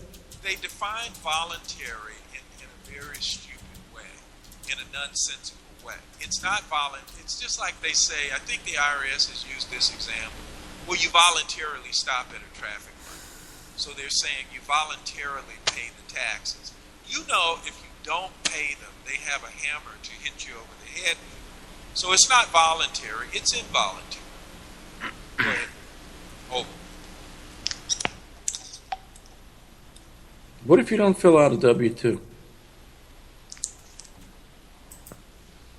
Well, it's just like if you don't... Debbie made the point earlier. Half of it. The filing of the tax forms is the way they assess non-per capita, non-apportionment, and that becomes a violation of the way the taxes are supposed to be collected constitutionally. So, but they do have a heavy penalty if one doesn't file. That is, don't register. And once you register, then they can assess the tax you owe with the penalties and interest. And that usually comes out to being more than the taxes. Well, wait a second. Go ahead. Who takes the money, or is the money given? No, they take the money. Who takes it? The government. How do they take it? No, wait a minute. How do they take it? I'm about to explain if you stop. Okay, I'm waiting. Yeah. They do it via the employer, and they have the system set up. Remember, this is more sophisticated than most Americans. I understand that, but the employer Would you takes let the me money. finish my damn statement? Wait a minute. Does the employer take the money, or does the IRS take it? The employer takes the money, sets on it for 4 months, and then sends it off. Blow me, Lester. So when does the IRS take it, Mr. Solution? If you want someone to answer a question, Jew, really, you got to No, here's what he means to say. Jew, shut the fuck up when I'm talking. Go ahead, Mr. Sluice. You've got to resist interrupting. If you already answered, then don't ask the question. I'm just noticing that the IRS receives it. They don't take it. It's taken by the company. The company is under compulsion. Have you ever run a business? I choose not to answer that.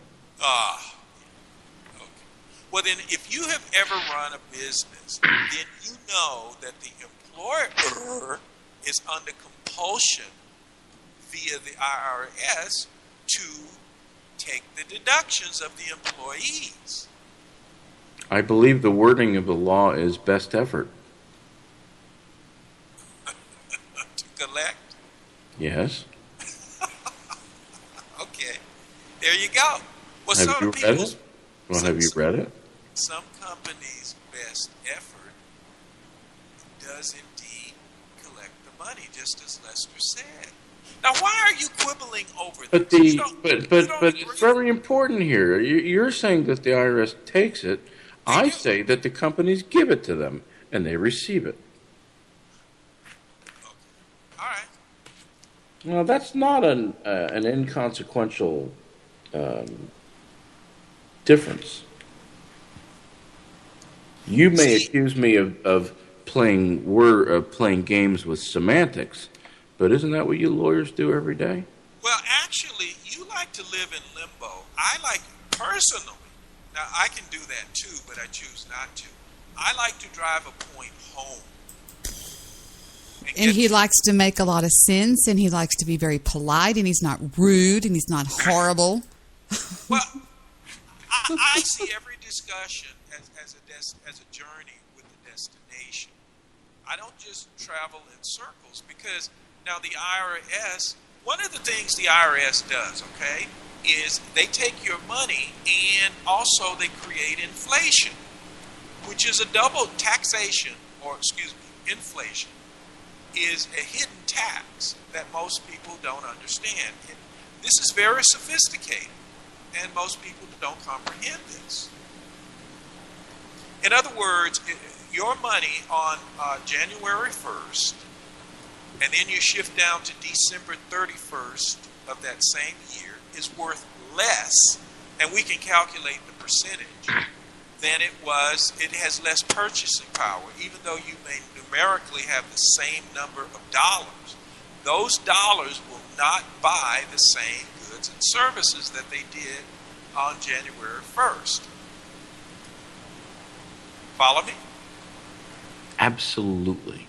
So that's double taxation. Okay. But again, that is why the sophisticated are in the stock market, and they're doing things to counter inflation, especially if you ever expect to retire. And Social Security, by the way, was never meant to be lived on. It's simply a supplemental. But I think about 40% of the populace are actually living on Social Security.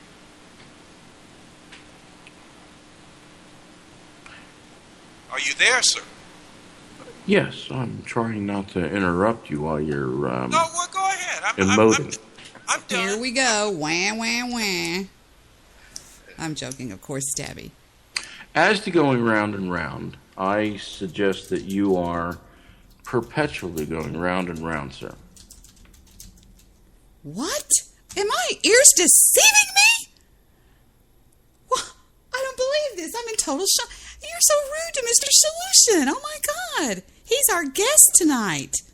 You go round and round here on the earth. You go round and round the sun. Trust me, you're going round and round, whether you like it or not. Now, as far as you use some interesting legal tactics to try and get me off of my question, but I kept coming back to the question. which the original question was, what is the IRS? Where is it? Because it's not a agency of the United States government. Well, let me refer this to you. It is one of the most feared organizations in America. But that's not an answer to my question. Well, so it is, actually. No, it's not. Actually. It's actually not. Professional wrestling. It's you sidestepping the question. Why I can get some corroboration. Debbie, is the IRS real? Are you ready? Wrestling fans, are you ready? Trumbull. I chose the wrong one. Is it real? Debbie, I had a question. There was a question on the I table. heard it.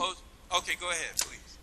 Congress is sovereign over its territory. Congress can pass any law with its territory that the Constitution does not forbid. Barring constitutional limitations and prohibitions, you cannot tell a sovereign government, the United States, that it cannot lay and collect taxes within areas under its authority. That's the reason courts tell tax protesters their arguments are political questions. You will also learn why those who violate the tax laws are tried under the admiralty jurisdiction of the United States courts, inasmuch as the federal income tax is pursuant to Article 4, Section 3, Clause 2. There are proper arguments to make having to do with citizenship, legislative jurisdiction, and other statements. And it has to do with the... Remember, Jew, back on BTR when we had that huge show about the gold trim on the flags? Yes. Remember that? That was wild. I'll never forget that. Did you know that if you're in the courthouse or in the judge's chambers or wherever you're at and you see his flags have a gold trim on them, you are being tried under admiralty jurisdiction of the United States courts? And tell them what that means, Jew. Tell them what that means. Did you agree with that statement? Me? No, Mr. Solution. Oh, figures. Mr. Solution. Not me or Lester. We're the two idiots here tonight, I guess. I'm oblivious. Wait a second. You make the statement. I just want to know if Solution agrees or disagrees. He's mad at you. No, he's not. Mr. Solution, come back over to the phone. He can hear us. He's in the kitchen. What were you laughing about, Lester? I am so far out of my league here when it comes to all of this stuff right here. I mean, I know the things that you're saying, and you're looking for this deal that doesn't show. I get it. I totally get it, and I'm with you. I'm just let me tell you, they came after me once 100 years ago. I never want them after me again. I understand that. I'm not disputing that. I'm not disputing any of that. All I'm saying is, all I'm doing is asking a question. Right. Okay? I can go into the Treasury, I can go into the organization of the Treasury, and I don't find it. Okay? So I'm asking the question, the next logical question, if you can't find it under the Treasury, the next logical question would be, where is it? Where do you find it? Yeah. Where do you find it? I agree. And nobody wants to go there. Well, that's another question, but maybe it's listed somewhere else. I'd just like someone to point it out. The only thing that I was able to find out a minute ago, I was looking on my phone, and then I had my phone so fucked up I disconnected myself. But I knew you were going to do that. I knew you were going to do that. Listen to this real quick. This will help everybody. Hello, I'm Tom Cryer, a lawyer from Shreveport, Louisiana, and one of the organizers of truthattack.org. In June 1994, I met a man who claimed that the Internal Revenue Code does not make him liable for the income tax. My life has been changed ever since. I began to research the liability of the federal income tax relative to American citizens, and when I was unable to prove him wrong, I found myself between the horns of a life-changing dilemma. Do I put my head down and pretend that I did not see the truth?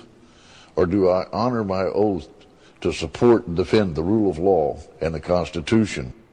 It was apparent that the government was stealing trillions of dollars from honest, hard-working Americans and their families.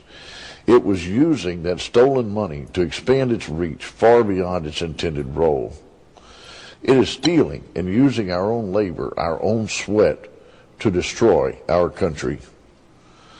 I stopped filing federal tax returns and paying the tax, and refused to do so unless and until the government could show me it had any right to demand I do either. I was charged with 2 counts of tax evasion for 2000 and 2001. After it backed down to 2 counts of failure to file, I was tried on July 9, 2007 in the Federal District Court here in Shreveport. During that trial, I learned firsthand how far tyranny is advanced within our government and even into our courts. In order to aid the government's prosecutor in the attempt to convict me, the judge violated the rules of evidence and due process by not allowing me to present any physical evidence of material facts. He further tried to hamper my testimony in an effort to prevent the jury from understanding. Well, I got to say something. Doesn't it look like he took his lamp over here and bent it sideways? Yeah. That I did not have any income tax liability, and that the law does not say what the IRS tells them it says. Seeing the truth in my words, because they were not permitted to see any evidence, the jury returned a unanimous verdict of not guilty on both counts after only a few hours of deliberation. The reason I'm telling you these things... That's a great idea. Don't file your taxes, and when they arrest you, set it for a trial before jury. They're all taxpayers, too. They're going to say, screw this. Don't make the guy... I mean, think about it. Not a good idea. Don't you go to court in a court? No, he can ask a question. Go ahead. Go ahead, Lester. Oh, no, Lester. go ahead. No, I want to hear what Jude says. Here's why it's not a good idea. How often, when the mafia is put on trial, do the jurors convict the mafia? May I respond once you get that conundrum responded to? It's a question. I don't know about a conundrum. I wasn't having it. But a lot of times the jury does not convict. Why? Out of fear. Okay. And that same fear, wait a minute, that same fear could make them convict for fear of not convicting, and then they'll agree. You, right? So I absolutely that agree. backfires. The reason a jury is more likely to convict Debbie is because they're saying, well, I pay taxes, why shouldn't you? That's the reason they are more likely to convict. Or maybe they're also saying, I don't want to be on the fucking list next, so I'll just go along with this deal. We'll send his ass away. That's true too, because they are fearful of the IRS also. There you go. Did you hear the gentleman? I think he's a lawyer, right?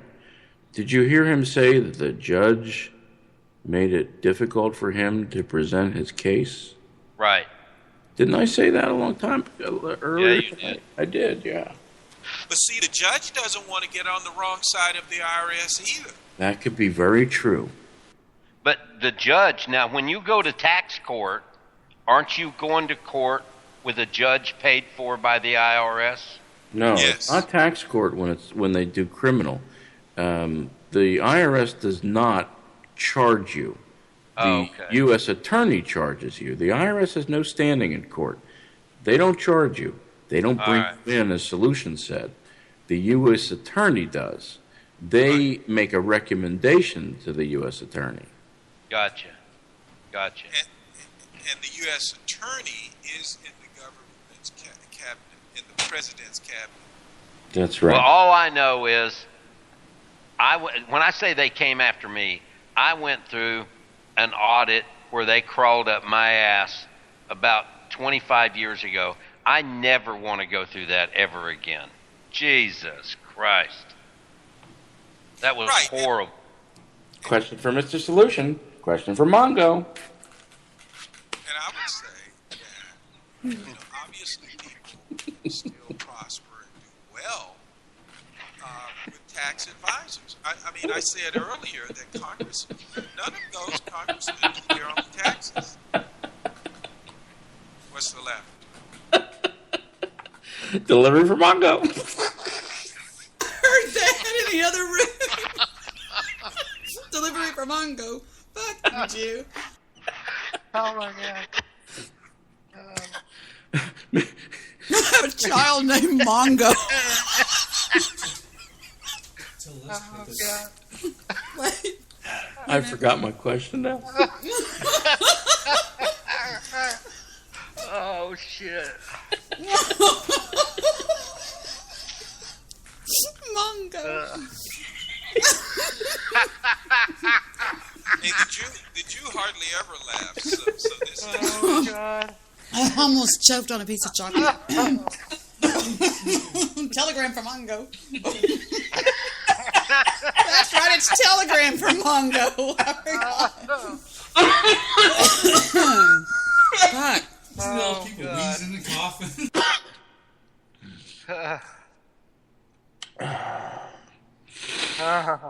No, I completely forgot my question for you, Mr. Solution. But I have to say, Lester, I'm Yes, going sir. on a cruise in 30 days, and I'm not going to be calling any of these shows. I can tell you that. Yeah, for real. So what are you doing in New Orleans and calling in here? Well, I kind of went out on a road trip out here with some folks, and we're all visiting some friends. It's a bunch of guys I was in the service with, and we're visiting some friends down here in New Orleans, and we get together about every 10 years, and our group's kind of dwindling. So there you go. What are you calling in to any of these shows for? Well, no, I haven't been. I haven't been calling in to anything. I've been. That's right. It's Candygram from Mongo. Debi McHugh says it's Candygram from Mongo. But Sorry. what had happened was everybody was in bed. I had trouble sleeping, so I turned on and I was listening to you guys talk, and I just couldn't resist when you guys were talking about this deal, because I just saw that video yesterday, and I'm just incensed as to what's going on with the police. And it just made me want to call in, because this is horrible what's happening. Okay. Well, do you have a note from your mother? Mongo, not Candygram. It's Candygram. No, Debi McHugh is right. He goes Candygram from Mongo. It's the little black guy. The little black guy goes Candygram from Mongo, and he goes Mongo like candy. And it blows up. Oh, yeah, it was a Candygram. Yeah, see, you can be wrong, Jewish dope. Right, there you go. All right. So you're going on a cruise? Yes. Oh, please, yeah. Turks and Caicos. Don't get him started again. Freeport, and their private island. Oh, cool. I really don't care if the ship sailed around Cuba 5 times. Wouldn't make any difference to me. I just want to see the land. I want to see the land disappear. I want to see nothing but water. There you go. I can understand that. I hear my closing theme, boys. Well, you did that just in time for me, because I'm gonna hit. I've got to get out of here. Yeah, it's 4:20, boys. Good night. I'll catch you guys later. Now, wait, no, stop. We love you, Mr. Solution, and call in more often. Be nice. Jew. Take care, Mr. Wasn't nice to you tonight. Yeah, you take care, Mr. Solution. All right, boys. You too. Bye-bye. Isn't he adorable? Yes. Damn Jew. Jew, I'll see you later, buddy. I gotta. Bye, Lester. Take it easy, or any other way you can get it. Yeah, bet. I'll see y'all. Take care. Bye-bye. I want to thank Debi McHugh in the chat room, and News Guy, and Mr. White, and Jewish Producer, Goofy Bone, Bathtub Girl, there's Desert Rose. Everybody's in the chat room tonight. All right, so that's it for me, I'm Debbie Daly. Until the next time I take this train wreck on a little ride, I will see you guys. I'll see you guys the next time. And don't forget to lose yourself to dance. We're out of here.